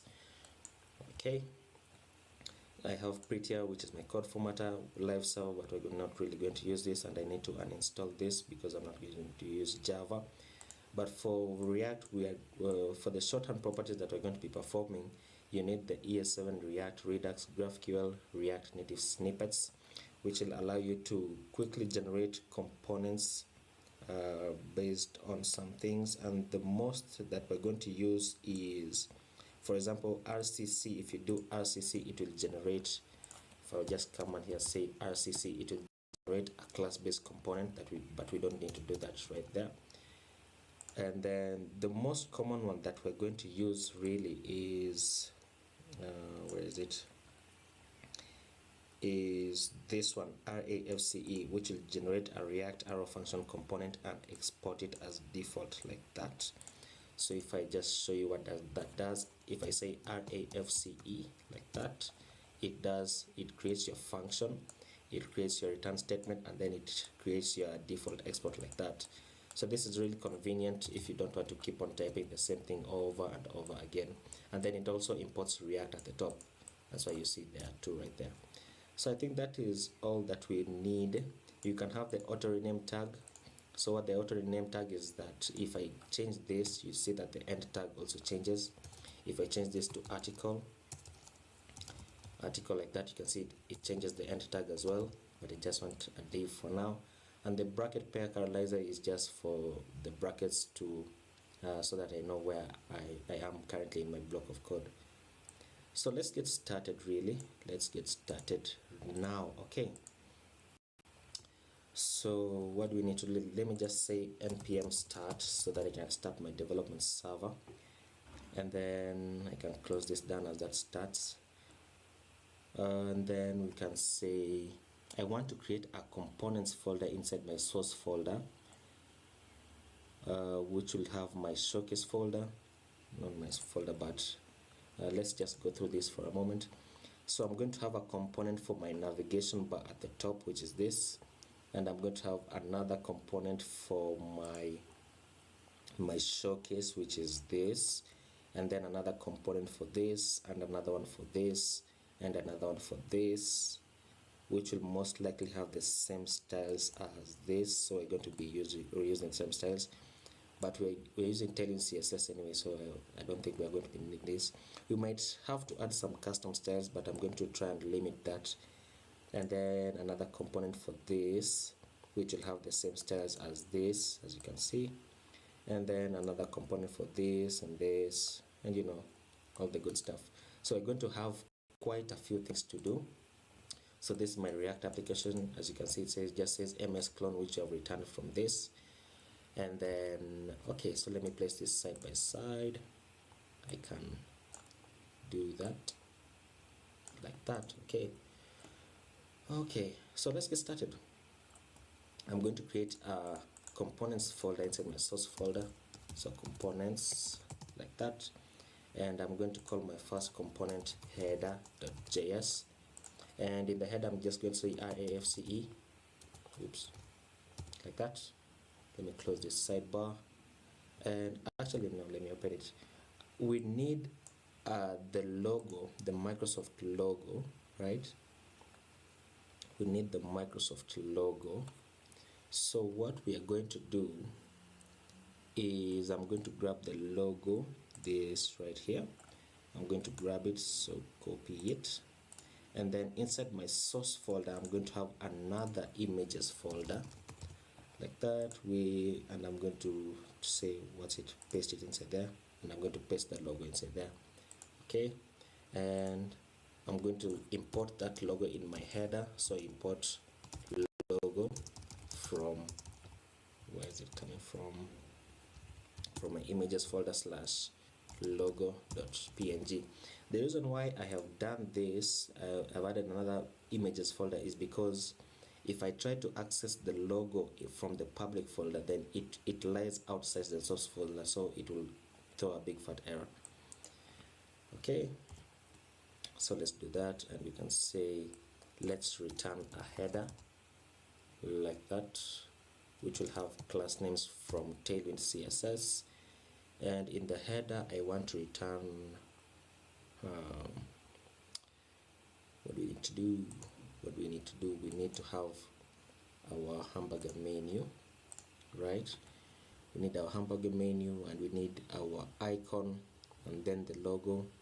Okay, so we need three things. So for the first, I'm going to say div with a class of menu-btn.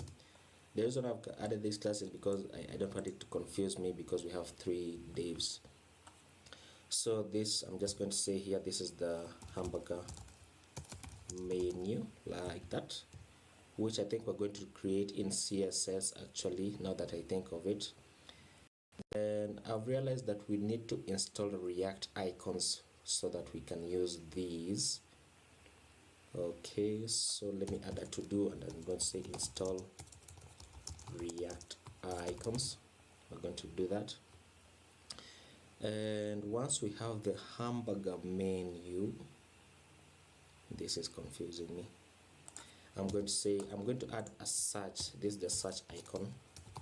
The search icon should be here, and then I'm going to say another div with a class of logo, and this div I'm going to say the image, the source will be from the logo that we have imported, and then for the alt I'm just going to say Microsoft like that.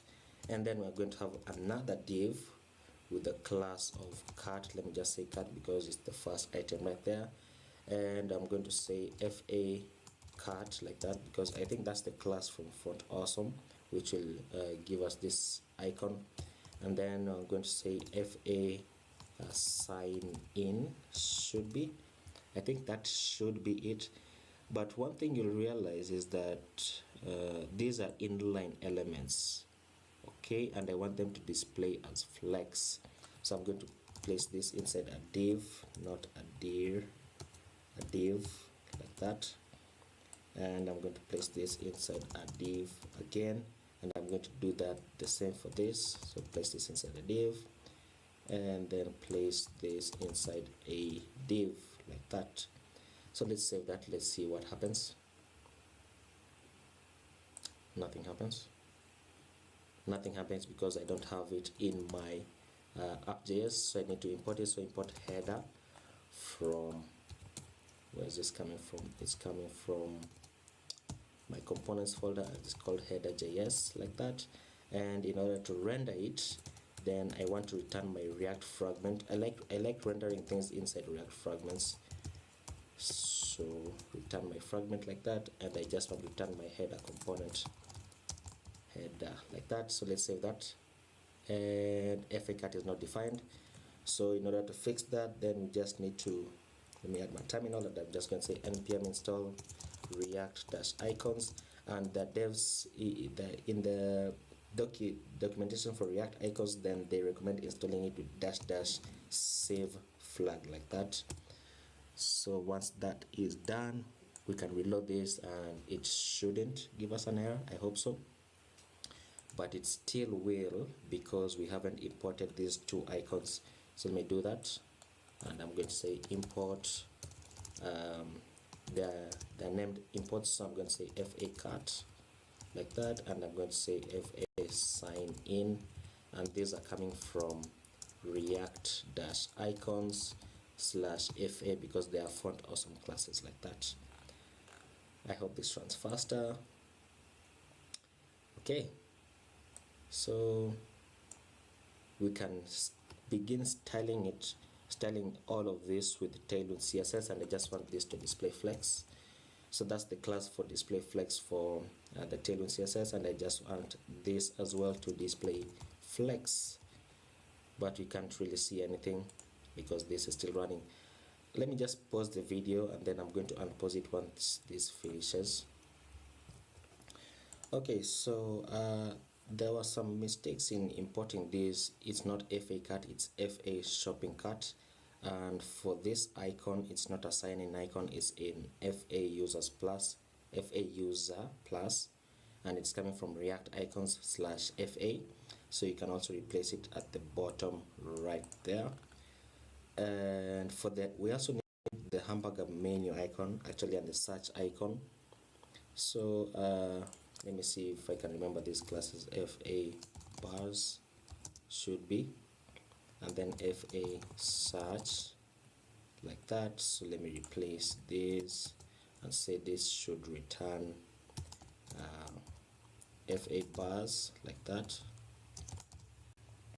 and then this should return FA what? FA search. I hope that's it. Let's see, and we have it right there. Okay, so the next thing that we need to do is now begin to style it. We're using Tailwind, and we just need to go inside and add class names for each. And for the class name for the header, because I want it to display flex, I just want to say flex. That's the class. If I save that, you can see that. And then to align them to the center, I think the class is items dash center, should be like that.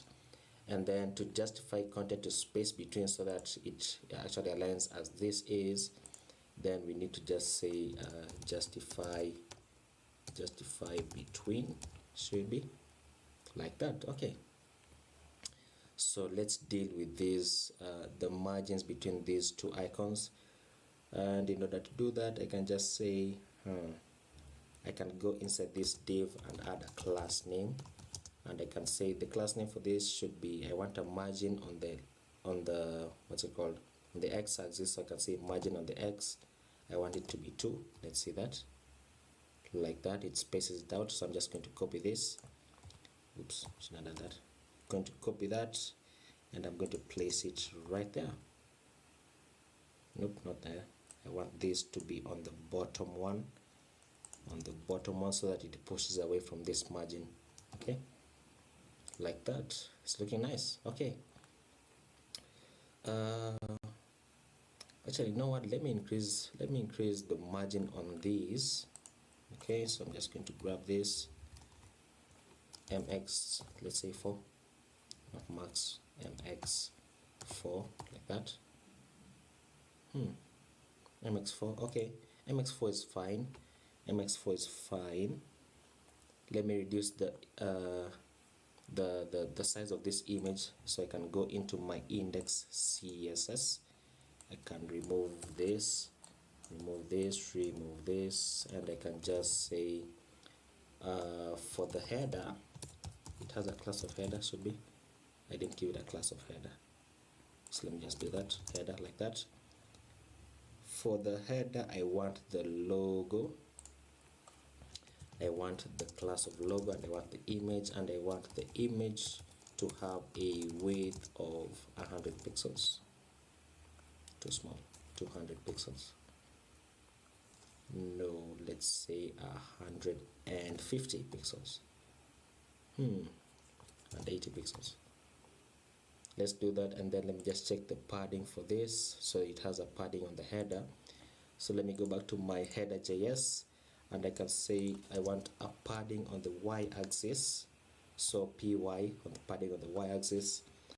I want a padding of 3. Let's see that, like that. Okay, and just like that, we are done with our header. Now on bigger screens, you'll notice that we'll need to add all of this. Okay, so we're going to do that, no worries about that. So let's deal with our showcase next. Fantastic. Okay, so we're for the showcase, we're going to do a similar thing as we did for the image right there. Okay, so I'm going to grab the image for the showcase, and I named it what did I name it?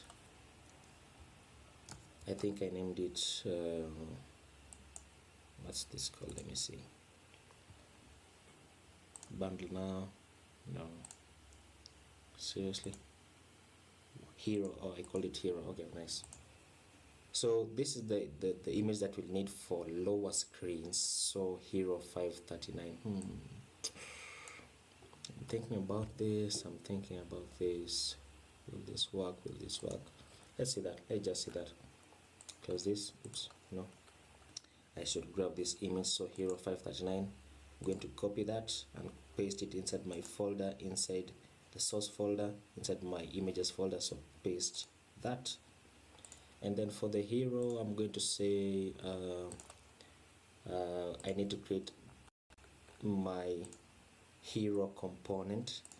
So let me create a new file called hero.js, and I'm going to say RAFCE like that, and I'm going to import my image. So import hero from, it's coming from my images folder, and it's called hero.png like that.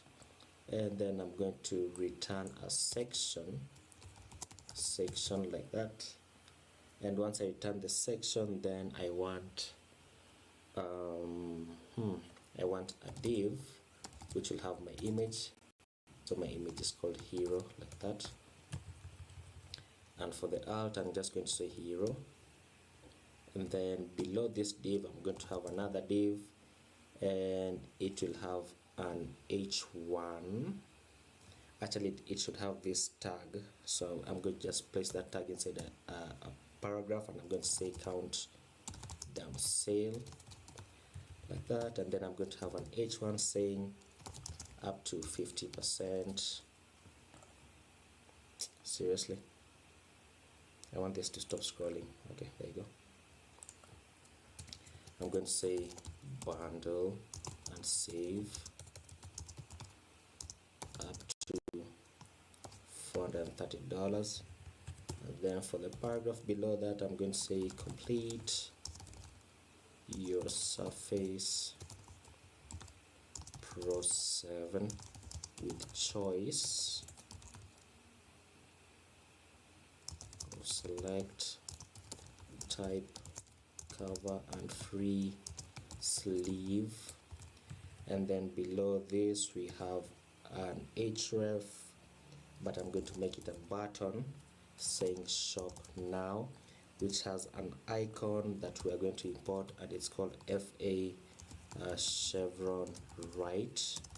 So I need to import this icon before I forget it, and I'm going to say import FA chevron right from React icons, and it's coming from the Font Awesome library like that.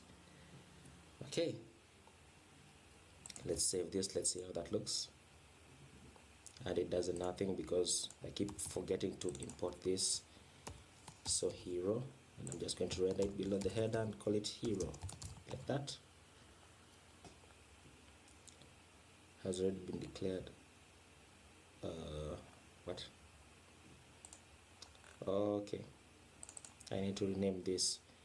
So I'm just going to rename it to showcase, rename this to showcase, and it should work. Can't resolve. What? Hero 539. That's the name, Hero 539. That's the name of the image. So let's see that like that, and we get that image. So of course we need to begin styling it, right?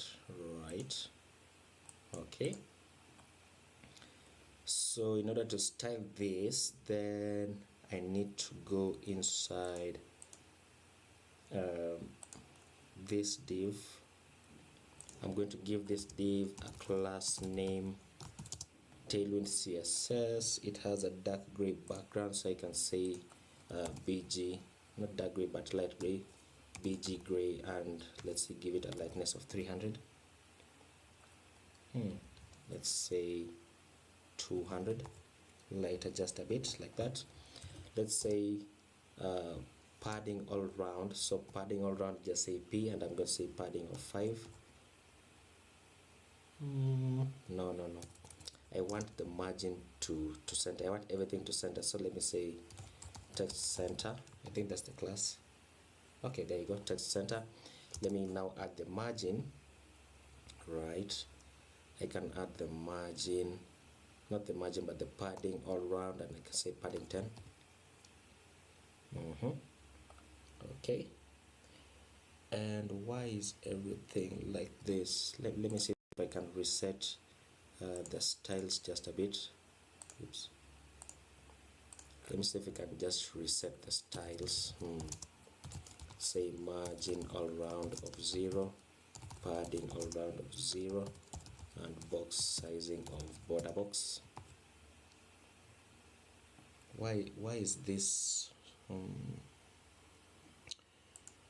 Okay, we'll figure it out later. So this doesn't work. We'll figure it out later, no problem. So padding 10 all round, or you know what, let me say padding on the y-axis, so top and bottom of 10. Yeah, and then padding on the x, let's say padding on the x-axis, let's say 3, so that this doesn't seem close, so close to the edge.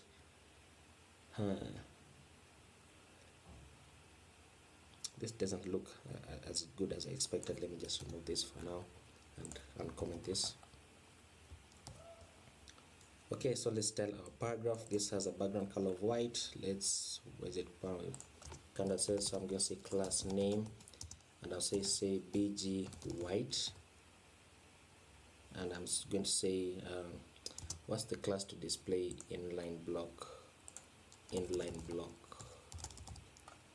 So it's just called inline block like that. So I'm just going to give it a class of inline dash block. This is why this is really convenient. It's very convenient, that's why I like it. So inline block, let me save that. Let me see how that looks, like that. Let me give it a padding on the x-axis, or rather let me just say padding all around of 1. And then I need the text color. How do you change the text color?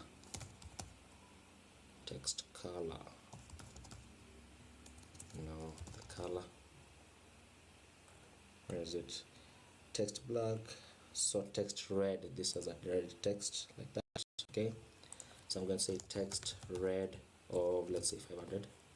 Let's see how that looks, like that. And I need to change this font weight to bold. So font weight, font bold. Let's say that, font bold, like that. Okay, that's looking nice.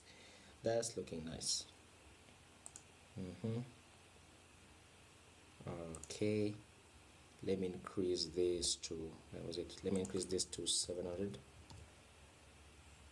Okay, and then let me increase the padding on the x-axis to 5. Oops, no, that's not where I wanted it. Padding, let me say padding y of 1 and padding x of 5. Let's see that, like that. Okay, let me add a margin on the bottom. So how do you say, is it MB? So margin on the bottom of, let's say 3, pushes this down a bit. And then, but let's say this is the H1. Let me just confirm that that's the H1. Okay, so class name, I'm going to give this as a class of font bold, like that. And then I can say font size. How did I, is it text XL? Let's see, font size. Okay, so text, I want about 30 pixels, so text 3L, so text 3XL, like that. Let's save that. Let's see, just too big, reduce that, and then let's add a margin on the bottom of 2, pushes this down just a bit, and then let me add padding all around for this. I see that it has a bit more padding. So where was it? Padding on the x, let's say padding on the x-axis to 5. Oops, to 6. What does this, is this even working? Okay, px, let's say 10. So in order to avoid repeating ourselves, let's say padding around of 10, same style. And now let's deal with our button, right? So button class name, this is bg red dash 500. Is it red? It's red. Okay, let's say 600. Oops. Bit red of 600. Let's say text white, so that it has a white text. Let's say padding all around of 3. Let's say margin on the top of 3. Let's say that. Padding, this padding is too much. Let me say padding on the y of 2 and padding on the x-axis of 4. Like that, like that. It's looking nice. It's looking nice. And Tailwind has a very nifty way of adding hover effects. So in order to add a hover effect, you can just say hover and put a full colon, and then just say I want the background color to be red by 800, for example, and you can see, look at that, it's looking nice. Okay, but I know this is, you know, probably not the same, but you know, we're not going for the same, we're just going for the styling. Okay, so what do we do next? Next we need to do our, what's it called, our section 1, and that's where things get a little juicy. So I can close this, the hero.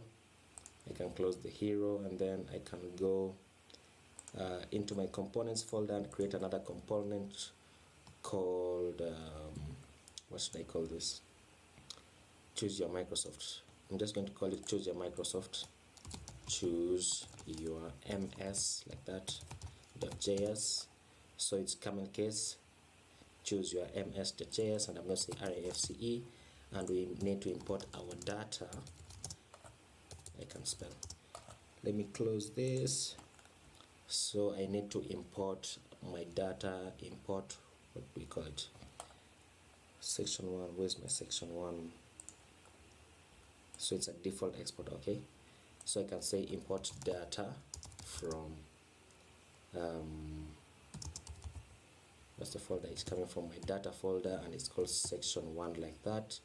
And then I need to import use state as well, so that I can set up my state values.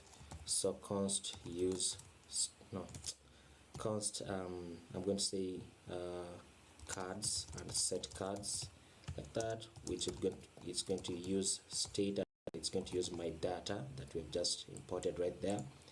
So this is the variable that takes our default use state value, which is actually our data, and then this is the function that controls our variable. So once we do that, then I want to map over this data that we have and then display it, right? So I can do that easily, and I can say let me have a section with a class of cards. Actually no, we're going to add the class in Tailwind CSS, and I'm going to say I want to map over my cards data. So cards.map, and for every card then I want to destructure everything. So let me just place this to the side. I want to destructure the ID, text, and the image. So const ID, text, and image. Oops. Image, and this will be coming from my card, like that. And then we need to set up our return. So I want to return an article with the key of ID, and then I want to return, how is it structured? It's structured as the image first, then the text. Okay, so I can return the image, right? I can say let me return the image, and this will be coming from my image that we have destructured. I'm going to just say card, and then the text, I'm going to place it inside a paragraph and just say text, like that. Let's save that, and then let's import this in our app.js. So it's called choose your ms, like that, and I'm just going to render it. Choose your ms. Card is not defined. This should read card, not cards, like that, like that. Very nice, fantastic. Okay, so I want this to go side by side currently, So I just want to add a class name on this, and I'm going to say class name of flex, like that, and I'm going to say items center, like that, and let me add a padding all around.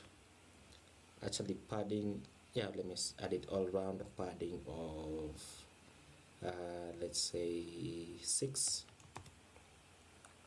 Oops, that's not what I wanted.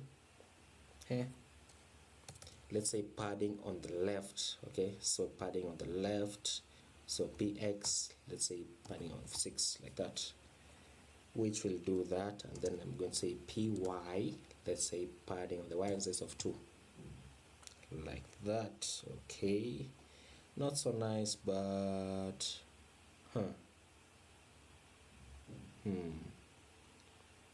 let's see, let me add some margin on the text for this.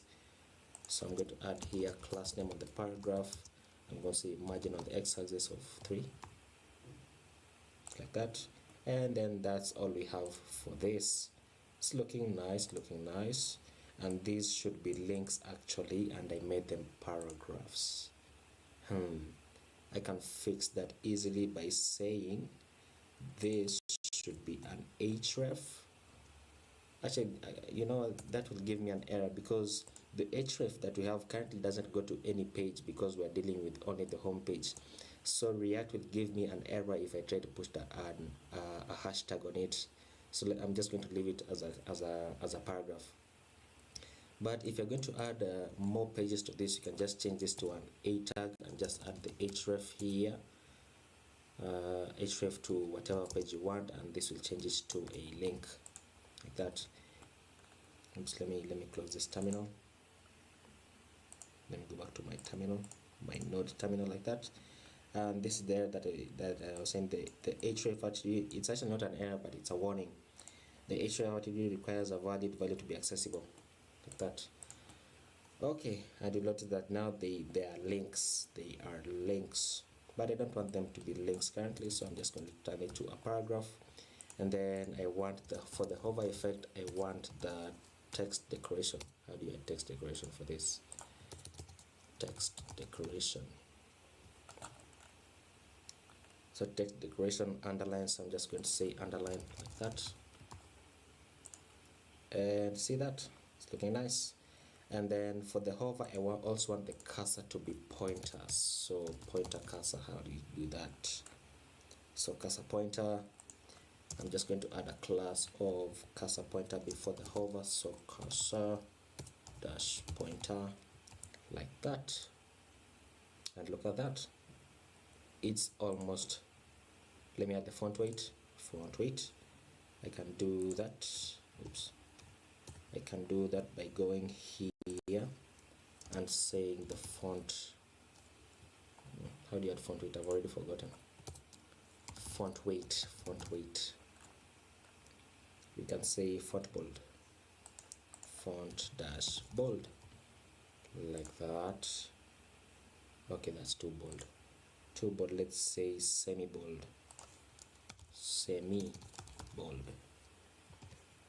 Let's look at that, and that's much better. That is actually much better. So the next thing that we need to do is actually deal with this section next, and this is a really easy section. It's almost similar to this actually. So we're going to do that. We can do that by, let me close this, let me close the section 2, and let me create another another component called what should we call this? Let me just call it section 2. So I'm going to say section2.js, like that, which will be using this data array that we have. And then in section2.js, I'm going to say rafce. Let me remember to import it. So let me just do that, and I'm going to import section2, and I'm going to render it as section2, like that. And I'm going to say, let me import my use state, like that. And I'm going to set up my state variables. So I'm going to say cards once again, and set cards, like that. which is going to use state. We need to import our data, so I'm going to say import section. Let me just say import data from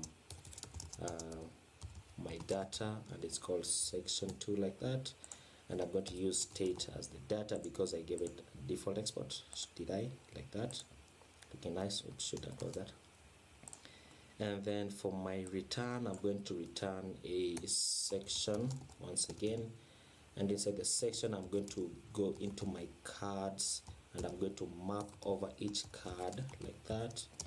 And then I'm going to destructure my data, so destructure the ID, the image, the title, I think it was image, title, description and link. So description and link, and this will be coming from my card like that.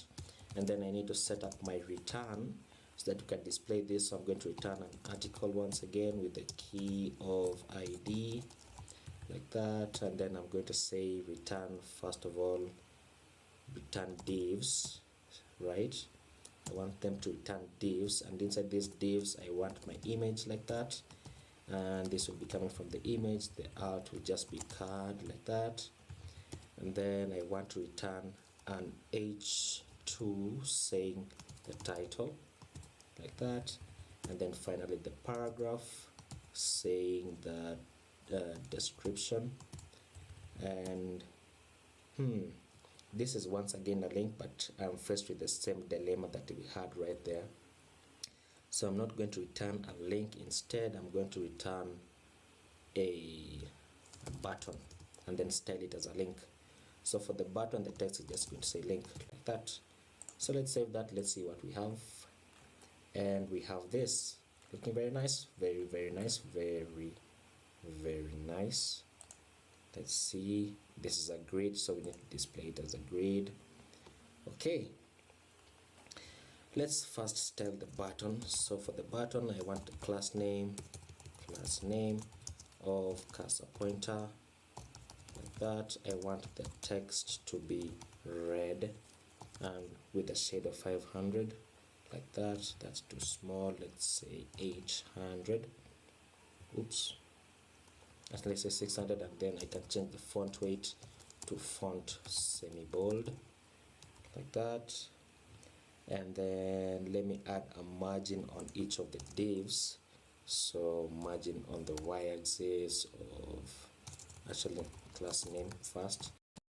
Let me say margin bottom of 5. Push them out a bit. For the article, let me add a class name of grid because I wanted to display grid. And then actually, you know what, let me remove this margin from here. Oh, will that work? Will that work? Let me first search for the grid gap.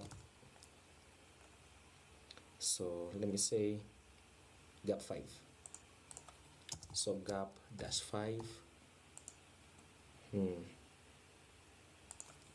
that change anything? Gap dash 10. Let me just remove that from there. Let me just remove this as well. Okay, let me do this. Let me add some padding. Let me add padding on the article. So class name. Let me add padding all round of 5, which also separates this, so I don't want this margin anymore. Right, okay. And then let me check this. The images are a bit bigger. Let's see if I can deal with images. Like for the image, this is repeat, this is auto, this is background. Where's the width? Where's the width? I don't see the width. Okay.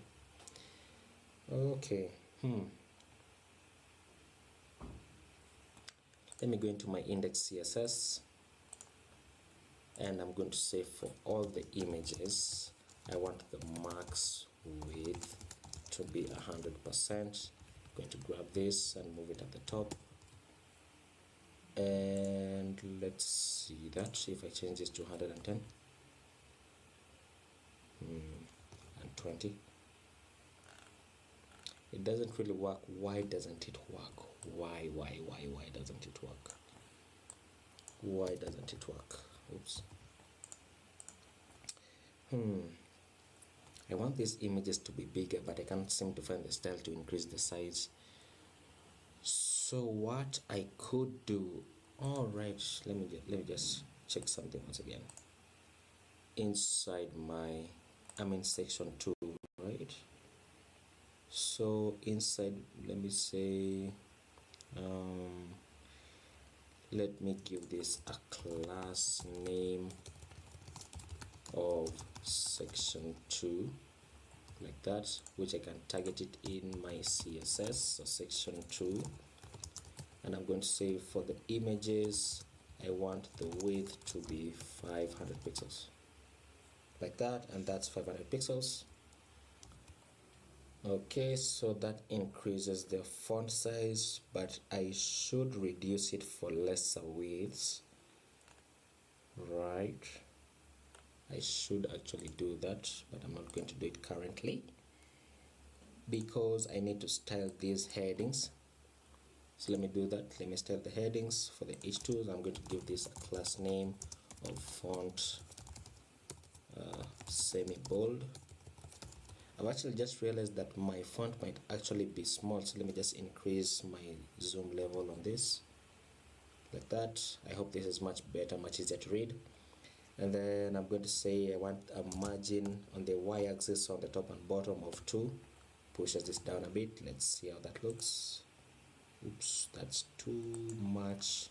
Let me say margin top of 2 and then margin bottom of 1.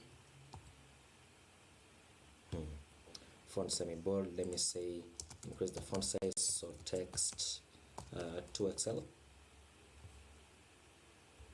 Text XL, that's much better. And then what do we say next? What do we say next? Let's see this. Looking nice. It has a bit more margin. It has a bit more margin. So I can do that by say increase the margin to padding 8. Padding 8. That's looking nice. Let me actually make this responsive by saying let's have a max width of 100%. So once I do this, I don't have to scale it down because it will be responsive automatically. Okay, so that will be it for this section, should it? Now, in case you're wondering, scaling it up is going to be very easy. It's going to be very easy because we're going to be using the grid. So don't you worry about that. I'm going to show you how to do that very easily in what's it called, in Tailwind. And maybe actually I should do that right now. Maybe I should, but I think it will need a bit more explanation. Okay, so let's deal with this. Let's actually first just deal with this. So I'm going to say for my game pass, I'm going to create another component called game pass JS, like that, and going to do the same thing that we did. I'm going to grab this image, so game pass 539. I'm going to copy this and I'm going to paste it inside my images folder in my source folder, so this images folder. And for the game pass, I'm going to say rafce, and then I'm going to say import game pass from upon folder for my images, and it's called game pass. Wait, is it? Oh, it's called game underscore pass underscore 539.png, like that. And then I'm going to say return a section once again, and for this section I'm going to return it's basically the same thing that we had in our hero. So let me just copy the styling. How did I do it? Return a section with a div, so return a div with an image, with the image, like that, and I'm going to call that image game pass just as we did. And I'm going to say for the alt, I'm going to say Xbox game pass, like that, and then return another div with an h1, say, oh, not an h1, this should be an H. Let me make this what? Let me make this an H2. If I make this an H2, then I would need for this to be H3s so that they are smaller. So let me fix that. Let me just fix that. This is in the section 2. Where was it? In my section 2. And change these to H3s like that. So they still have the same styling, but they're just H3s. And let me close this. Let me turn an H2 saying what? Xbox Game Pass Ultimate. And then for the paragraph, I'm just going to just copy this if I can, paste it in, and then I'm going to have a button below this, actually 2 buttons. So I'm just going to copy that, paste that down, and this will say join now. And then this, if you've noticed that I'm not using the chevrons, and this other will say compare all plans like that. Let's begin styling it. But it doesn't show because we haven't imported it.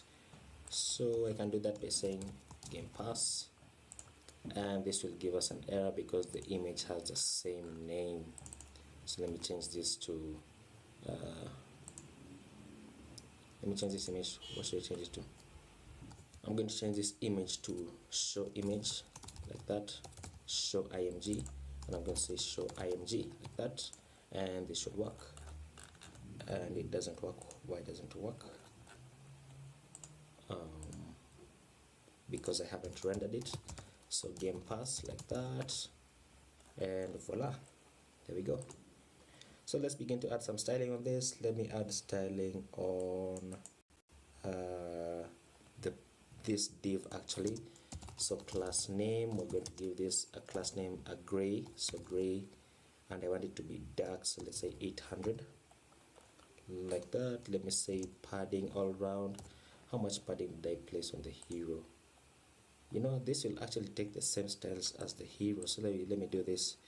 Let me grab this, let me paste it in this, change this to 800, and then change the text to white,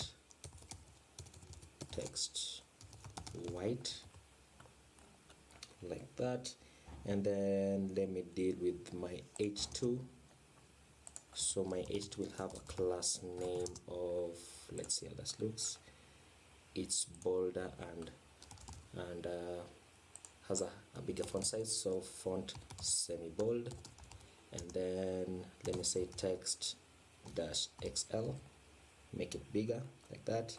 Let's say margin on the bottom of 4. Is that too much? It's too much. Let's say margin on the bottom of 2. And then for the paragraph, I'm going to give this a class name, give it a margin on the bottom of 2 as well, so it pushes that down.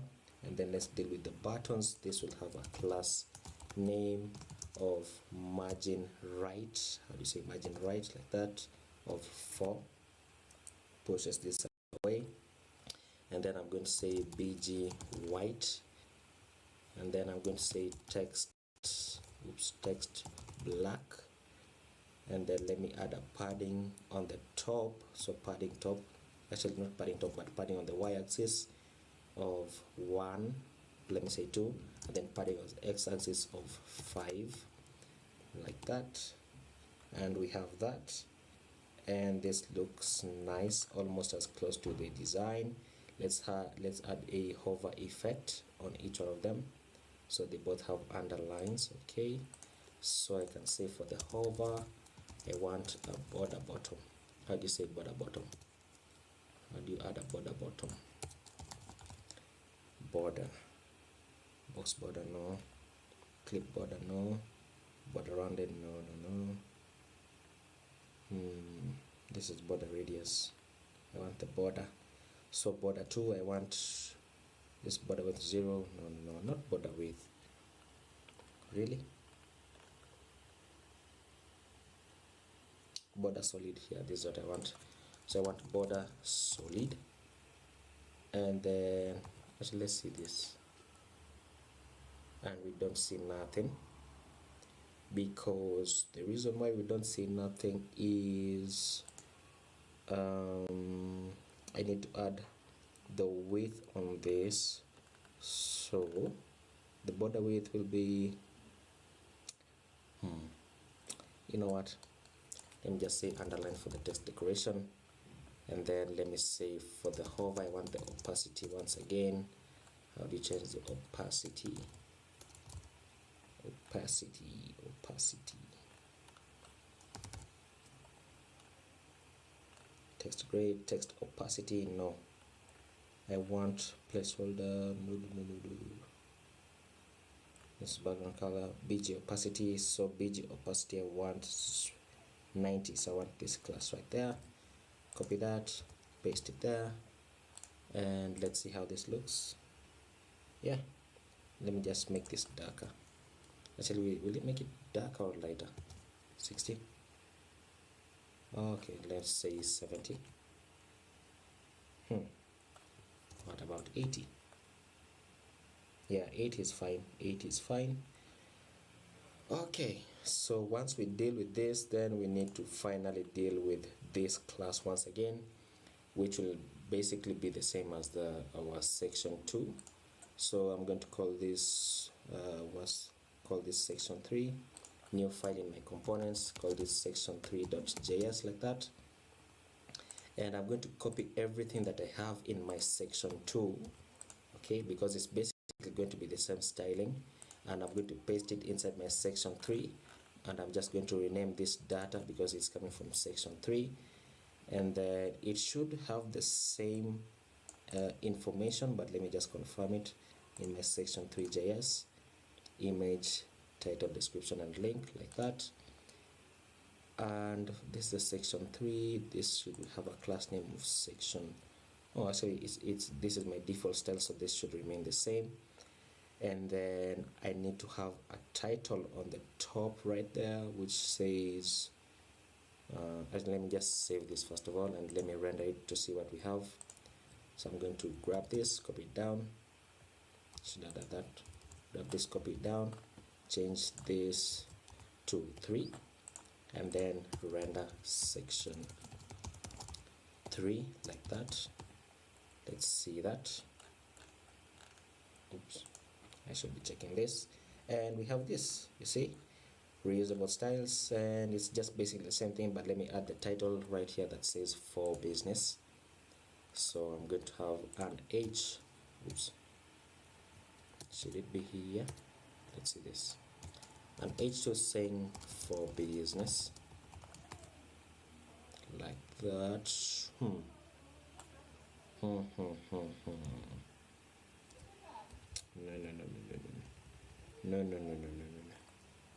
Let me add a class name on this. I want the font to be semi-bold like that. I want the padding on the x-axis to be, how much padding did I have here? Padding 8 like that, which will have this.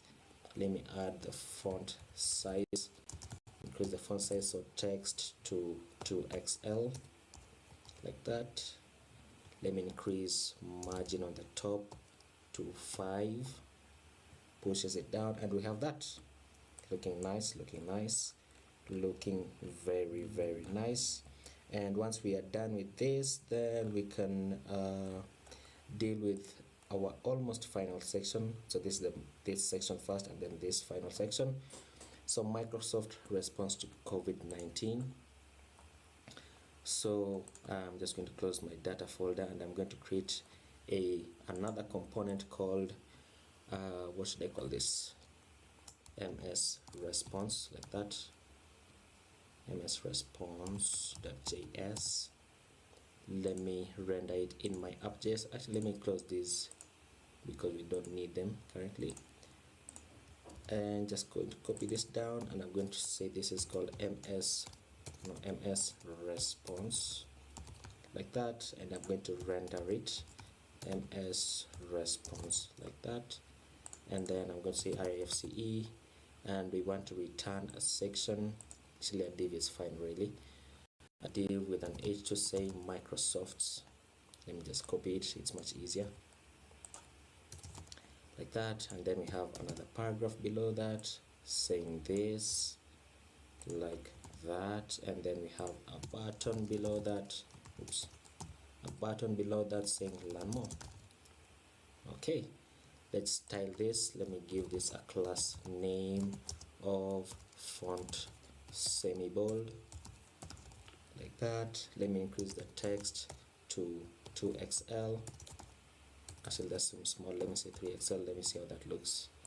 3xl, and that doesn't render because I haven't saved this, like that. And it has a background color, doesn't it? It does, a gray background color. And I can do that by saying here, give this a class name of bg gray, and let's say 500. Too dark, let's say 300. Is that good enough? Almost. Let's say 200, like that. Let me text center everything, so text center, like that. Let me add padding on the all round, actually, of 8. Oops, padding 8 all round, like that. That seems too much. Let's say padding 6. Let me reduce this to 2xl, like that. Let me add a margin bottom, so margin bottom of 4 pushes this down. And then for the paragraph, actually that's too much, let's say 2. For the paragraph, let's say class name, just add a margin bottom on the paragraph of 2 as well to push this button down. So for the bottom, we need to increase the font weight, so I'm going to say class name, increase the font to semi-bold. And then for the hover, I just want the underline, like that.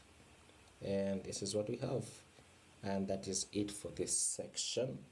And we need to deal with this section next, so I need to import this image once again. So let me just figure out what I call that image. Was it this holiday? This holiday, there it is. So I'm going to copy this image, and I'm going to paste it inside my images folder in my source. So paste it in there, and then let me create my, what's it called, pause that. Let me create my component for this, and I'm going to call it this, oops, this holiday.js. Now my names aren't really that descriptive, so you might want to work on them, but this is really fine for me. Okay, and I can say rafce, and then I can import my image. So import holiday img from close the sidebar, go up one folder, and it's inside my images folder, and it's called this holiday underscore 539.png. should be, I hope it is. And I'm going to return a section. Actually, you know what, this section has the same styling as this section, so I'm just going to grab that from my game pass section, my component, actually, not section, and I'm going to grab all of this, like that. And then I'm going to paste it in there. I'm going to change this button text. Actually, it doesn't have this button, right, doesn't have that button. I'm going to change this text to watch now, like that. And I'm going to grab this text. If I could, I can't. Seriously, I can't grab this text, of course, so we have to type it out. So let me just type this holiday,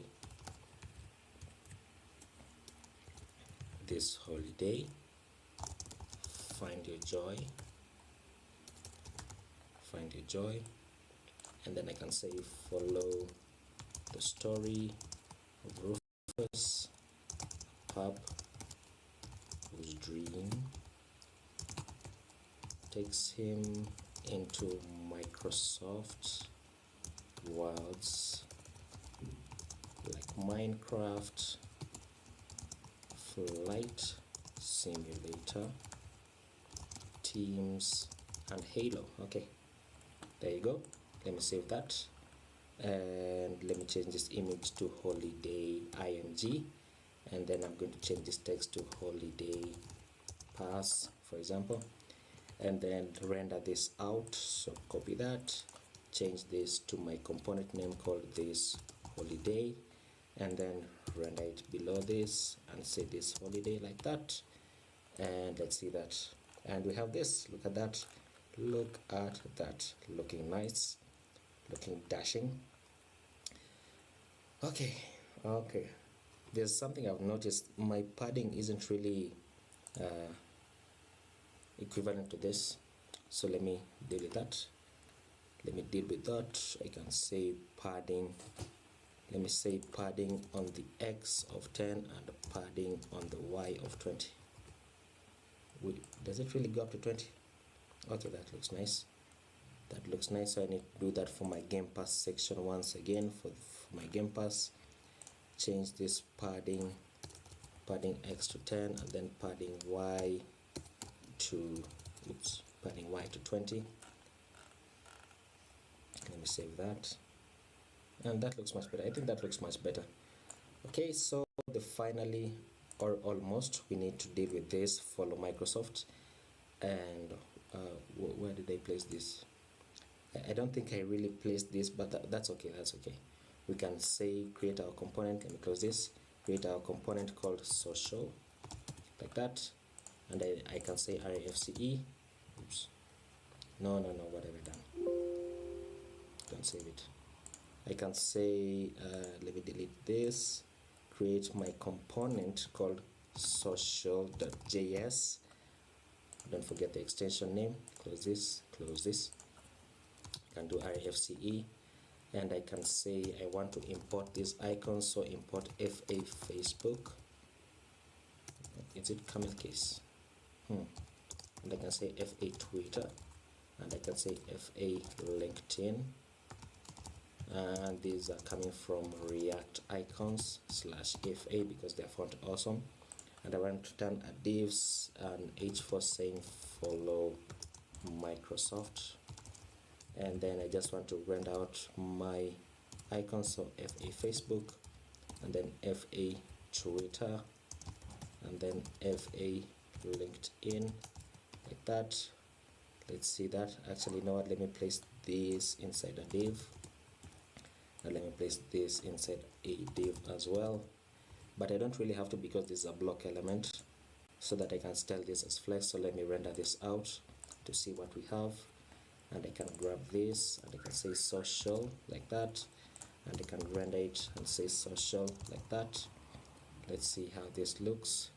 Facebook is not imported from this, so this isn't camel case, and LinkedIn as well isn't camel case, and then this should be small, and LinkedIn. FA LinkedIn is not defined. Let's go to React icons. Let's see what these names are called. Let's say Facebook. FA Facebook. Seriously? FA Facebook F. Really? Paste that there. LinkedIn. Oops. Did I break my laptop? Okay, there you go. I want FA LinkedIn. What did I type? Oh, I typed it wrongly. Okay. So we can close that. We can render this out.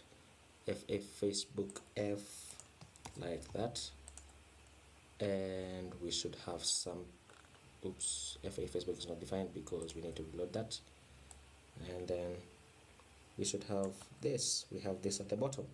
So let me add a class name on this. I want them to display flex. Oops. I want them to display flex like that. And then I want this to display flex as well, like like that, and then I want this to items center like that, and then let me add a padding on the y of 3, let me say 5, and then padding on the x of 8 like that, and then let me add a margin on this on the h4. So class name, let me say margin on the right of 5. Push this out a bit, and then for each of these classes let me add a class name on this, and I can say margin right of 2, and I can copy this, copy that, paste that there and paste that there, which will separate them out a bit. And then let me increase the font size, so text let's say Excel will increase. Okay, text Excel, let's say 2XL. Okay, grab this once again, copy it there and copy it there, remove one icon, one quote like that, and we should have that. Okay, so let me change this text color, so I can say BG color, no, not BG color, but I can say text to blue, and this should be 500. Change it like that, to light 800 like that, and I can say text blue, let's say 700. Let's change this to 900 actually, like that. And then I can say for the LinkedIn, I can say text blue, and I can say 600. Actually, it's darker than the rest, right? LinkedIn is darker than the rest. Oh, Facebook is the darkest, but this looks fine as well. And would you look at that, we have our section and we're almost complete. All we need to do now is for the footer, so I can close this down. I can render the footer already, but I haven't created it. So footer, and then I can say this is the footer like that. Let me create my footer component, so footer JS like that, and then I can import my data from my footer, and it is that right there. Let me do that. I can say IFCE and import use state,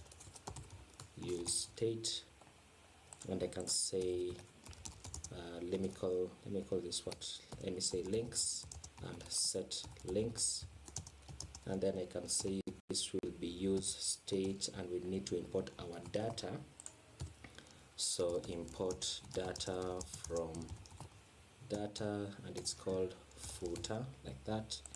And then I need to return a section, right, a section like that, and I need to map over my links, so links.map, and for every individual link, then I want to destructure my items, and I want to destructure the ID, the title, and the links. This might be a problem, might be a problem. I didn't think this through. Okay, let me just say ID and the title for now. This will be coming from my link like that. Let me set up my return, and I can return an article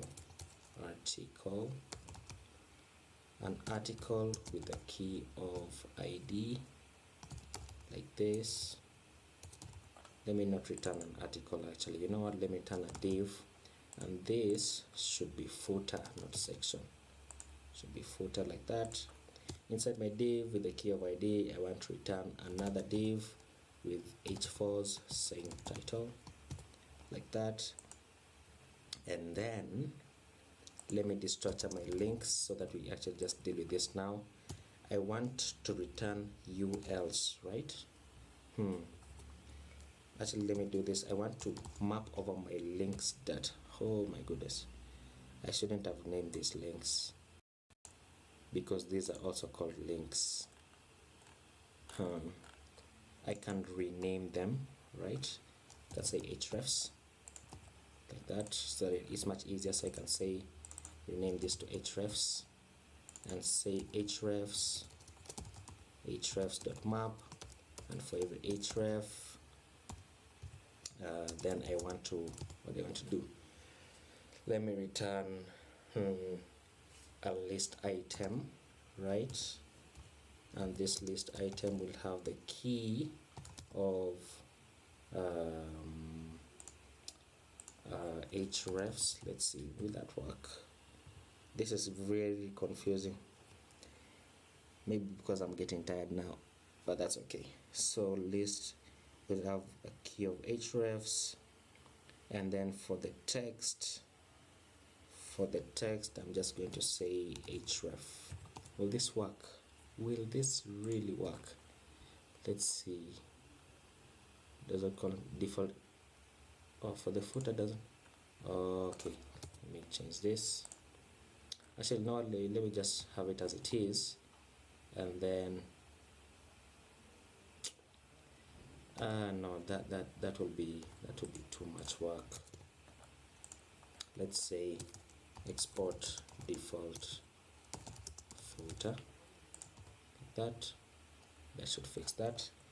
What's new? And it doesn't render our this out because this should be a return. So return, and then at the end of this, let me close my bracket like that, and like that. Okay, nice. I didn't think that would work, but it works. So we can fix that. Let me remove these bullets in my my CSS. So I'm going to go into my CSS, and I'm just going to say for the ULs, let me just list a type of none, like that, for the ULs and the LIs as well, like that. Let's do that. Okay, so just so we know what we are styling, let me style the titles to font with bold, right? So I'm going to say for this, for the title, let me add a class name, and I'm going to say font semi-bold, and I want the text to gray, and it's about 600. Let's see that. For the footer, I want the class name for this to be bg gray, about 200, like that. Looking nice, looking very nice actually. And then let me add a padding on the x-axis, of 8, and padding on the y of 4. In case you're wondering why I'm choosing 8 specifically, is because I've always had a padding of 8 all around here, so I would like just to maintain some, it's just good practice actually. And then for the links here, right there, I'm going to add a class name on each one of them, and I'm just going to say text gray, and this was 600, so I'm going to say 400. Oops, that's too late. I'm actually just going to say 600 for each one of them once again, and then I can say font size. How do you change the font size? I can say text to small, like that, and then I can say margin on the top and bottom, so margin y, let me say 2, like that. And then for each of these divs, I want to separate them out, as you can see right there. I want to separate them out, so I can say for the divs, let me have a class name of margin y, so margin on top and bottom of 5. How does that look? Let's say margin bottom, and let's say 8. Too small, let's say 10. That looks much better, right? That looks much better. Okay.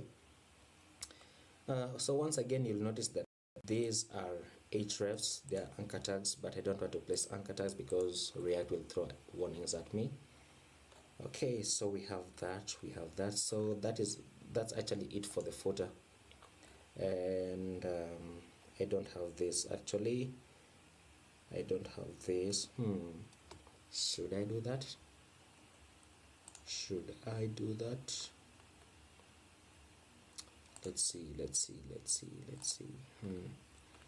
Still within the footer. Let's see if I can do that. Still within the footer, but just before the closing tag of the footer. Let me have another div. And this is a globe. Let me import this icon, and I can import I think it's called FA globe, I think so, from react icons / font awesome. And then I'm just going to render this, and I'm going to say FA globe like that. And then I'm going to have a paragraph just saying English and United States. What you would want for this technically is, I think this is a toggle where you choose the languages, but I don't have to do that now. So I'm just going to render a paragraph, and then out of this, let me put this inside a div. Let me place this. Actually, no, that's fine. Actually, I can have another div. Why do you keep doing that? I can have another div with ULs and LIs. How many? 1, 2, 3, 4, 5, 6. Actually, let me see how this looks on a bigger screen. Oh, 1, 2, 3, 4, 5, 6, 7, 8. So times 8. Let's do that. And then let's say this is the sitemap. This is the contact Microsoft. This is privacy. This is terms of use. This is trademarks. This is safety, and I'm going to say an ampersand so that it actually places that icon, safety and eco. And I can say this is about our ads. And finally, I'm going to say place a Microsoft, not a Microsoft, but place an copyright icon, and I'm going to say Microsoft 2020. Let's do that. Save it, render it, and we have that. And we can style this a bit more. Now this should be inside one single div, okay, because on bigger screens I want this to display justify between, so that they go end to end. And then I can target for the URL. Let me say class name, and I can say, let's say text to small, like that, and we will have that. And then I'm just going to grab this, and I'm going to copy it for the paragraph as well, like that. And then I can say for the URLs, let me display flex. Let me place it before that. I can say flex like that, and I can say flex wrap. How do you add flex wrap? Flex wrap. So it just has a class of flex wrap, so flex dash wrap like that, and we should have that. And for every list item, I want a margin right of 2. Class name first, and I'm going to say margin right of 2. That will be for the first one, so I need to copy this down, copy it there. Oops, what did I do? Copy it there, copy it there, there, and finally there. I don't need to do it for the last one because there's nothing to the right of this. So let's save that. That actually looks really small. So I'm going to grab this, and I'm going to say margin right of 4. Much better. And then for the UL, I want a margin at the top so that this separates out. So I'm going to say margin top of 4, like that. And then I'm going to display this as flex, class name of flex for the globe, so that and the text here, so they go like that. And I'm going to say items center, and then for the globe I'm going to add another class name and place a margin on the right of 2 or 3. That's okay, like that, and we have that. Let me just change the text color for each of these to gray, like that. Okay, so they had a class of text gray. So let me just grab this, and then I'm going to place it inside this. That changes. And then for this, I'm going to place it inside this. Let's see if that will change, like that. Okay, looking very nice, and we have that. Okay, so now our dilemma begins, because we need to scale all of this up. Our dilemma begins, right? So obviously I'm going to start with the grids because they're the easiest to scale up. So let me just do that, and I'm just going to do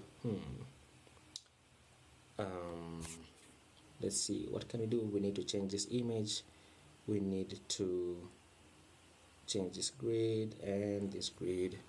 Okay, so let me go into my, first of all, let me go with the easiest one. I'm going to go with this. So for my section 1, I called it, what do I call it? Choose your Microsoft, like that. Okay, so in order to scale it up, we just need to add something called let me remember this. So for small screens, you need to add an SM, like that, and then you place the styles that you want.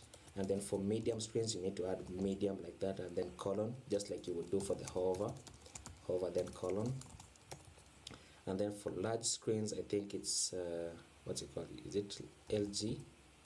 And then for extra large screens, I think it's 2XL. These are all classes that you can find in the Tailwind CSS website. So let me just confirm, Tailwind CSS. Let me just confirm this. Let me remember where this is.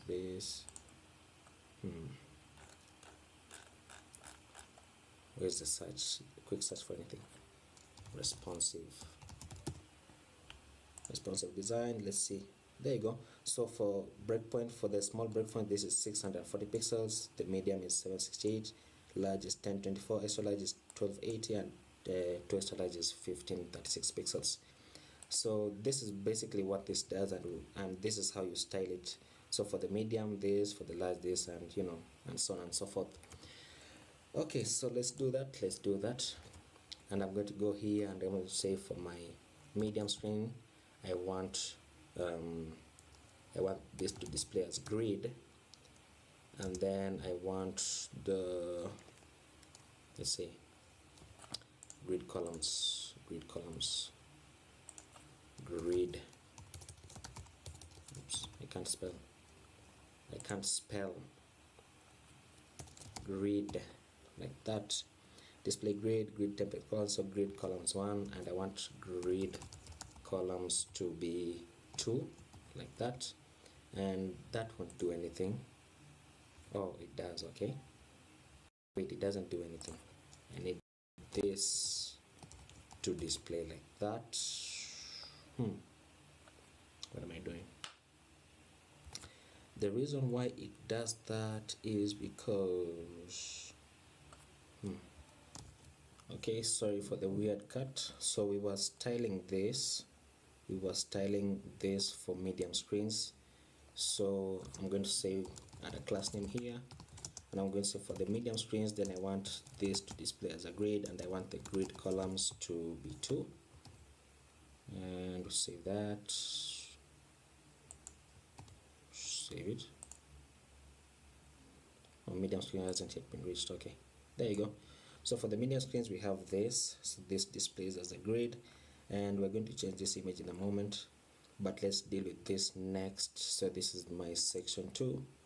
So section 2 JS, we're going to do the same thing, and I'm going to say for medium screens, and I want the grid, and I want the grid columns to be 2, like that. And we have that. And then let me do the same for this. So section 3, like that, and we're just going to say the same thing. Medium, I want the grid, and I want the grid columns to be 2, and we will have okay, that is not what I wanted. I want this to be at the top, which breaks, of course. What am I doing? What am I doing? What am I doing? Where did I place this? This was here, okay, but I don't want it to be here. Let me just comment it out for a moment so that I can just focus on this, okay? And then we need to, we need to add margin on this so that there's some kind of white space on this. So ms response, let me do that, and I'm going to say margin on the bottom of 5, push it down, nope, 10, not 5, 10 really, by 10, like that. And then obviously we need to deal with our footer, so let's deal with our footer. And I'm going to say for the footer, I'm going to go to the top here, and I'm going to say for the medium, I want the grid once again, and I want the grid columns to be 2, like that, okay. So that was just to show you how Tailwind CSS works.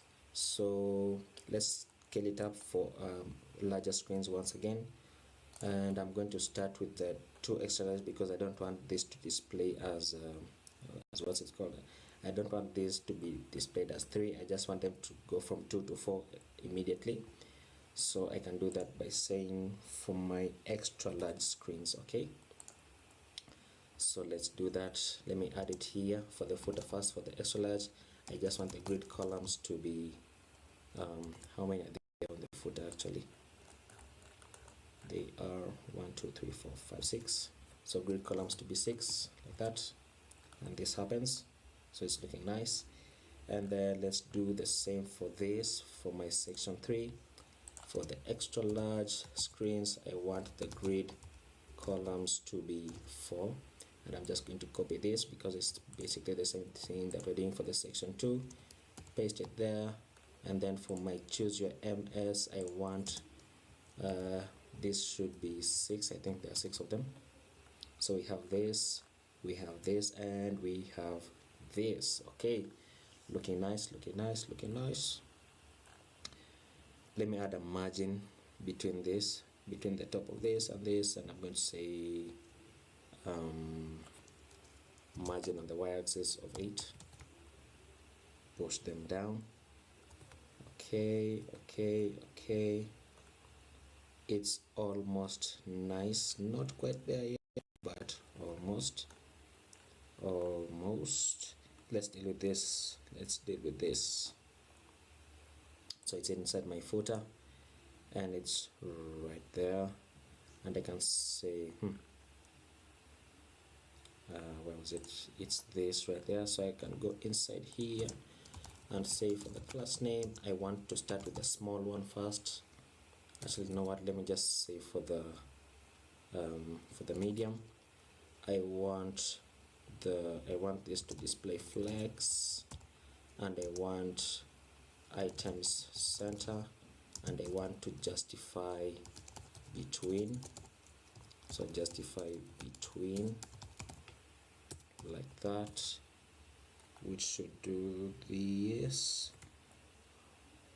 What? Why are you behaving like this?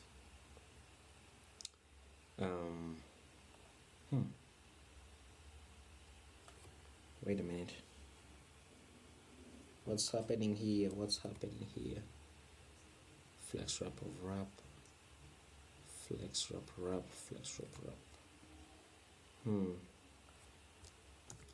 Okay, I've just realized why this is behaving like this. It's because we have displayed the footer as 6 grids. So this is technically one item inside the footer, so that's why it's displaying like this. I think to fix that, then we would have to do this. I would have to take this out of the footer, right? I would have to take this outside of the footer, but that will give me an error. Okay, that will give me an error, and in order to fix this error, then I just have to I just have to take everything in the footer like that and return a React fragment. So that should fix it, and like that, as you can see now, we have it right here, but which means we would have to add some bit more styling for this. So let's just deal with that. This is for medium screens. Let me say first of all, for small screens I want to add the background color on this. So let me just take the background color that I had on the footer, BG Gray 200, that, and I'm going to place it inside this before we add the medium screen, like that. And then I'm going to say padding on the X of 8, push that inwards a bit, and then padding on the Y, or maybe padding on the bottom of 4, like that. And then let's begin to scale it up. This actually looks nice as it is, but I want to scale it up from where? Actually this is really just okay, because we have a flex wrap of wrap on this, so that's fine. That's fine, as you can see, and it scales up. Okay, that's nice. That's okay. So okay, a few more things that we need to do is this, our images, these 3 images, this and this. And then once we do that, then I think we'll be mostly done. Okay, so let's do that. And because this image is actually 539 pixels, I'm going to add a media query for this. Maybe I'm just going to use the use effect from React.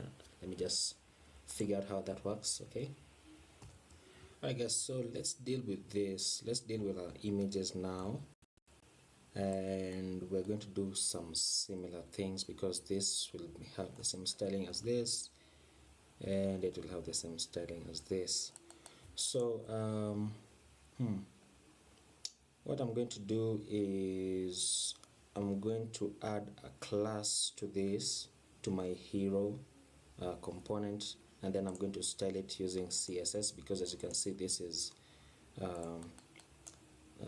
like an overlay on top of the image, because you can't really grab the image from here. So what I'm going to do is I'm going to add a class name on this, and I'm going to give this a class name of hero, like that. And then we're going to have to display this as none, and then I'm going to grab this. I'm going to grab all of this, which ends where? Where does this end? Seriously, this ends here, and I'm going to add a class of overlay on this, like that. And then let me go into my index CSS, like that. Let me close all of these down, close these down, like that. And then I'm going to target my hero. Actually, the hero comes for section 2. So for the hero, I'm going to say background, what do I have here? Background URL, like that, and it's coming from my images folder, and it's called hero 1600, and I'm going to set it to no repeat for the background, and I'm going to center it and cover, like that. And we should see this. So we want to remove this small image, and I'm going to go into my hero.js, give this image a class name of hero-img, like that. And then I'm going to say for my hero-img, I want to display none. And this happens because this doesn't technically take up any space, so we can fix that by saying height, let's set that to let me say 500 pixels, like that, and it appears at the bottom. Let me just see, the size is a bit bigger. Let me say a 700. Let's say 700 for this. Actually, let me close this down, and this is just a bit big as well, so let me reduce this to 600, which should be fine, like that. And then we want to deal with this now. Okay, so I'm going to go into my hero.js, and I'm going to go where was it, BG gray here, and I'm going to say for the medium width, then I want not the medium width but the media query for the medium devices, then I want the BG to, can I say transparent should be, it works, okay, it works like that. And then I want to text left, so that is no longer text center. Does it work? This is text center, so I want text left. Let me just see how this looks. Text, cursor text, select text. No, text left. Yeah, text left should work. Why doesn't it work? Why doesn't it work? Let me say for the medium here, and let's say text left. Okay, there you go. Okay, there you go, it works. And then oops, oh, I know what I did wrong. This should be inside a media query. This should be inside a media query. So let me place it at the bottom and say at media, let's say mean width of 640 pixels. Then I can paste that in so that it doesn't interfere with our previous styling from Tailwind. There you go. And because I don't want this here, let me add this to 760 pixels. That, and it will break just a bit. So let me turn this to 640, and let me change this to small like that, and change this to small as well, so that we have that. And then I can say because I want this text to push downwards, right? I want this text to push downwards to be right about at the center. I can say for my overlay class, right? I can target my overlay class. So for the hero, and then I want to target the overlay. I want to display flex. I want to align it to center, justify content center, and let me add a height of 600 pixels so that it pushes down by 600 pixels. Oops, that's not what I wanted. Let me say flex direction column, and then remove align item center.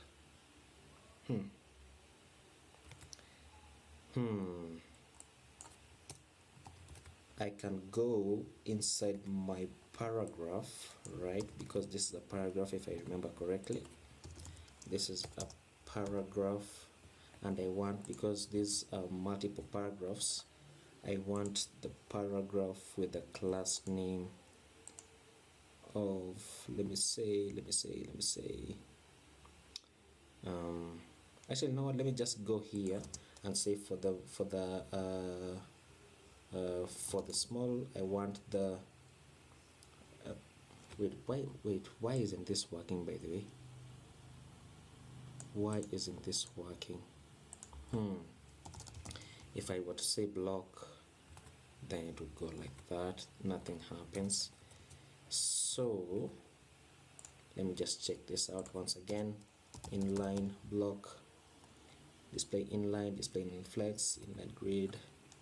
I'm just going to say for the small, I want it to display as an inline element. Did I add some different styling to this or what? You know what, let me just give this a paragraph. Let me just give this paragraph a class of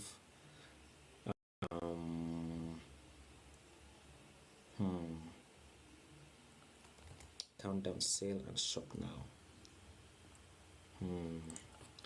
Let me say for the bottom, I want the inline block, but it doesn't work because I have justify center here. Is it? Let me remove this.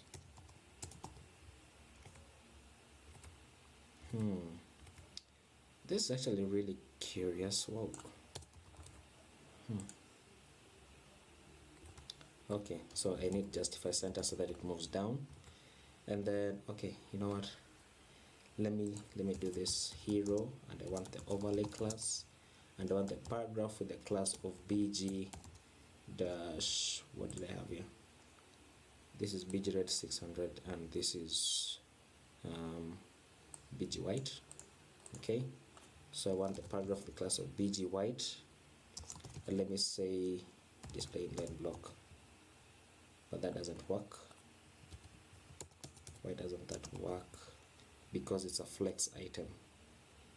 It doesn't work because it's a flex item. Is that it? So if it's a flex item, I can do something cheesy on it. I can say something like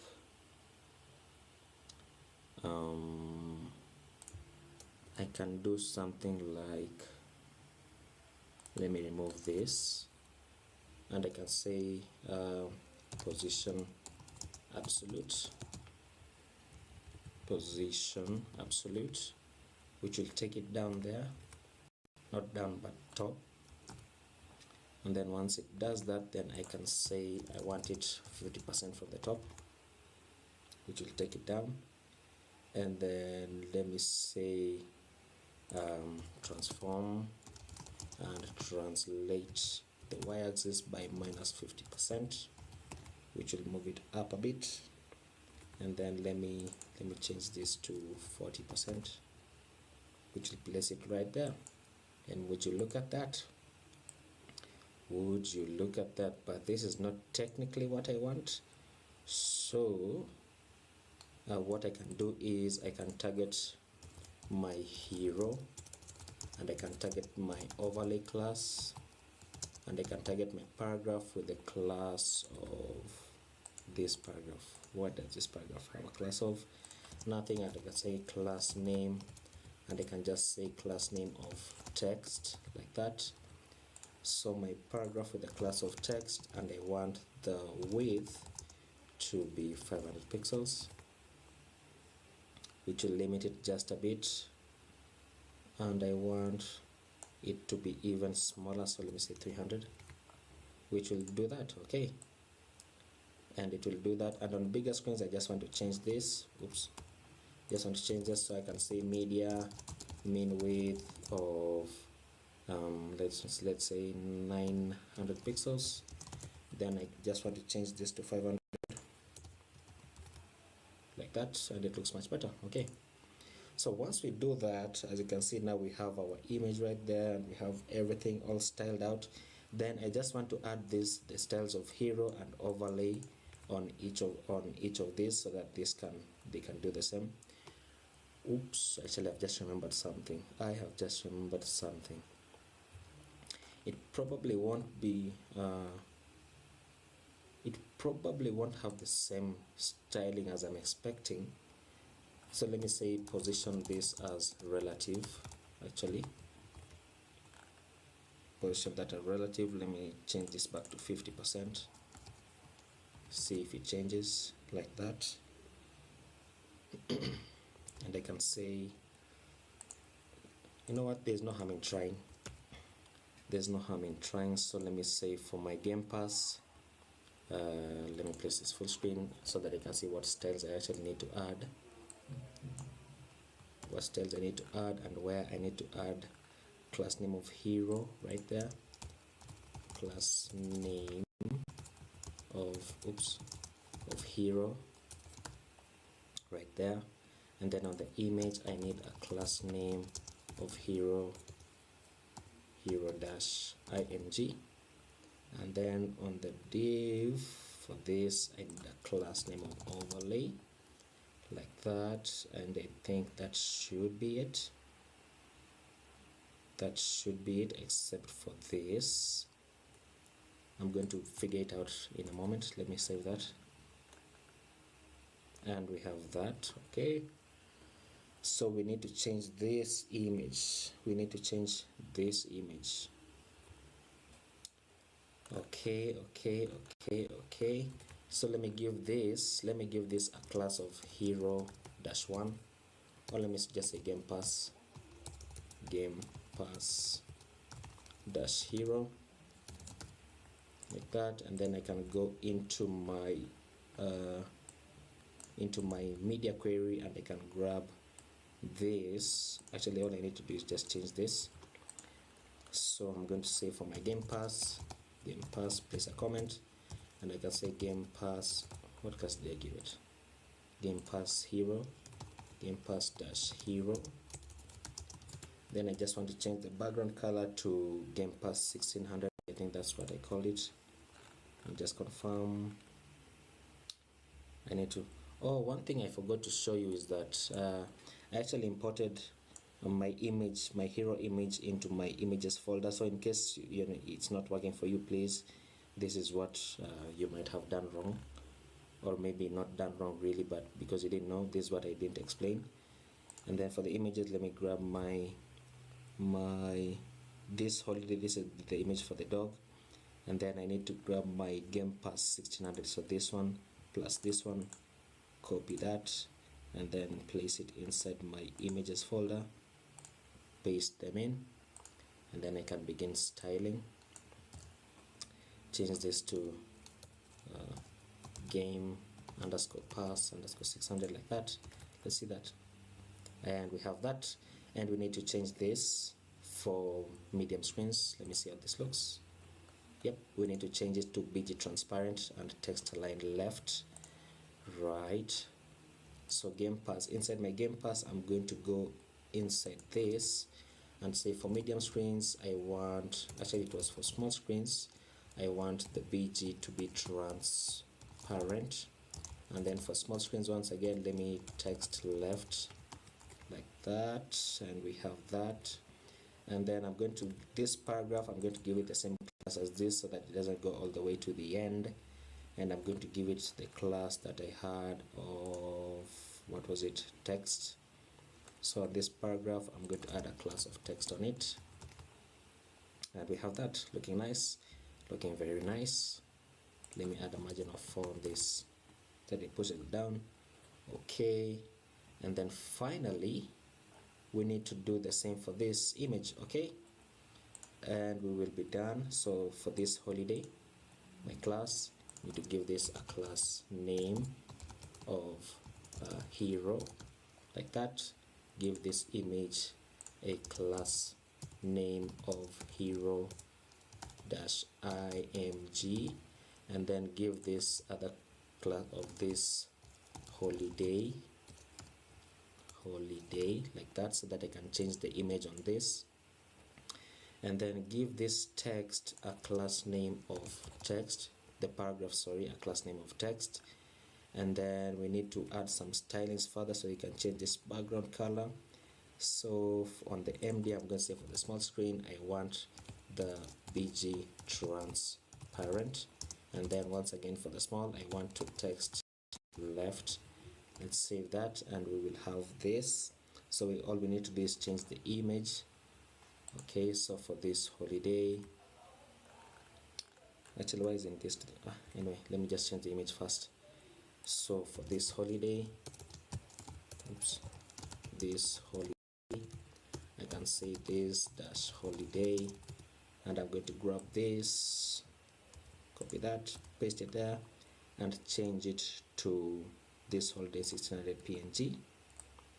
So this underscore holiday underscore 600B, like that, and we will have that. Okay, so what am I missing? Why isn't this aligning to the center? What am I missing? Oh, the overlay class. I'm missing the overlay class on this, so this should have a class of overlay, like that. Very, very nice. Would you look at that? Okay, so I think we're done with the responsiveness for this. We are done with the footer. We've done this responsiveness, and we are done with this and this as well. Oh, for the hover effect, I've just remembered the hover effect has a slight opacity on it. I don't know whether you can see it, but the hover effect does have a slight opacity on it. So let's deal with that. Let's deal with that for this. Okay, so I'm going to go into my let me close this, my hero. Let me close my data and my images, and then I'm going to go into my choose your MS, no, into my section 2, and then for each div, then I want to add a class name on it, and I'm going to say for the hover, I want opacity. How do you add opacity on this? Opacity. I want the opacity to, where is it? BG opacity. I want to add opacity, let me say 70. So BG opacity 70. Let's do that. Let's see. Oops. Did I do that correctly? Did I do that correctly? Let me say BG red 500 just to see where this is. Okay, it's right there. Okay. I want the opacity on the image, right? So let me remove this from there. Let me add a class name on the image. So class name of for the hover, I want the BG opacity to be 70. Really? It's not working. Why isn't it working?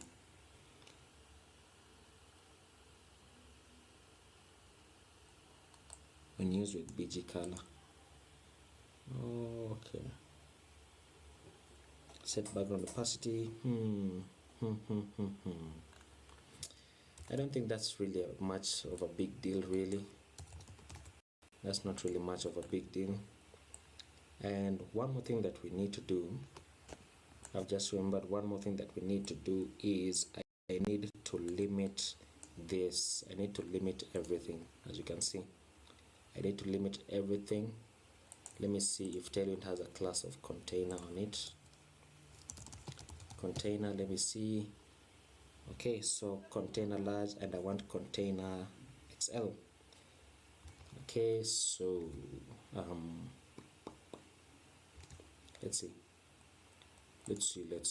Oops.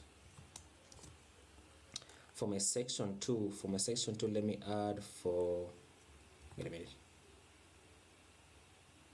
Wait. XL, let me add XL and say container. Let's see that. Is that how you add that class? How do you even add that class? Let's see. I need just to add the class of container on this. Why do I feel like this is no longer working? I feel like this is no longer working.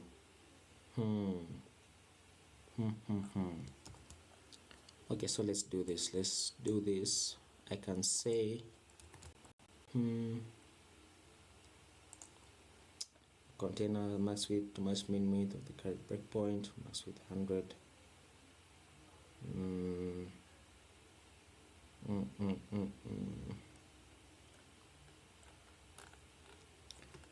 Really. The container class, I need to add the container class. Let's see on my workspace, in my app.js, function app, header.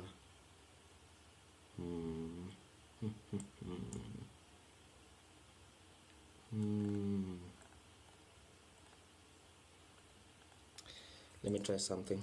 Let me add a class name here. Let me add the class name of container. That doesn't work. If I were to add it to the hero, it doesn't work either. Oops. Why don't you work? Why don't you work? Why don't you work?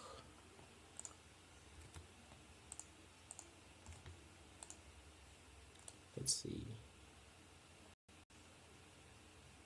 I can do something else, and I can add a margin instead. I can add a margin instead on each of these. So let me just try something. On the margin for the extra large, let me say margin on the x-axis of 20. Does margin even reach 20 for the? Okay, it does for some margin 20. I can just grab this, copy it for my, where's my header? I can do that here for the header. which will do this, bring it inwards. For my choose your ms, I can do that there. For my footer, I can do, wait, does the footer have it? No, the footer doesn't have it. So I can do that for my my game pass. The game pass does have it. Okay, so for the game pass, I can do that here, add that class, and then for my what's it called, this is ms response COVID-19, like that. Place that there. For my section 2, I already have it. For my section 3, need to place it there. For my socials, I don't need it on the socials, but for this holiday I can place it there. Let's see that. Let's see how that looks. Pushes it inwards just a bit, and I haven't added it on my hero. I need to add it on my hero, right? On my hero. So my hero, let me place it right there, like that. Okay, it's looking nice. It's almost there. It's almost there, almost. And now these bits are looking very big to me, so let me reduce them in my index CSS. Let me close this. Let me close that. Open editors. Let me close this, everything like that. And then let me do for the hero, let me do 500 pixels. It will reduce that, and it reduces that as well, and reduces that as well. And then let me add padding on the footer on the left right there, so that it can match up to this. And for the footer, let me go back to the footer. For the footer, I want this margin to apply for extra large classes. For extra large, I'm going to say padding on the Y, not on the Y, but on the left, padding left of 20. See that? Moves it inwards.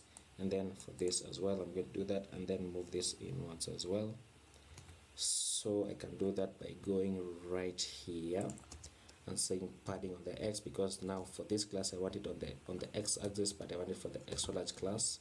So padding on the X of 20 on its side, so it moves inwards. And then let me do that for this, which is my social, like that, my social. Okay, and I want for the extra large classes, again I want the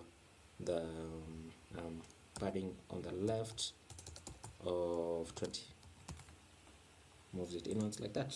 Okay, so it's just more uniform, much better looking. And the reason why this is inwards a bit is because we had a padding on the, before we placed the grid, we had a padding, if you can remember that. Okay, and then let me see.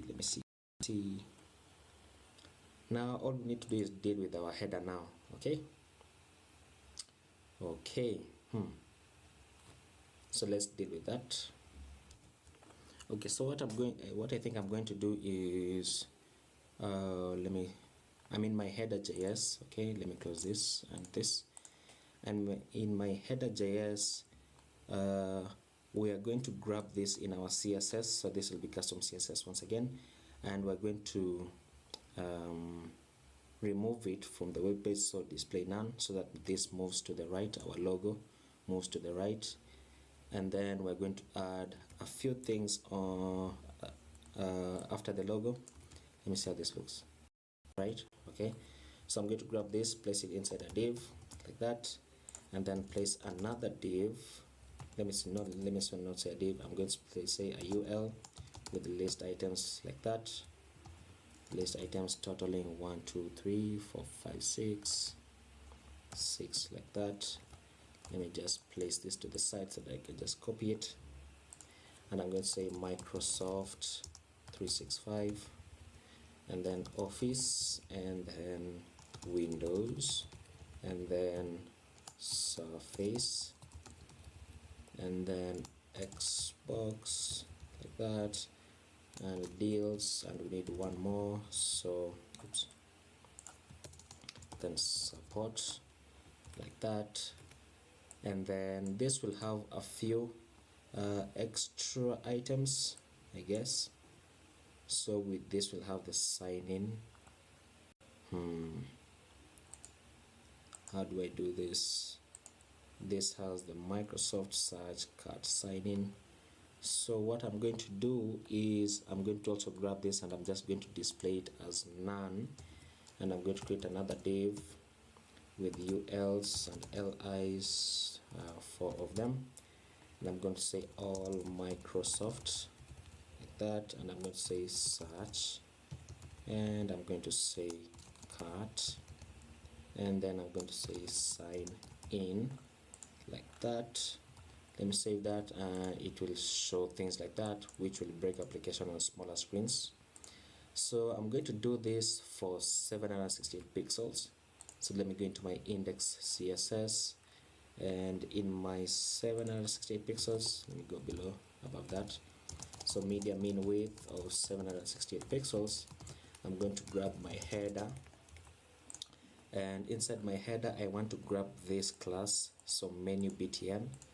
So I'm going to say header, and I want the header.menu-btn, and I want to display none, but I want to do that for this class as well, for the cut class, right? So I can do that by going right there, and I'm saying for the header once again, and I want the cut class, and I want both of them to display none, like that. So we are remaining with these two, as you can see. And then we can begin to now work with this, and we can say because technically now this is gone, so we need this class of logo, and I want to target the ULs. So I'm going to go inside my header inside the class of logo, and I'm just going to say display flex so that they go side by side like that. And then I'm going to go inside my logo class once again and target the ULs. Target the URLs, and I'm going to say display flex on them once again, and I'm going to say align item center and justify content center, and then I want to space them out a bit, so I'm going to grab this and target the list items, and I'm going to say margin of 0 on the top and bottom and 20 pixels on the left and right, so that they space out. Oops, that's too big. Let's say 5 pixels. No, let's say 10 pixels, like that. Let me reduce the font size. So font size, let me reduce the font size to 14 pixels, like that. Okay, and now let's deal with this. So once again, this is technically gone. Okay, so I can go inside this div, and let me give this a class name of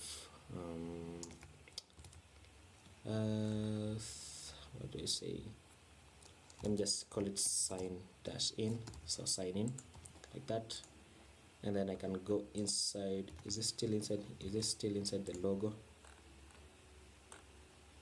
I think it should be outside the logo. Where does logo end? Right there. Okay, so inside my header class, I just want to target my sign in, and I'm going to say for the sign in I want to target the ULs, which I want to display flex, like that. And then let me target the LIs so that I can space them out a bit, so margin of 0 on the top and bottom and 10 pixels on the left and right. And once again, let me reduce the font size, so font size to 14 pixels, like that. Looking very nice and amazing. Now what you'll notice is that I've not done the toggle, and that is practically on purpose because I don't want to this is a very hard thing to do for the toggle. So I'm just going to target this about 760 pixels, where I can now do the opposite that I've done here. So I'm going to grab this and display it as none, and then this I'm going to display as block, so that we can go back to our original what's called display for the mobile, because right now this is what we have, and that's not technically what we want.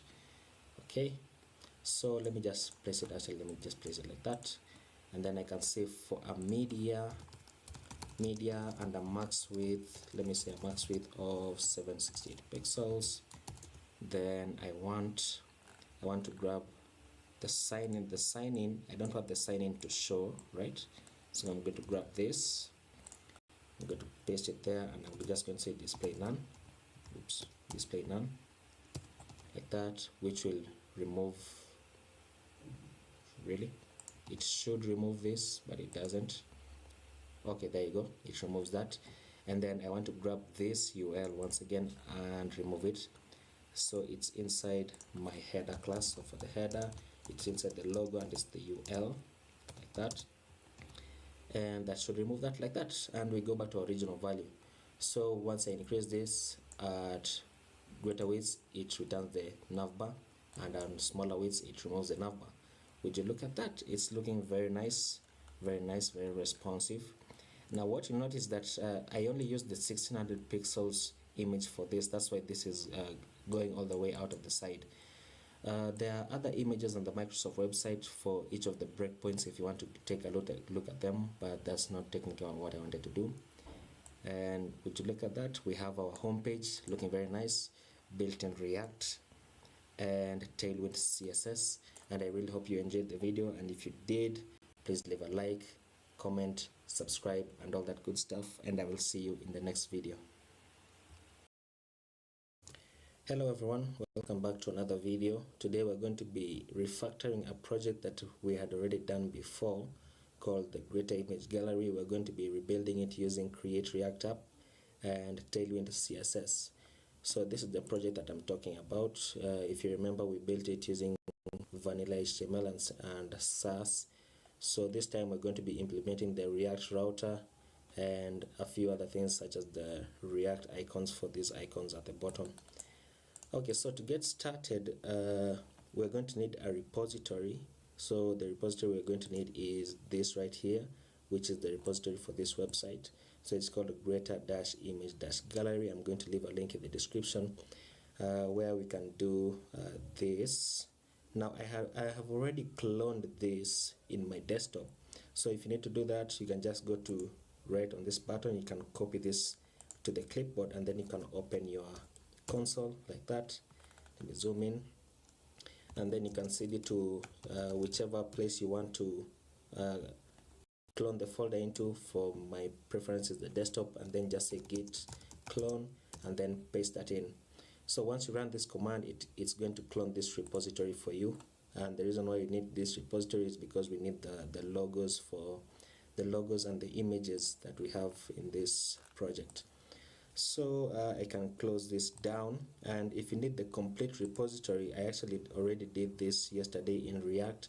So if you need the complete repository, I'm also going to leave a link in the description. It's the same as this, really, only with React at the end. Okay, so to get started, you need to run npx create react app. So if I go to my console, cd back into my desktop, I can say npx create react-app and just call it greater-react. Now I have already done this, and the reason why I didn't want to do this while recording is because this takes quite a bit of a while to run. So I just wanted to speed things up a bit.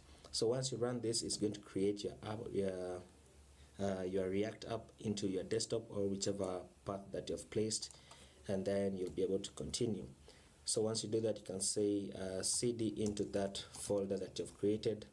So it's called Greater React, like that, and then I can open Visual Studio Code in that folder. As you can see, I was doing a bit of setup, but then in the middle of it I decided to just show it what I was doing. So what I was doing was that if you go to the Tailwind website right here, Tailwind CSS, let me go to the original/installation, like that. So this is the installation page for Tailwind CSS, and because we're dealing with Create React App, I'm just going to click here for the Create React App, and then this is what we have done, npx create react app, and then cd into that app and just open Visual Studio Code to make it easier. And then to install Tailwind via npm, you can just copy all of this.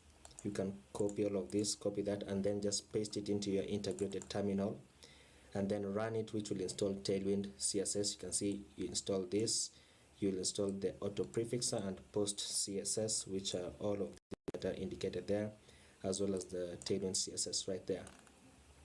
So I was running this, and I've already run this, so you can copy that once again, and then once you're done with this, once you're done with this, you can say, just do that.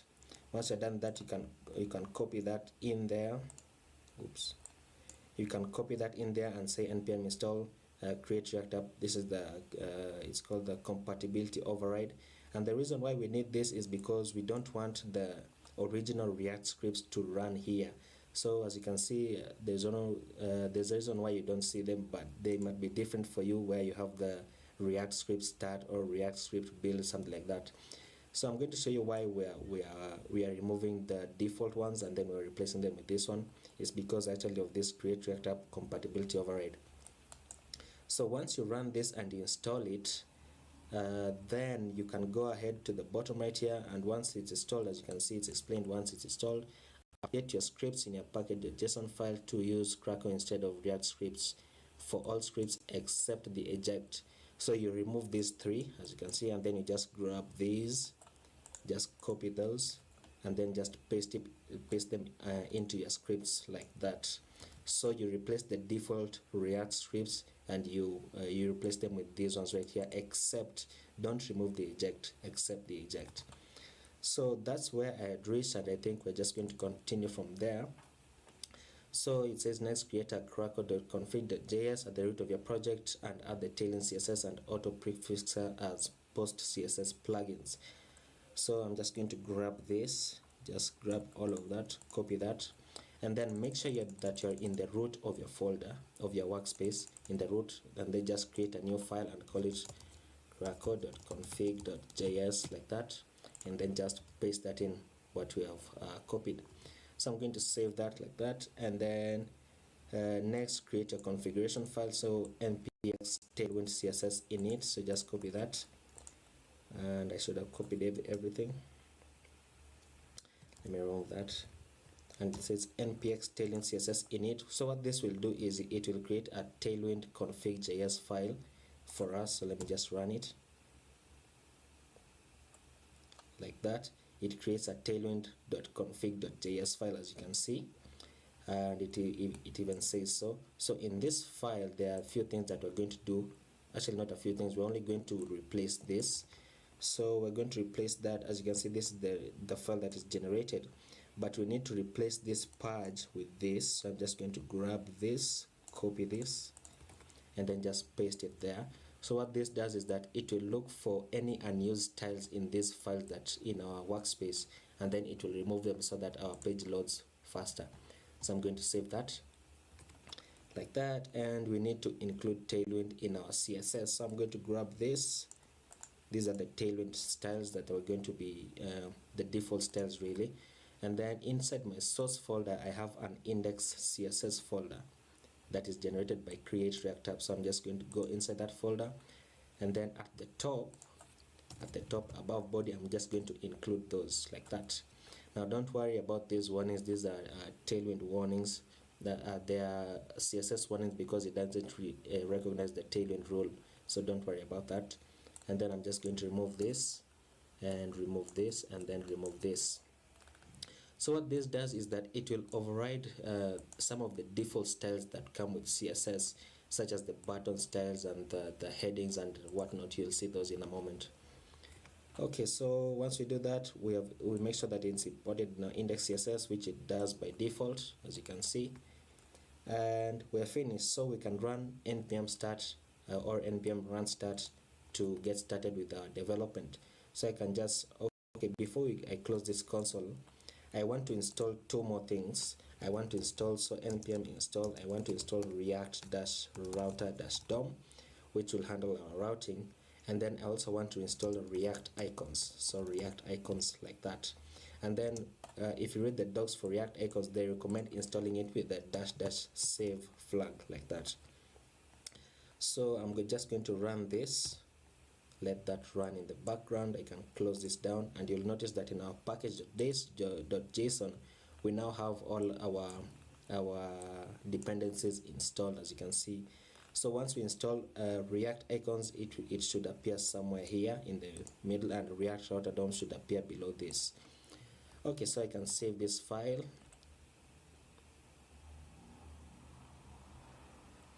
Alright, okay, save that file, and then I can begin some cleanup. So I'm going to go into my source folder. I'm going to remove the app CSS, app test.js, the logo, report web vitals, and the setup tests.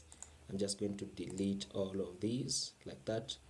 And then in my public folder, I'm going to remove these two logos, the manifest.json and the robots.txt.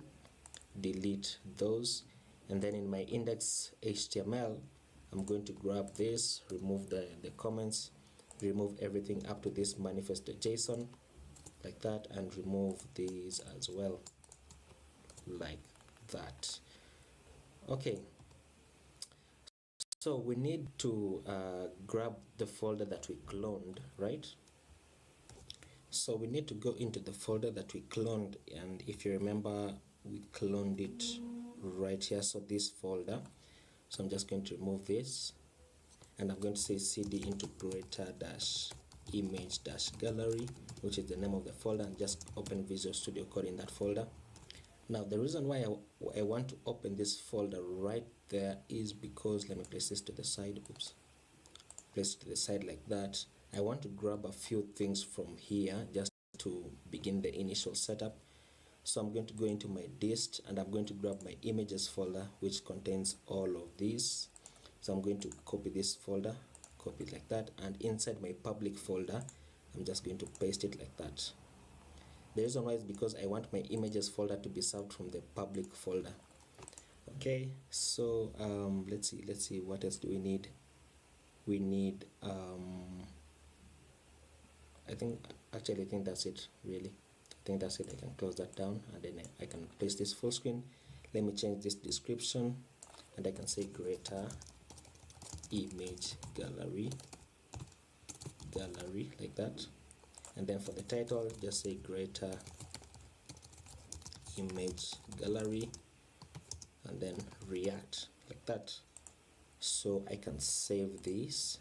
Let me save that, and then let me see what else we need to do. We need to go inside the index.js and remove this because we have deleted it, and remove this as well. Save that, and then in app.js we're going to remove these two because we've deleted it, and I'm just going to say import React from React like that, and then remove this and just return a div saying greater image gallery. Okay, so I'm just going to save this file, and then I'm going to start my server, and it should run, I hope so. Let me just confirm that my React router DOM is installed, and React icons as well. Okay, so I'm just going to open my integrated terminal like that, and I'm going to say npm start, which should start our development server.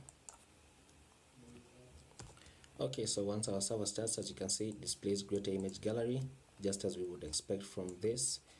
And you can wait a minute. Let me just close a few windows down. Let me close this and this. Okay, and then I can close these three as well. We don't need this anymore. Okay, so let's start with our setup. Inside my source folder, I'm going to create a new folder called components, and then I'm going to create another folder called pages. The reason why I have these pages is because inside these pages I want to create a login.js file, which will be our login component, and then I'm going to create a signup.js file as well. And inside both of these, I'm just going to say rafce, and then I'm just going to say login component like that, and then inside the sign up I'm going to say rafce once again, and just say sign up component like that. Now the reason why I can do rafce like that is because of an extension called ES7 React Redux, this one right there. ES7 React Redux, GraphQL, or React Native Snippets. So once you install it, then you can do the shorthand properties that you can go through all of these, that you can go through at your own time. Okay, so I'm just going to close that up like that, and then I'm going to say, let me just close these two files and close this, and the index CSS and the index.js. So before we get started, we need to set up our routing. So I'm going to say import browser router, import the route, and import the, we don't need the link here, but we need the switch from React Router DOM, which we have installed. And then I'm just going to say remove this and return a fragment. So inside this fragment, we're going to return a few things, some of them components that we have not yet created, such as the header. So I'm just going to place a comment and just say header. So the header should be there, and then I'm going to create my route. And the first route for this, the path will be going to the home page, so slash, and I want it to only go to the home page when the / is navigated to, so that it doesn't display other pages. So I'm going to add another prop called exact, like that. And then for this route, I'm just going to add a component that we're going to create called showcase, like that. This is just for the placeholder currently, and then I'm going to create another route like that, and the path for this should go to the /login, and then we want to just display our login component, which we have created right there. And then I'm going to create another route. Let me just copy this. The other route, this one will go to the sign up, so sign-up, like that, and we just want to display our sign up component. Now if we try and save this, it will display an error because we don't have the showcase, and we have the login, the sign up, but we haven't we haven't imported them. So I'm just going to import right there. I'm going to say import login from, it's coming from pages /login, like that. And then let me just copy this and then grab both of these and just say sign up, like that. And then one thing I forgot to do is that we need to wrap everything inside this browser router. Now sometimes you may see this imported as router, like that, so that you can use the alias of router instead of browser router, but it's basically all preference. So inside these two empty quotes right there, I'm just going to say browser router, like that. And the reason why this has changed at the bottom as well is because of an extension called auto rename tag, where if you change the beginning or the end tag, it will also change automatically, as you can see, like that. So I'm going to save that, and I hope that it works. So let me go back to my navigation, and of course we don't have any paths to navigate to really, but if I go to my address bar and say the /login, like that, you see we should get login component. And if I go to /sign-up, I should see sign up component. And then if I go back to the /, I should go back to the home page, which currently has nothing, like that. So let's begin to populate our pages. And the first thing that I'm going to do is I'm going to create a folder inside my components, a file really called showcase.js, like that. And I'm going to say RAFCE once again. And remember, we're going to be using tailing CSS, so I want to return a section here. And then I'm going to say inside this section, I want a div with a class of overlay. The reason why I have this class of overlay is because I want to add a background image, and I should also give this a class name of let me call this showcase. It's easy to remember. And then inside here, I just want to return an h1 saying greater image gallery, like that. And then a paragraph saying home of the internet's image gallery, like that. And then at the bottom of this, I want to place a button, but I don't want to technically place a button. I want to place a link instead. So I'm going to import link, a component that comes from a React Router DOM, and as you can see, it gives me the option to auto import it. So once I click this, then you see it auto imports it from React Router DOM, like that. And this has a prop that is called to. So in this to is where you specify the page that you want to navigate to, and I want this to go to the login page, and then not the login really, but the sign up page, sign-up, like that, which is the route that we created in our app.js, as you can see. And then for this link, the text would just say what do we say, get started, like that. So if I save this and import it in my app.js, so I just want to import this at the top, so I'm going to say import showcase, like that, and then I can now uncomment this, so that this will always show in my home page when the path is the / like that. And we should see something. It's not in pages showcase, it's in components, sorry about that, components showcase, like that. We should see this, as you can see. Now this is a link, remember, so if I click this link, then you see it takes me to the sign up page, and if I go back, it takes me back to the home page. So we need to begin to style this a bit, and I think I'm going to begin styling with my sign up page and the login page, because they are much easier. So let me just actually I don't need to close anything, but I need to create a new folder inside my source folder, and inside this source folder I'm going to create a folder called assets, like that. And this assets folder is going to contain a few images, and the first image that I want to grab is the cassette, this one, yes, this one right there. I'm just going to copy this, and I'm going to paste it inside my assets folder, paste it like that. And then I'm going to grab the logo 192, because this is the logo that we're going to have in our header, and I'm just going to copy this and paste it as well, like that. Now you might wonder why I don't just have these images inside my source folder. The reason is because most of these images, we're going to be target them using a data array, and I don't want them to be targeted in the source folder, otherwise they won't display. And the reason why I have this assets folder inside here is because these images are ones that we're going to import directly into our components, and we can't technically import images from the public folder because they lie outside the scope of the source folder. So let's see, what do I want to do? Inside my pages, I want to go to my login, like that.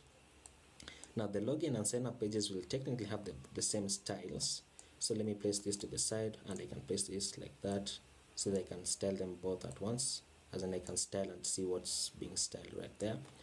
And then for this, I want a background image on this, right? I want a background image, so I will need to go inside my index CSS. Before I do that, let me remember to go into my login and create a section right there. Create a section like that. Actually, you know what, let me return first a fragment like that, and then create a section with a class name of login, like that. And then I'm going to say I want to return what do I want to return? I want to return a form with no action, like that. And then for the form, this is the login page, so I need the input with the type of email, like that, with a name of email. Let me close the sidebar, and an ID of email, and a placeholder saying enter your email address. And then I'm just going to set it to required, and then I'm going to have another input with the type of submit, which will be the submit button, and the value will be log in, like that. And then below this, I'm going to have a small tag, and the small tag will say this is the login, so I'm going to say don't have an account. Then I'm going to place another link component which will link to my sign up page.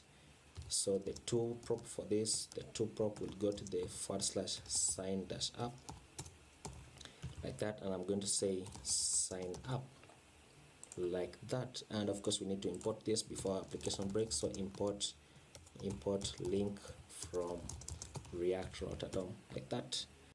So let me save that. Let's see what we have, and if I navigate to /login, we should have this. You can see now we have our form. Okay, so I want to go into my index CSS and target the login class that we've just created, login, and I want to add the background of URL, which is the image that we have taken from the public folder. And where is it? It's inside assets like that, and it's called cutsite.jpg, and I want to set it to no repeat, and center and cover like that. And then I want to set this height to 100 viewport height so that it takes up the entire width of the web page, the entire height of the web page, sorry, like that. And let me reload it. For some reason, once I had custom style, it takes a while to reload. I actually don't know why. Okay, so once we do that, then I want to go inside. Actually, I should have put this inside a class of overlay. So let me say div with a class of overlay like that, so that I can target this overlay class and add a height on it. So I can go back into my index CSS and say in the login class for the overlay class, I just want to add a height of 100 viewport heights, and that's all we're going to do there. So we can begin to style this using Tailwind CSS. Let me reload it so that it shows something. So I'm just going to say I want this to display flex, and I want the flex direction to be column, so flex col, and then I want to align item center, so the class for that is items dash center, and then justify center like that, which will bring everything to the center. So let me save that, as you can see. And then for the form, actually this won't work right there. Will this work right there? It doesn't work. So I want the class name for the form, so class name equals to flex and flex call, which will now display them like that. Okay, so on the input, I want to add a margin so that these separate out. So below this, I'm just going to say class name of margin on the bottom, so margin MB, I'm going to say margin of 3, separate out like that. And I'm just going to copy this and paste it inside this like that, which will move that down. And then on the form, I want to add a background color, so BG, let me say BG blue, let's say about 300. Oh, I've just realized something. My extension isn't working. My Tailwind extension isn't working. Why isn't this working? The Tailwind CSS IntelliSense, it's not working. It should be giving me a drop down list like this. So let me just uninstall it. Let me uninstall it, and then I think it should reload, and then it should now begin to give me suggestions, but technically it's still not, as you can see, because if it was working, then it would display the shade of blue that we have right there. So something, okay, there you go, as you can see, there you go. So I can close this down. So now this means it's working, so that if I were to go back like this and say BG, you see it gives me a drop down list. If it doesn't give you the drop down list, then you can say control and space, and it will load the list for you, as you can see. So I want the BG of blue with a shade of, let's say 300, just like that. That's too light, let me say 400. Okay, and then I want to add a padding all around on the form so that these push inwards, so padding all around of, let's say 5, like that. And then I want it to have rounded border, so I'm just going to say rounded like that, as you can see. And then I want it to span about 75% of the screen, so I'm going to say width to be 9/12, which is 75%, like that. Okay, looking very nice, looking very nice. And then I want this to display to the center, right? So I'm going to go inside a small element, and I'm going to say class name of, first I want to display block because it's not a block element, and then I'm going to say text center, which will now move it to the center like that. And then I want to style this link so that it's more visible, so there, right there, I'm going to say class name, give this a class name of BG red 500, and then let me give it a padding on the top of 1 and a padding on the x-axis of, let's say 4. Let's see how that looks, like that. And then give it a rounded border once again, so rounded. And then change the text to white, so text white, like that, looking very nice. And then for the hover effect, I just want it to be darker, so in Tailwind you can add a hover effect just by saying hover and then placing a colon and then saying bg red dash 800.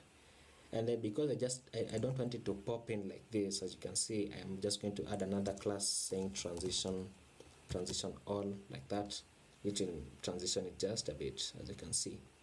So it's looking very nice, And then let me tell this button just a bit more. So this input to the class with the value of login, I'm going to say let me reduce the text, so text extra small, like that.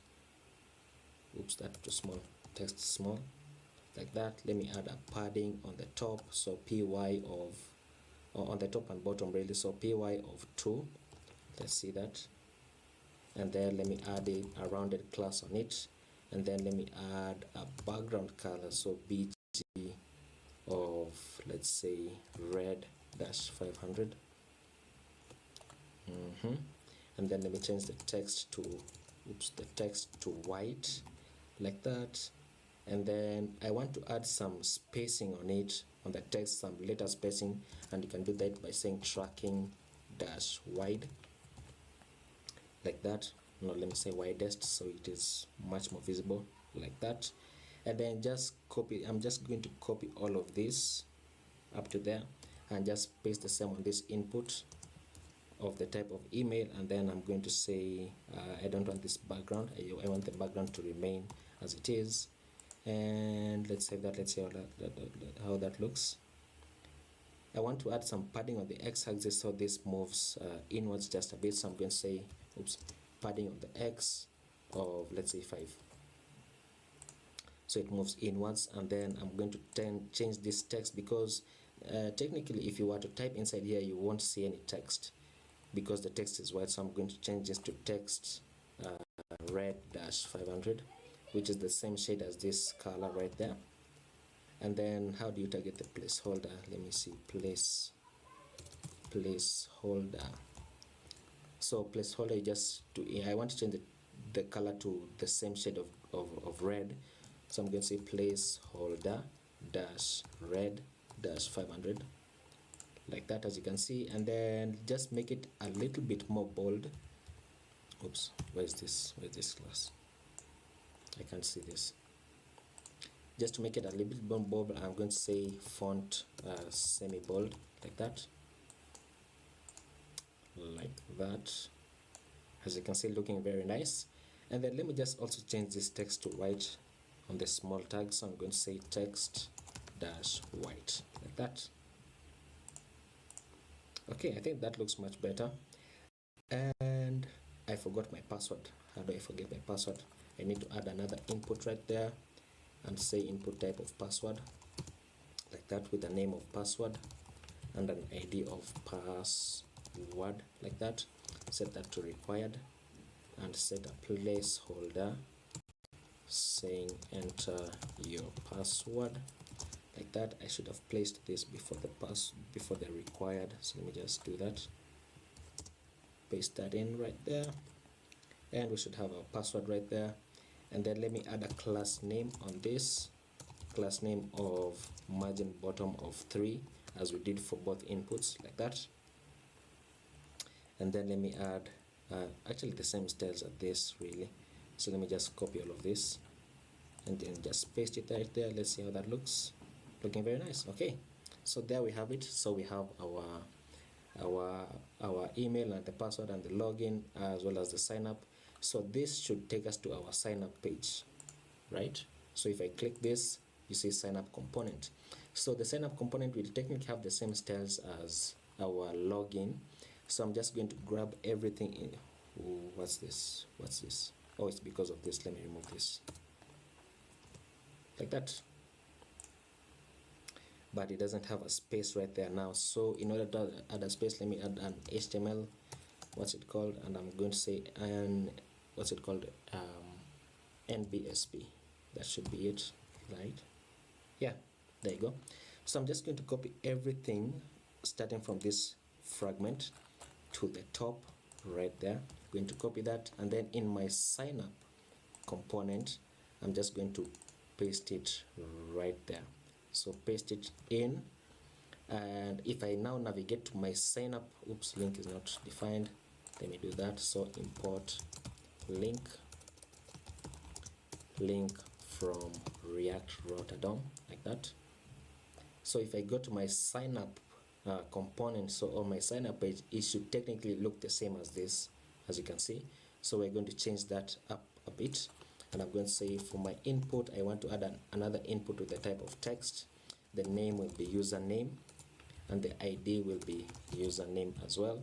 Set the placeholder to enter your username, and then set that to required, like that, and it should appear as you can see. And it actually this what's this password generates a password for us, but we don't need it. Okay,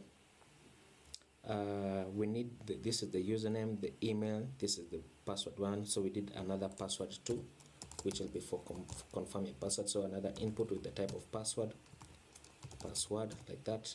Name will be password 2, so that it doesn't conflict with this, and then the ID will be password 2. So let me just copy that, paste that there, and set the placeholder to confirm your password, like that, and set the required attribute once again. So we should have that.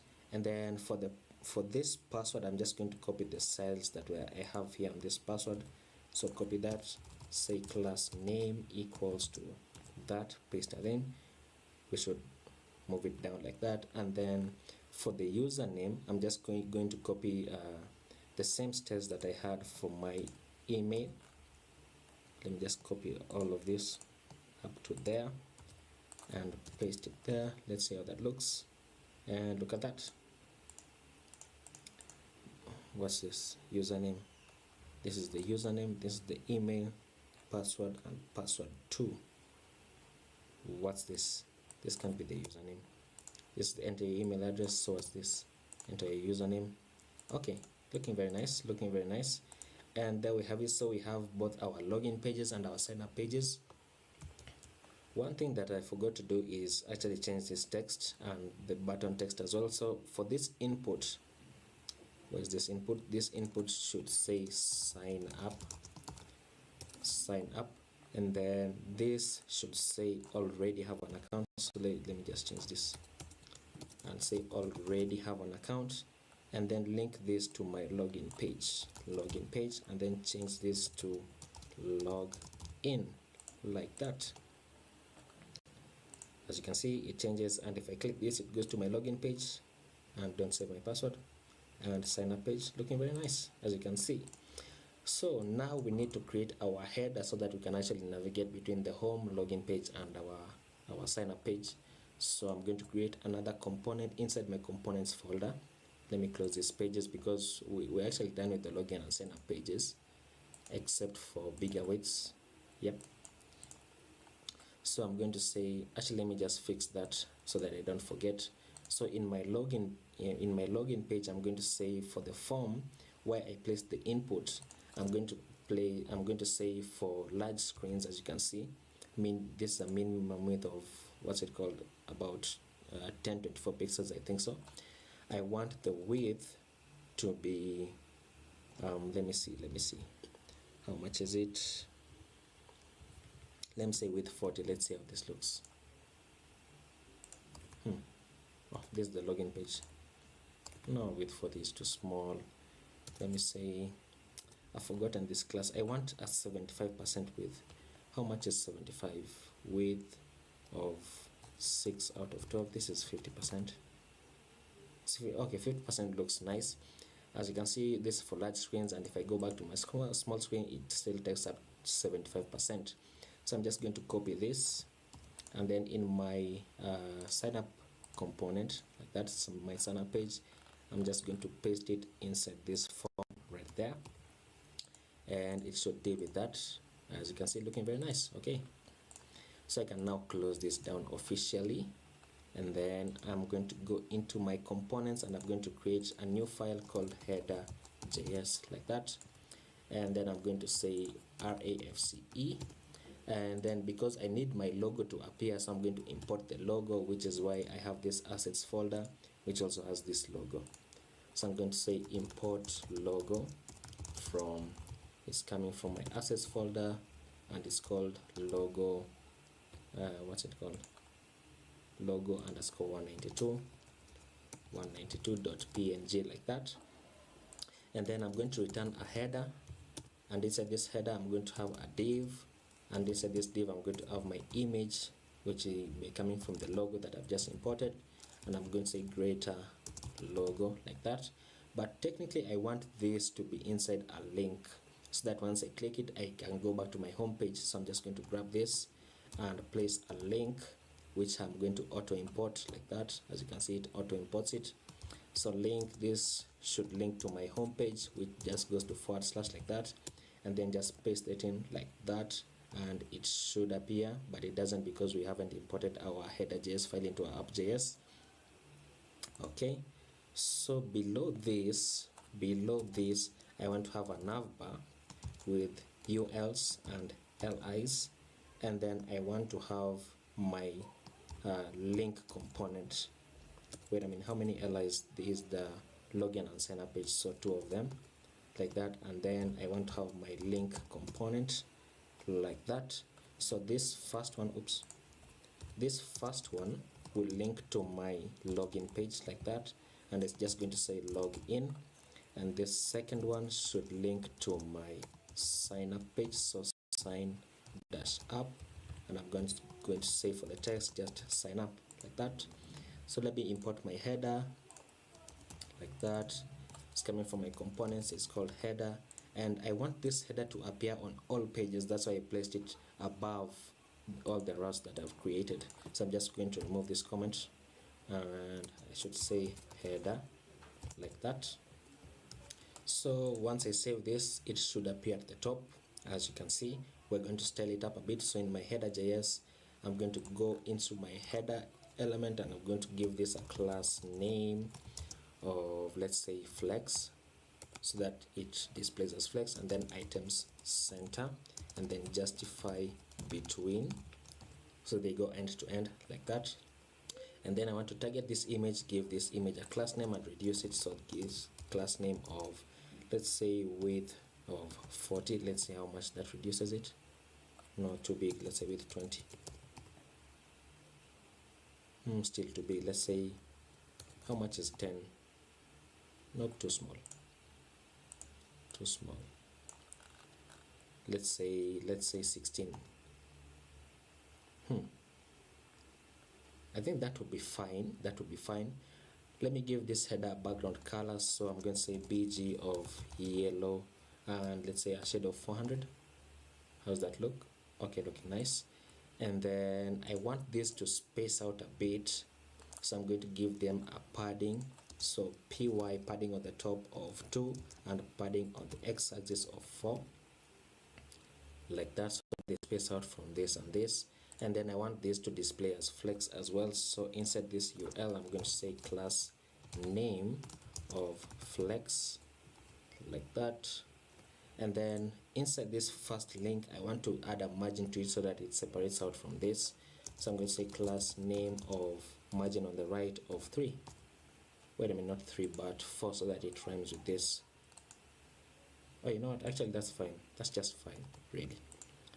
Okay, and as you can see, if I click the login, it takes me to my login page. Sign up takes me to my sign up page, and if I click this, it goes back to my home page, which we haven't styled. But one thing you'll notice is that we now have scrolling, so I don't want this scrolling to be there. So we can fix that by going to my index CSS, and I'm going to say how much height, how much padding do I have on this. Let me inspect this. Let me inspect this on the header. So I have a padding of 8 pixels on the top and bottom, right? So that's 16 pixels on the top and bottom, and this image takes up 64 pixels. Is it really? So 64 plus 16, that's about 80 pixels. Okay, so because I don't want any scrolling to be here, I'm going to go here and I'm going to use a CSS function called calculate, like that, and I want to calculate 100 viewport heights and then take away the height that the header takes up, which is, we have calculated to 80 pixels, and then I'm just going to grab this and just paste it on the bottom right there. So once I save that, it should remove this scroll bar because now it will take up 100 viewport heights. Let's hope so. If it can reload faster, please. Let's see that, and you can see that. So it takes up 100 viewport heights, and it doesn't introduce any scroll bars, as well as for the sign up page, like that. And if I were to even reduce it, you can see it still takes up 100 viewport heights. That's the goodness of this function. So let me go back to my home page, because now we are all done with the login and the sign up pages, so we can begin to style this. Okay, so for my showcase, remember I added a class of showcase on the section and a div class of overlay. That's because I want to add another image that I can display, and that image will be coming from my images folder. I'm going to paste it inside my assets folder, and I'm going to use this one. Yep, the old Instagram logo. I'm going to copy this, and then I'm going to paste it inside my assets folder. So paste that in, and then I can close this down, and then inside my index CSS, let me just place a comment here and say this is the login. Okay, so let's continue. We are going to create our showcase. So showcase like that, and we target our showcase class that we have in our showcase.js. And let me confirm that I actually imported this image, the old Instagram logo, like that. And then in my index CSS, I'm going to say, let me have a background of URL, set that to my assets folder, and then this, and then just say no repeat on the image, and then center it and cover, and then let me set a height of 500 pixels, like that. And then for the overlay class inside the showcase, it's not going to be the same as this.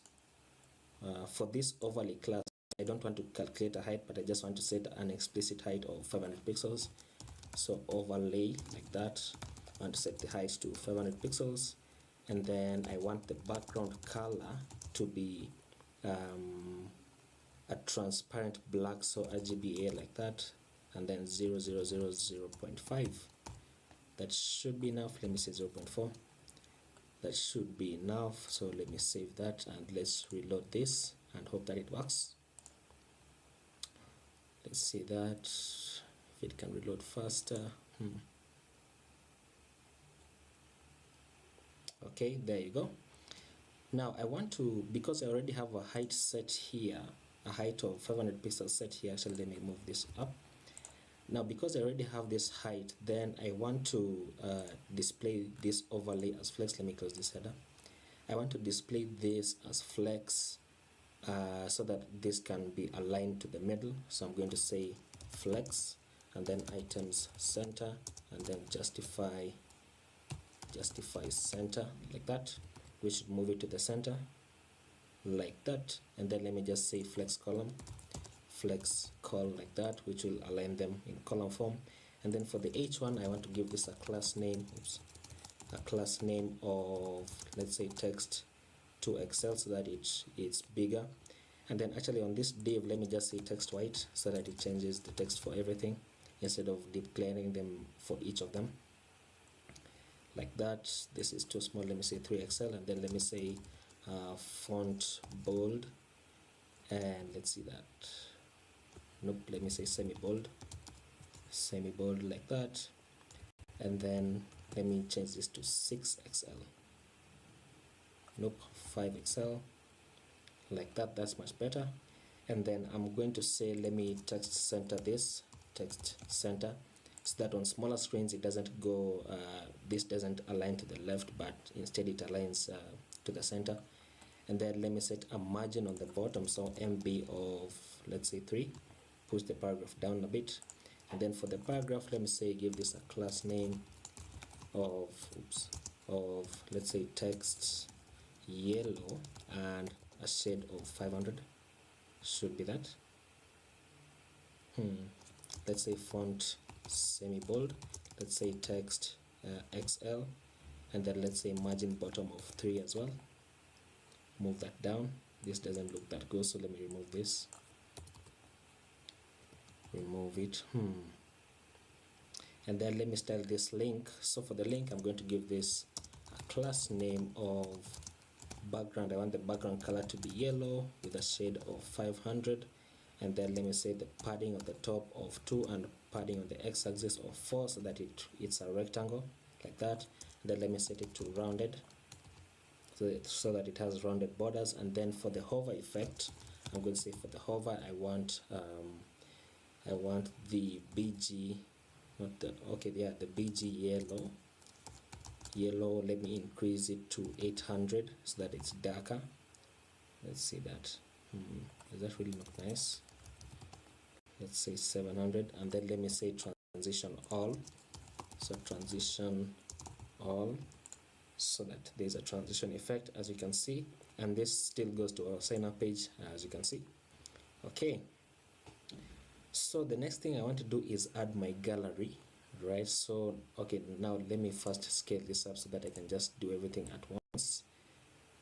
So I'm going to start with about, let's see, I'm going to start with about 768 pixels, so that's about medium. Okay, so for the H1, once it's past 768 pixels, then I want it to have a text of, let's say, 8XL. Let's see how that looks. So that looks nice, really. And then I also want to increase the paragraph. So for the paragraph, I'm going to say MD once again. So MD is 768 pixels, and then I want to say, let me increase the text to 2XL. Let's see that.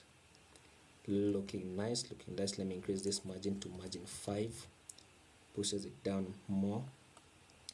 And then let's see, for bigger widths, I want this image, I want the height of this image to increase. So let me add a media query in my index CSS, and just below this I'm going to say at media, I'm going to say min width of 1024 pixels. Then I want the showcase like that, and I also want the showcase and the overlay, because I want to give each one of them the same height. So I want this height to 600 pixels, and just copy that and paste it right there.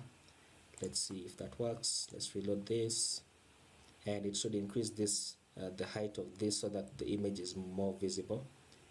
If it can reload faster. That's actually still small. Let me change this background position to top. For the showcase, I'm going to say background position, set it to top, because currently it's set to center, as you can see right there. So let's see that. Let's see, reload, like that. Okay, let me set this to 700, and then we can continue. So 700 pixels, let this reload, and then this will be our showcase class, as you can see. So please reload. There you go. Okay, that looks much better. Now let's begin to deal with our gallery. So for our gallery, I'm going to close my index CSS, and inside my components folder, I'm going to create a new file, not inside my assets, but inside my components. I'm going to create a new file called gallery.js, which will be my gallery component. Okay. For my gallery, I'm going to say IFCE, and then, oh, you know what, I've just realized I don't have my gallery array, because I don't want to import all 12 images. I don't want to import 12 images right here, because that's a bit too much work. So what I'm going to do is I'm going to create, let me place this full screen. I'm going to create my gallery array, my data array for the gallery. So inside my source folder, let me close this and this. Inside my source folder, I'm going to create a file called data.js, like that. And then inside data.js, I'm going to say let's say const data equals to that. Let's set that, and then let's export default data, like that. And then I'm going to use id 1, and then I'm going to use the path for the image. So the path for the first image, I'm just going to use this. So I'm going to say dot slash, and then it's inside my images folder like that, and then I'm going to call it antiquities dash store.jpg like that. Now the reason why this works is because the images are being served from the public folder. So technically, if you were to actually look at this, this isn't really outside of the source folder, but it works because the images are being served from the public folder. If the images were being served from inside my source folder, then this will result in an error. Not really an error, but your images would not be displayed on the screen. Now, so I have 1, 2, 3, 4, 5, 6, 7, 8, 9, 10, 11 images. So I'm just going to grab this, and then I'm going to say Shift and Alt on Windows and just copy it down 11 more times. So 1, 2, 3, 4, 5, 6, 7, 8, 9, 10, 11 like that. Change this ID, change this to 2, change this to 3, change this to 4, this to 5, this to 6, 7, 8, 9, 10, 11, and finally 12. That should be it. And then just rename these images. So this will be bike.jpg, this will be blue car, blue, is it blue dash car, like that.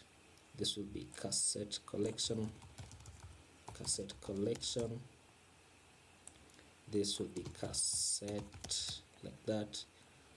This will be old Instagram logo, so old dash Instagram dash logo, like that. This will be old school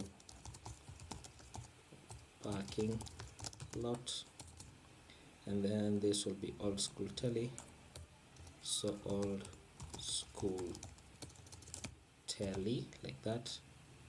This is phone, oops, this is the phone, this is the pocket watches, pocket-watches.jpg, this is the queen, and finally this is TV collection. Okay, so this is TV-collection, like that. Okay, so once we export that, then we can now import our data into a gallery.js. So I'm going to say import data from, it's inside my, okay, just like that, data. And then because I want to display everything inside this data, then I will need to import use state at the top so that I can set up my state values. So I'm going to say, let me call them items, or let me call them cards, and set cards, like that. And it's going to use state. By default, it's going to use the data that we have, that we've just created, like that. And then I'm going to set up my return. So I want to return a fragment first of all, and then I want to return an h2 saying gallery, like that. And then below that I want to return a section, right? And inside this section I want to map over this cards data.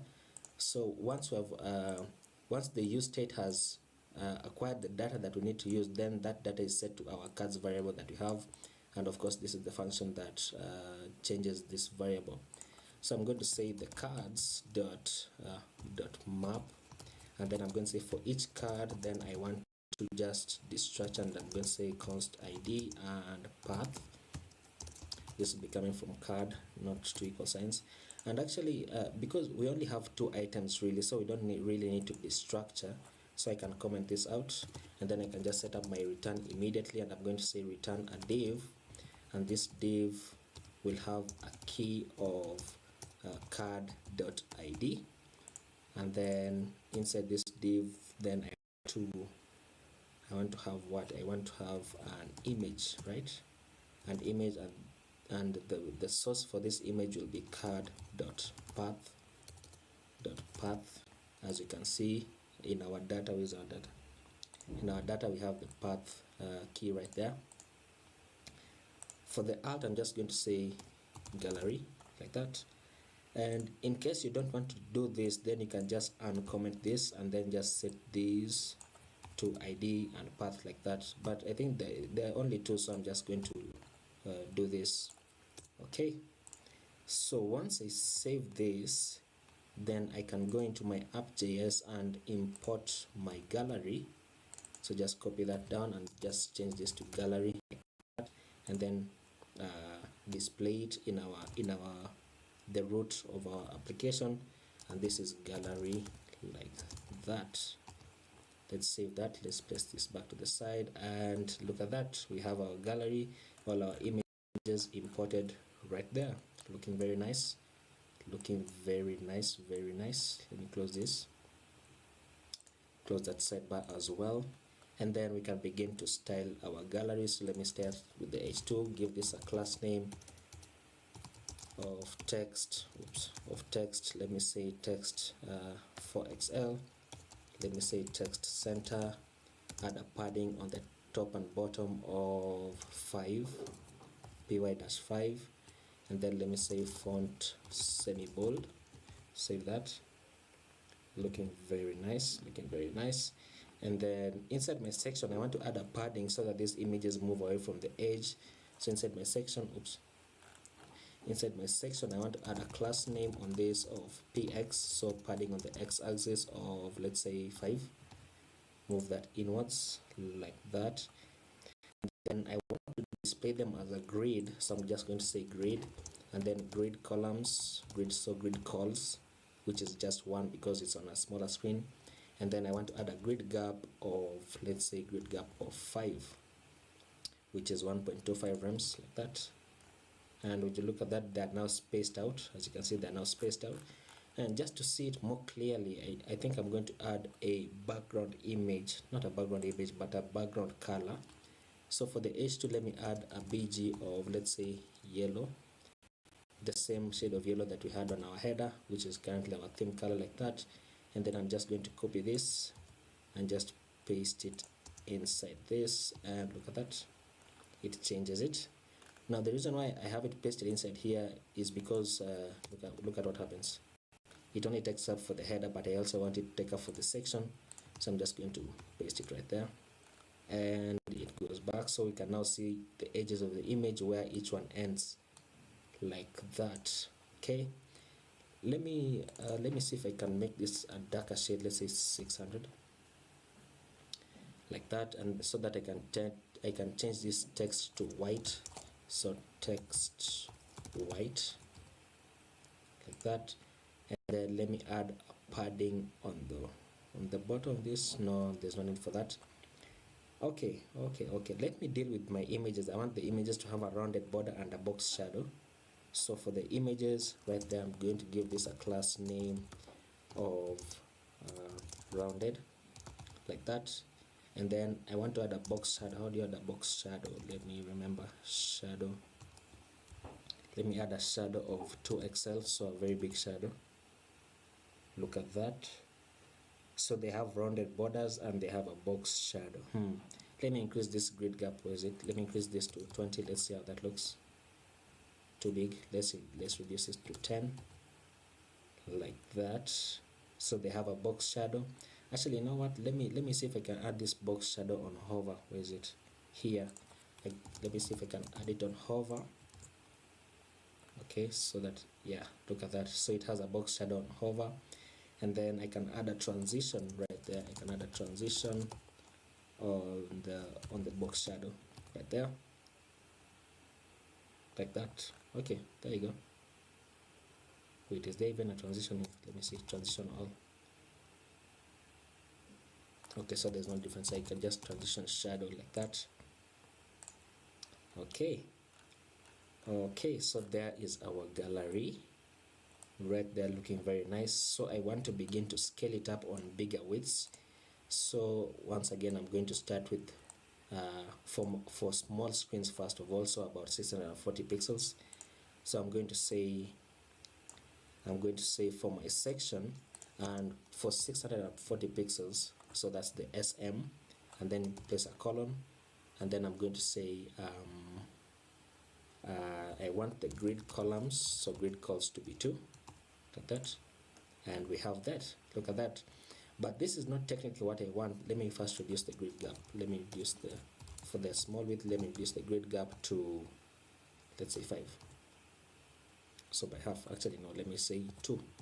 even smaller, like that. So this is not technically what I want, so I'm going to go into my index CSS. Where is it? Into my index CSS, and then I'm going to, let me first add a class name on this, and I'm going to give this a class name of gallery on the section, okay, so that I can target it in my CSS. And then I'm just going to say, add a comment saying gallery, and I'm going to say for the gallery, actually, you know what, I want to add a media query, so I'm going to say media min width of 640 pixels. So 640 pixels is where we transition this to two grids, like that. Then I want to target the gallery, and I want the images inside that gallery, I want them to have a width of, let's say 300 pixels and a height of 300 pixels, so that they're square. Let's save that. Let's see how this looks. Let's reload that. Let's reload that. Faster. So that we have this. Look at that. That's much better. That is much better, and it reduces the strain on the styling. So once we do that, let me remove this gap. Let me say gap 0. Okay, you know what? Let me say gap 2. The reason why this gap is greater than this is because we have limited the images to 300 pixels each, so they only take up 300 pixels of the grid that they are in. So that's why this space is bigger than this. I don't know whether you understand what I'm saying. Okay, let's see. We can continue to scale it up. So on as you can see, we don't want this to appear like that, so I can say for medium screens, let me say for large screens, I'm going to say I want the grid columns, so grid calls to be 3. Let's see how that looks. Let's increase it, and let me just center everything. So I'm going to set margin to auto. So I'm going to say where is it? In my index CSS, I'm just going to say margin of auto, like that, which should now center everything much better, so that there's equal spacing on each side. Okay, let's do that faster, like that, as you can see. And then continue to add media queries, and I'm going to say for extra large screens, then I want the grid columns to be 4, just like that. And would you look at that, looking very nice, looking very nice. Actually, you know what, I think I can add one more media query here. I can say media min width of, let's say, what did I have here, large. So this is about 1024 pixels, as you can see. So I can just say for 1024 pixels, then I want the gallery, the images, I want them to have a width of 500 pixels. Actually, let's just do that. Let's see how this looks. Reload that. I don't want so much space between the images, so that's what I'm trying to fix. Let's see. Okay, yeah, that looks much better. That looks much better. Let me increase the size on this of the header for bigger widths. I can go back to my gallery.js, and let me place this full screen, and I can say for medium width, then I want the text for this to be, what do you have here, 4XL, so I can say 6XL. Yeah, that looks much better. And then for medium width, I'm going to say let me have a padding on the bottom of, let's say 10, so that it pushes it down even more, like that. Yeah, that looks much better, much better. So let me add a padding on the bottom on the section, so that we can have some margin on the bottom, right? So on the section, let me see, this is px, I don't have any padding on the y, so I'm going to say padding on the bottom, let me have a padding of 10 pixels. That increases the space, like that right there. Let me push this back, like that. Okay, and then finally we're going to have our footer, like that. So we're going to go back into our components folder and create a new file called footer.js, like that, and then just say rafce once again, and then I'm going to just say return a footer, right? And inside the footer, then I want to have the logo. first of all, so I need to import the logo. So I just say import logo from assets slash, is it logo 192.png, I think so. And then I'm just going to return a div, and then inside the div I'm going to place my logo like that, and then for the alt I'm just going to say greater logo, and then let me return, we need to add React icons, so I need to import my icons. I'm going to say import fa Facebook, fa Twitter, fa Instagram, fa YouTube, and fa Pinterest, like that. They're all coming from React icons, so React icons slash fa. The reason why I've combined all of them is because they're all coming from the Font Awesome library, so I don't have to separate them. And then inside the footer, now below this, I'm going to say return a UL, and the UL should have how many LIs? There are 1, 2, 3, 4, 5, like that. And then just render these icons. You know what I wanted? I wanted this to be inside this, so just move it up. You can move it up by just, on Windows you can just press Alt and then the arrow directional keys that you want. Okay, so for this first one I'm going to return fa Facebook.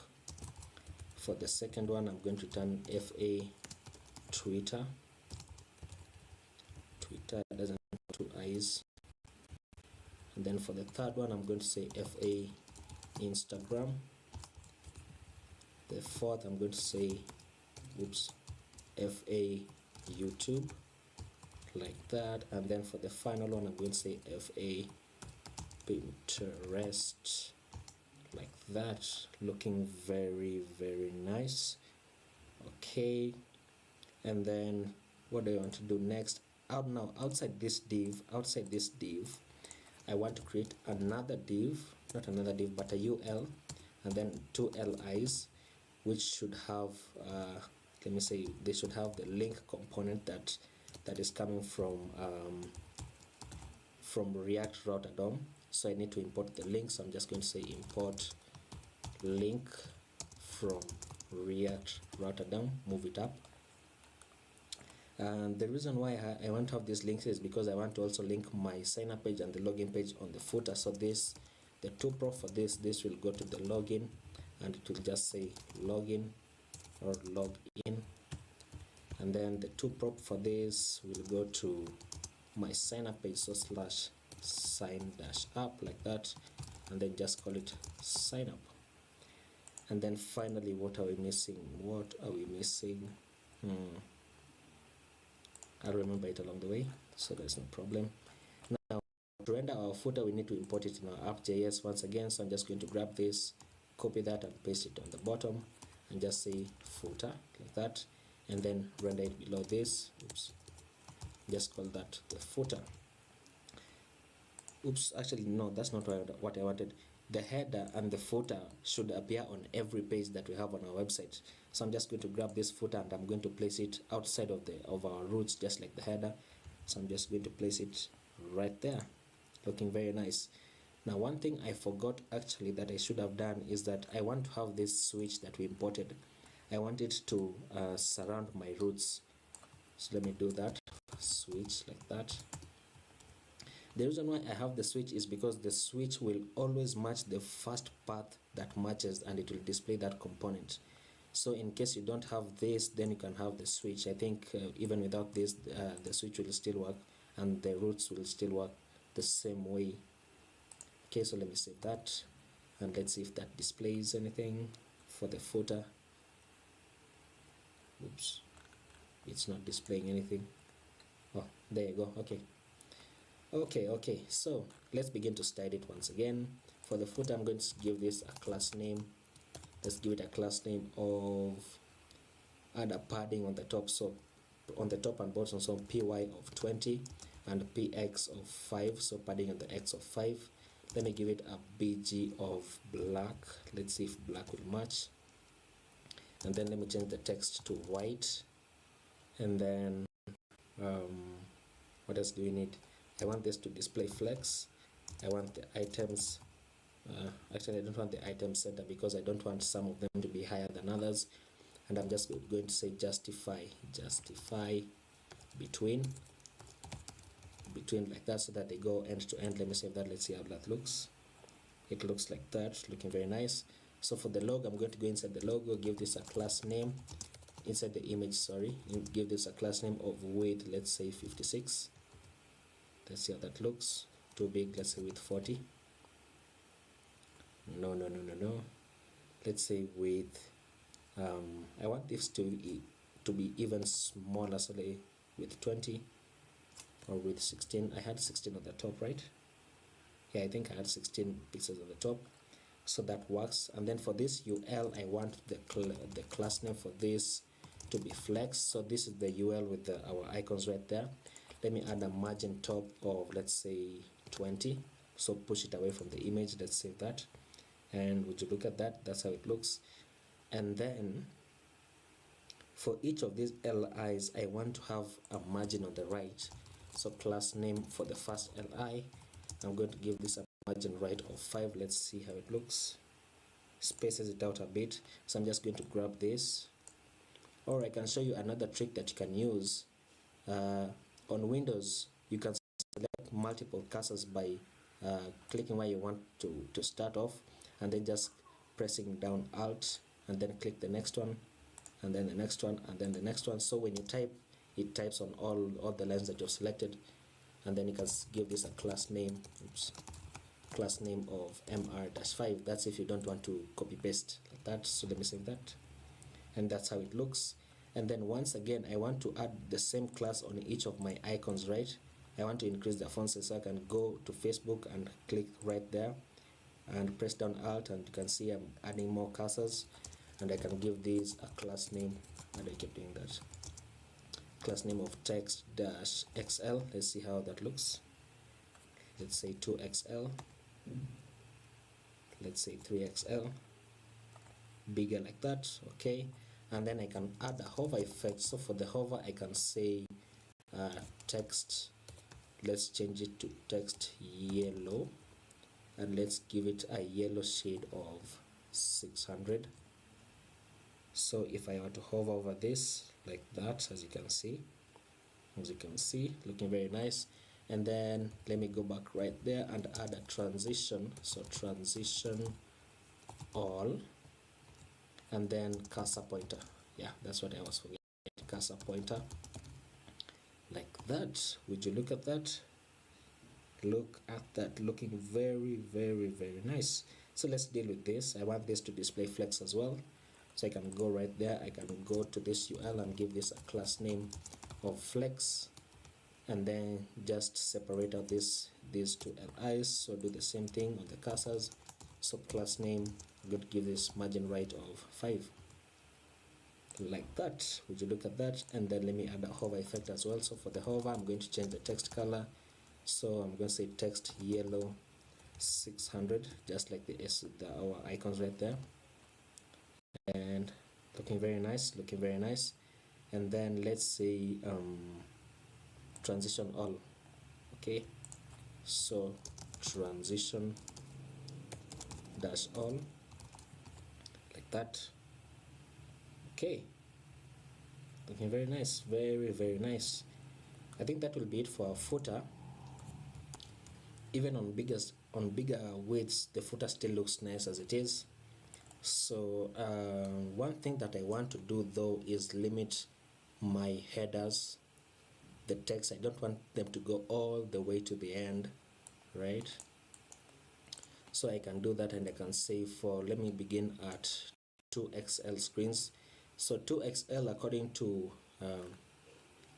the media queries by Tailwind CSS, that's about 1500 pixels or something of the sort.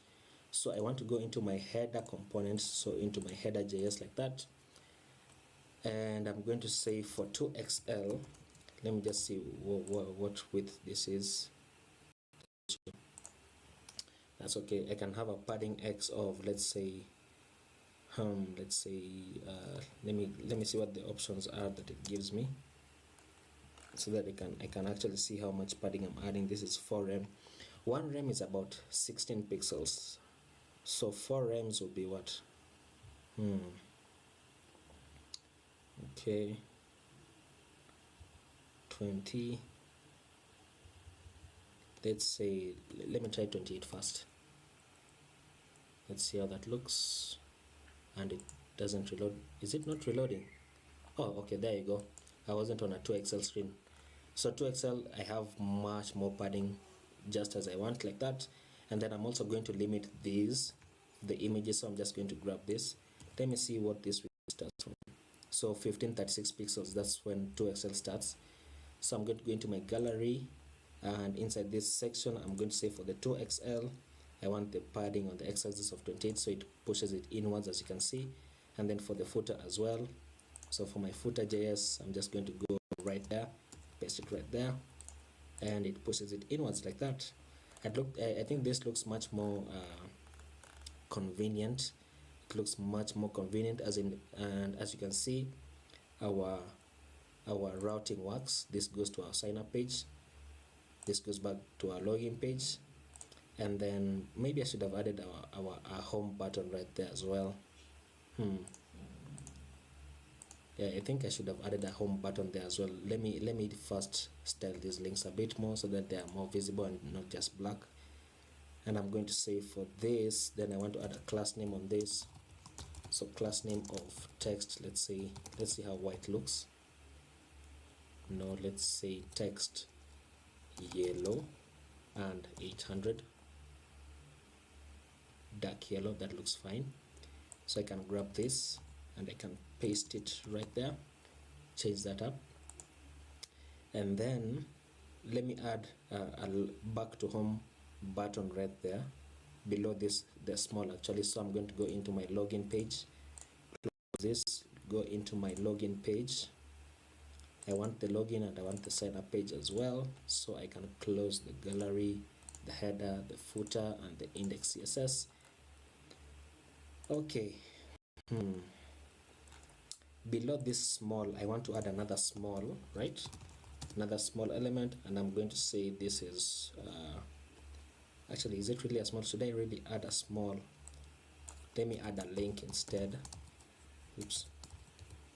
Link this to home page, link this to the home page like that, / and I say back to home, and then I can give this a class name. Actually, I can style it almost the same as this. Maybe I can give this a class name of shadow small, and then give it a padding on the y of 2 and padding on the x of 4, and then I can say text white, and then I can say for the background I want a background of yellow -600. Once again, let's see how that looks. We have that, but I don't want this. Let me add a margin. I can say margin top of, let's say 5. Let's see that. So separate it out a bit, and then I want it to display as an inline block, so I'm just going to say inline dash block, like oops, let me place this to the side.